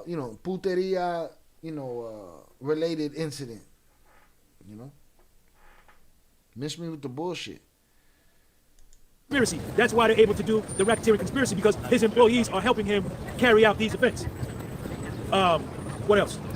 But what Brian Steele did today was he showed and proved, who's that right there? 78 Sports TV, thank you for that super chat. What he showed and proved today, Brian Steele, was that, number one, Cassie was involved with Kid Cudi for over a year.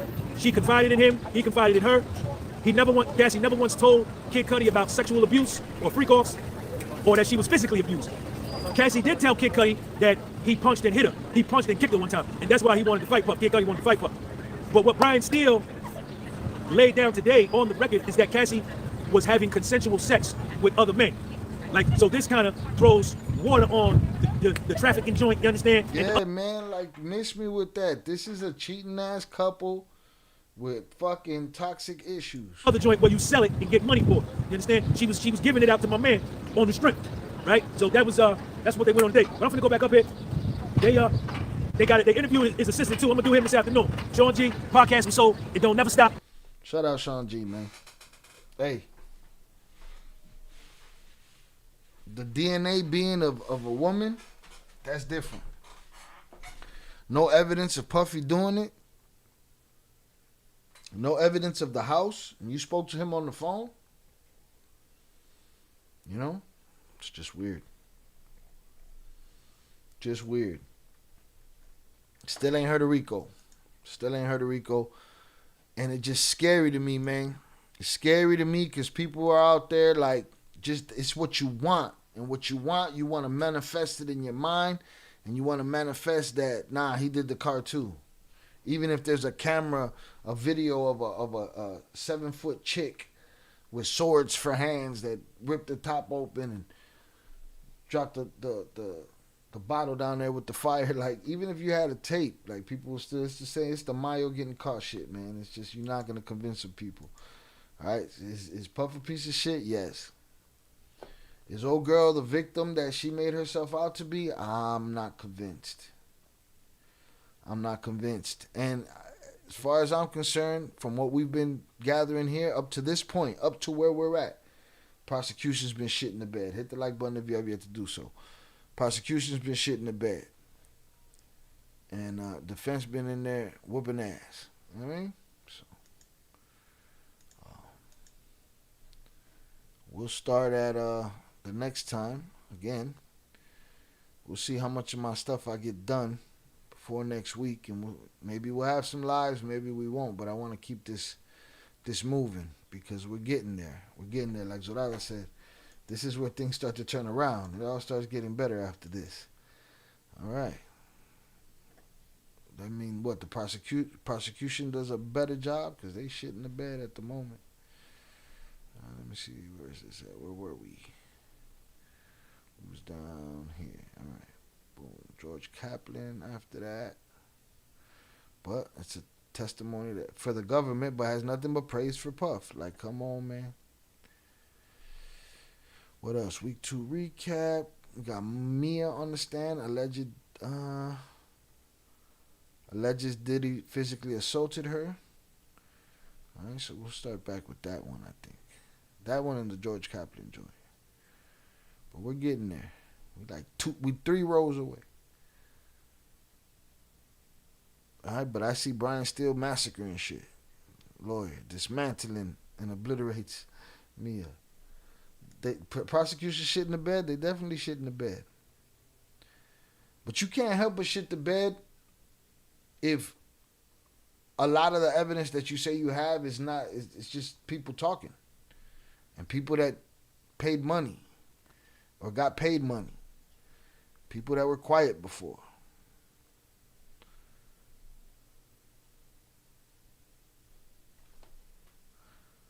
Yeah, no, we're gonna get to it.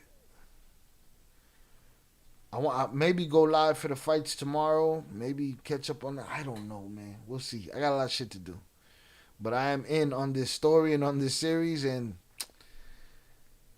you know, it still ain't. I still ain't convinced. Shout out Vicente on the check-in. Salutes, appreciate you.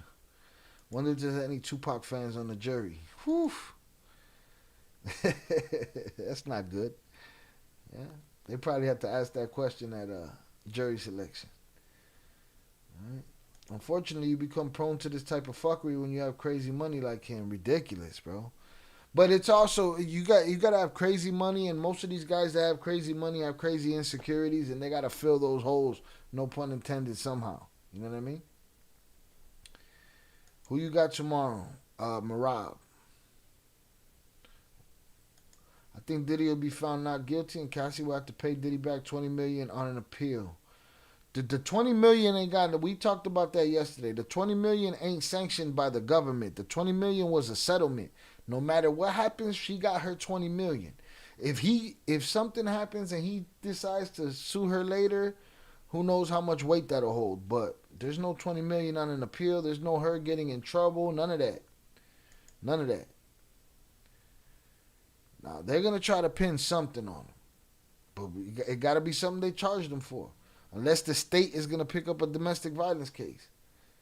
And I don't know, man. After the shit that Steele and them doing now, I don't know what he's going to see. But again, there's more. I have more. You guys know more probably from listening in pieces all over the place. But I'm trying to go thorough as I can with notes from Sean G.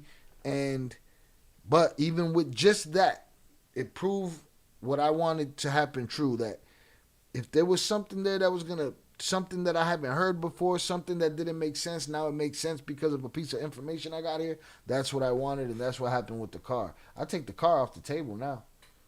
I don't believe Puff had nothing to do with that car. I don't. Next, somebody gonna say, "Oh, he hired a chick to do it." It's too easy for a guy that's running around smashing everybody's girl and going back to his ex after spending Christmas with the other one. And that could have been any woman. Didn't they say DV was past the statute of limitations? Well, there it is. They're gonna get him for the hammer. They're gonna try to get him for something. But the thing is, the people in the world want me to prosecute dude. Y'all know when this shit started, I said it out loud, hey, and I thought it was all true. But I'm seeing that a lot of this shit is just media hype, bro. A stupid, dirty motherfucker. But he for as much as he fucked up, he covered his tracks. In a lot of sense. But to give him what they trying to give him, it's not right. Not right. I mean, it's crazy. Crazy talk, man. All right, y'all, we've been here 4 hours. Get your thoughts in. Get your hundreds up. Salute to the chat. Miguel Lopez. Peter Asaj. I know Shannon was in here early. Salute Shannon. Positive vibes and salutes to JP wherever he's at. Shout out Chicken Little for coming in here like a wrecking ball. Salutes Upper Echelon. Salutes Zoraida. Split that pie. Appreciate you. Peter Asaj. Robert. Salutes Robert. Missed him in here earlier. Didn't see his name. Rest in peace, Chucky Chingon. Salutes Upper Echelon. Shannon. Velez. Primo. Split that pie. I think Sally was in here earlier. Salutes to Sally.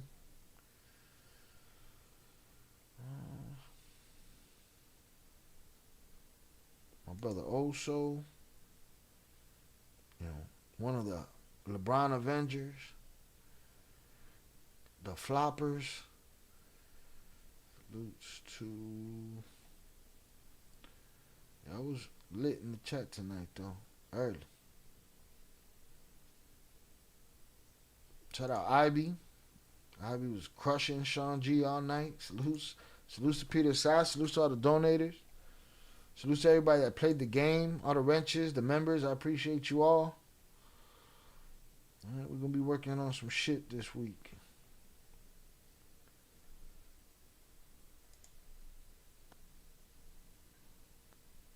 Shout out Raven. Was in the building.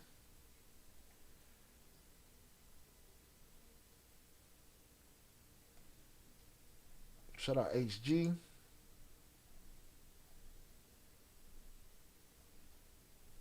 Velez.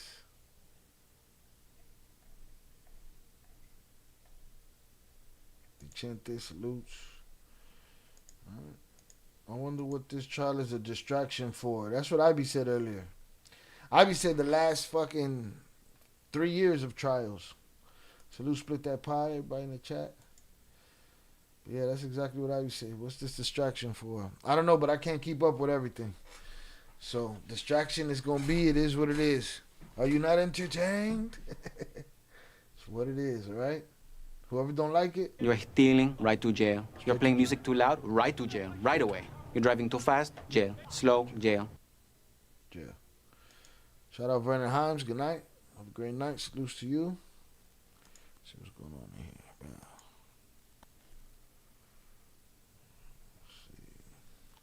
Hundreds up for y'all. Maybe we'll be back for the fights tomorrow. Who knows? We shall see. Your boy got a lot to do. Takes a lot of brain power. Hit the like button if you have yet to do so. After party in the Discord. All right. Let's see. We're caught up over here. That's it. I haven't been editing. Got a couple of things I'll try to get out next week. But, again, there's only one me. And things got to slow down to move forward. So we'll see how that works. All right. Share. Tell a friend to tell a friend. Go catch up on something you haven't seen. Hit the like button. And we'll get after it. Shout out to the top three. Zoraida, Velez, and Shannon. Top three at the end. Also on fourth. Primo on fifth. Vernon in sixth. IB in 7th. Split that pie in 8. Peter at 9. Raven at 10. HG at 11. Big June at 12. Miguel Lopez at 13. Vicente at 14. Pure Art at 15. Adrian Torres 16. Ricky Bobby 17. Upper Echelon 19. Yeah. Got a little list going on there. Boom. Salutes to y'all. Y'all have a great night. Great rest of y'all night. Have a great morning. Great day tomorrow. Salutes. Positive vibes to everybody. And with that being said, I will holla. Peace.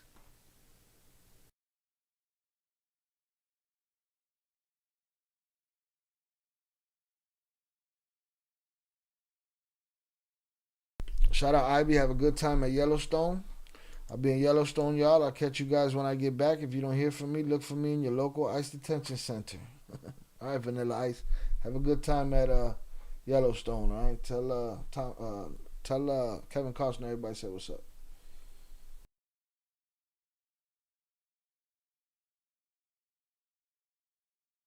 But I wanted to do hood rat stuff for my friend.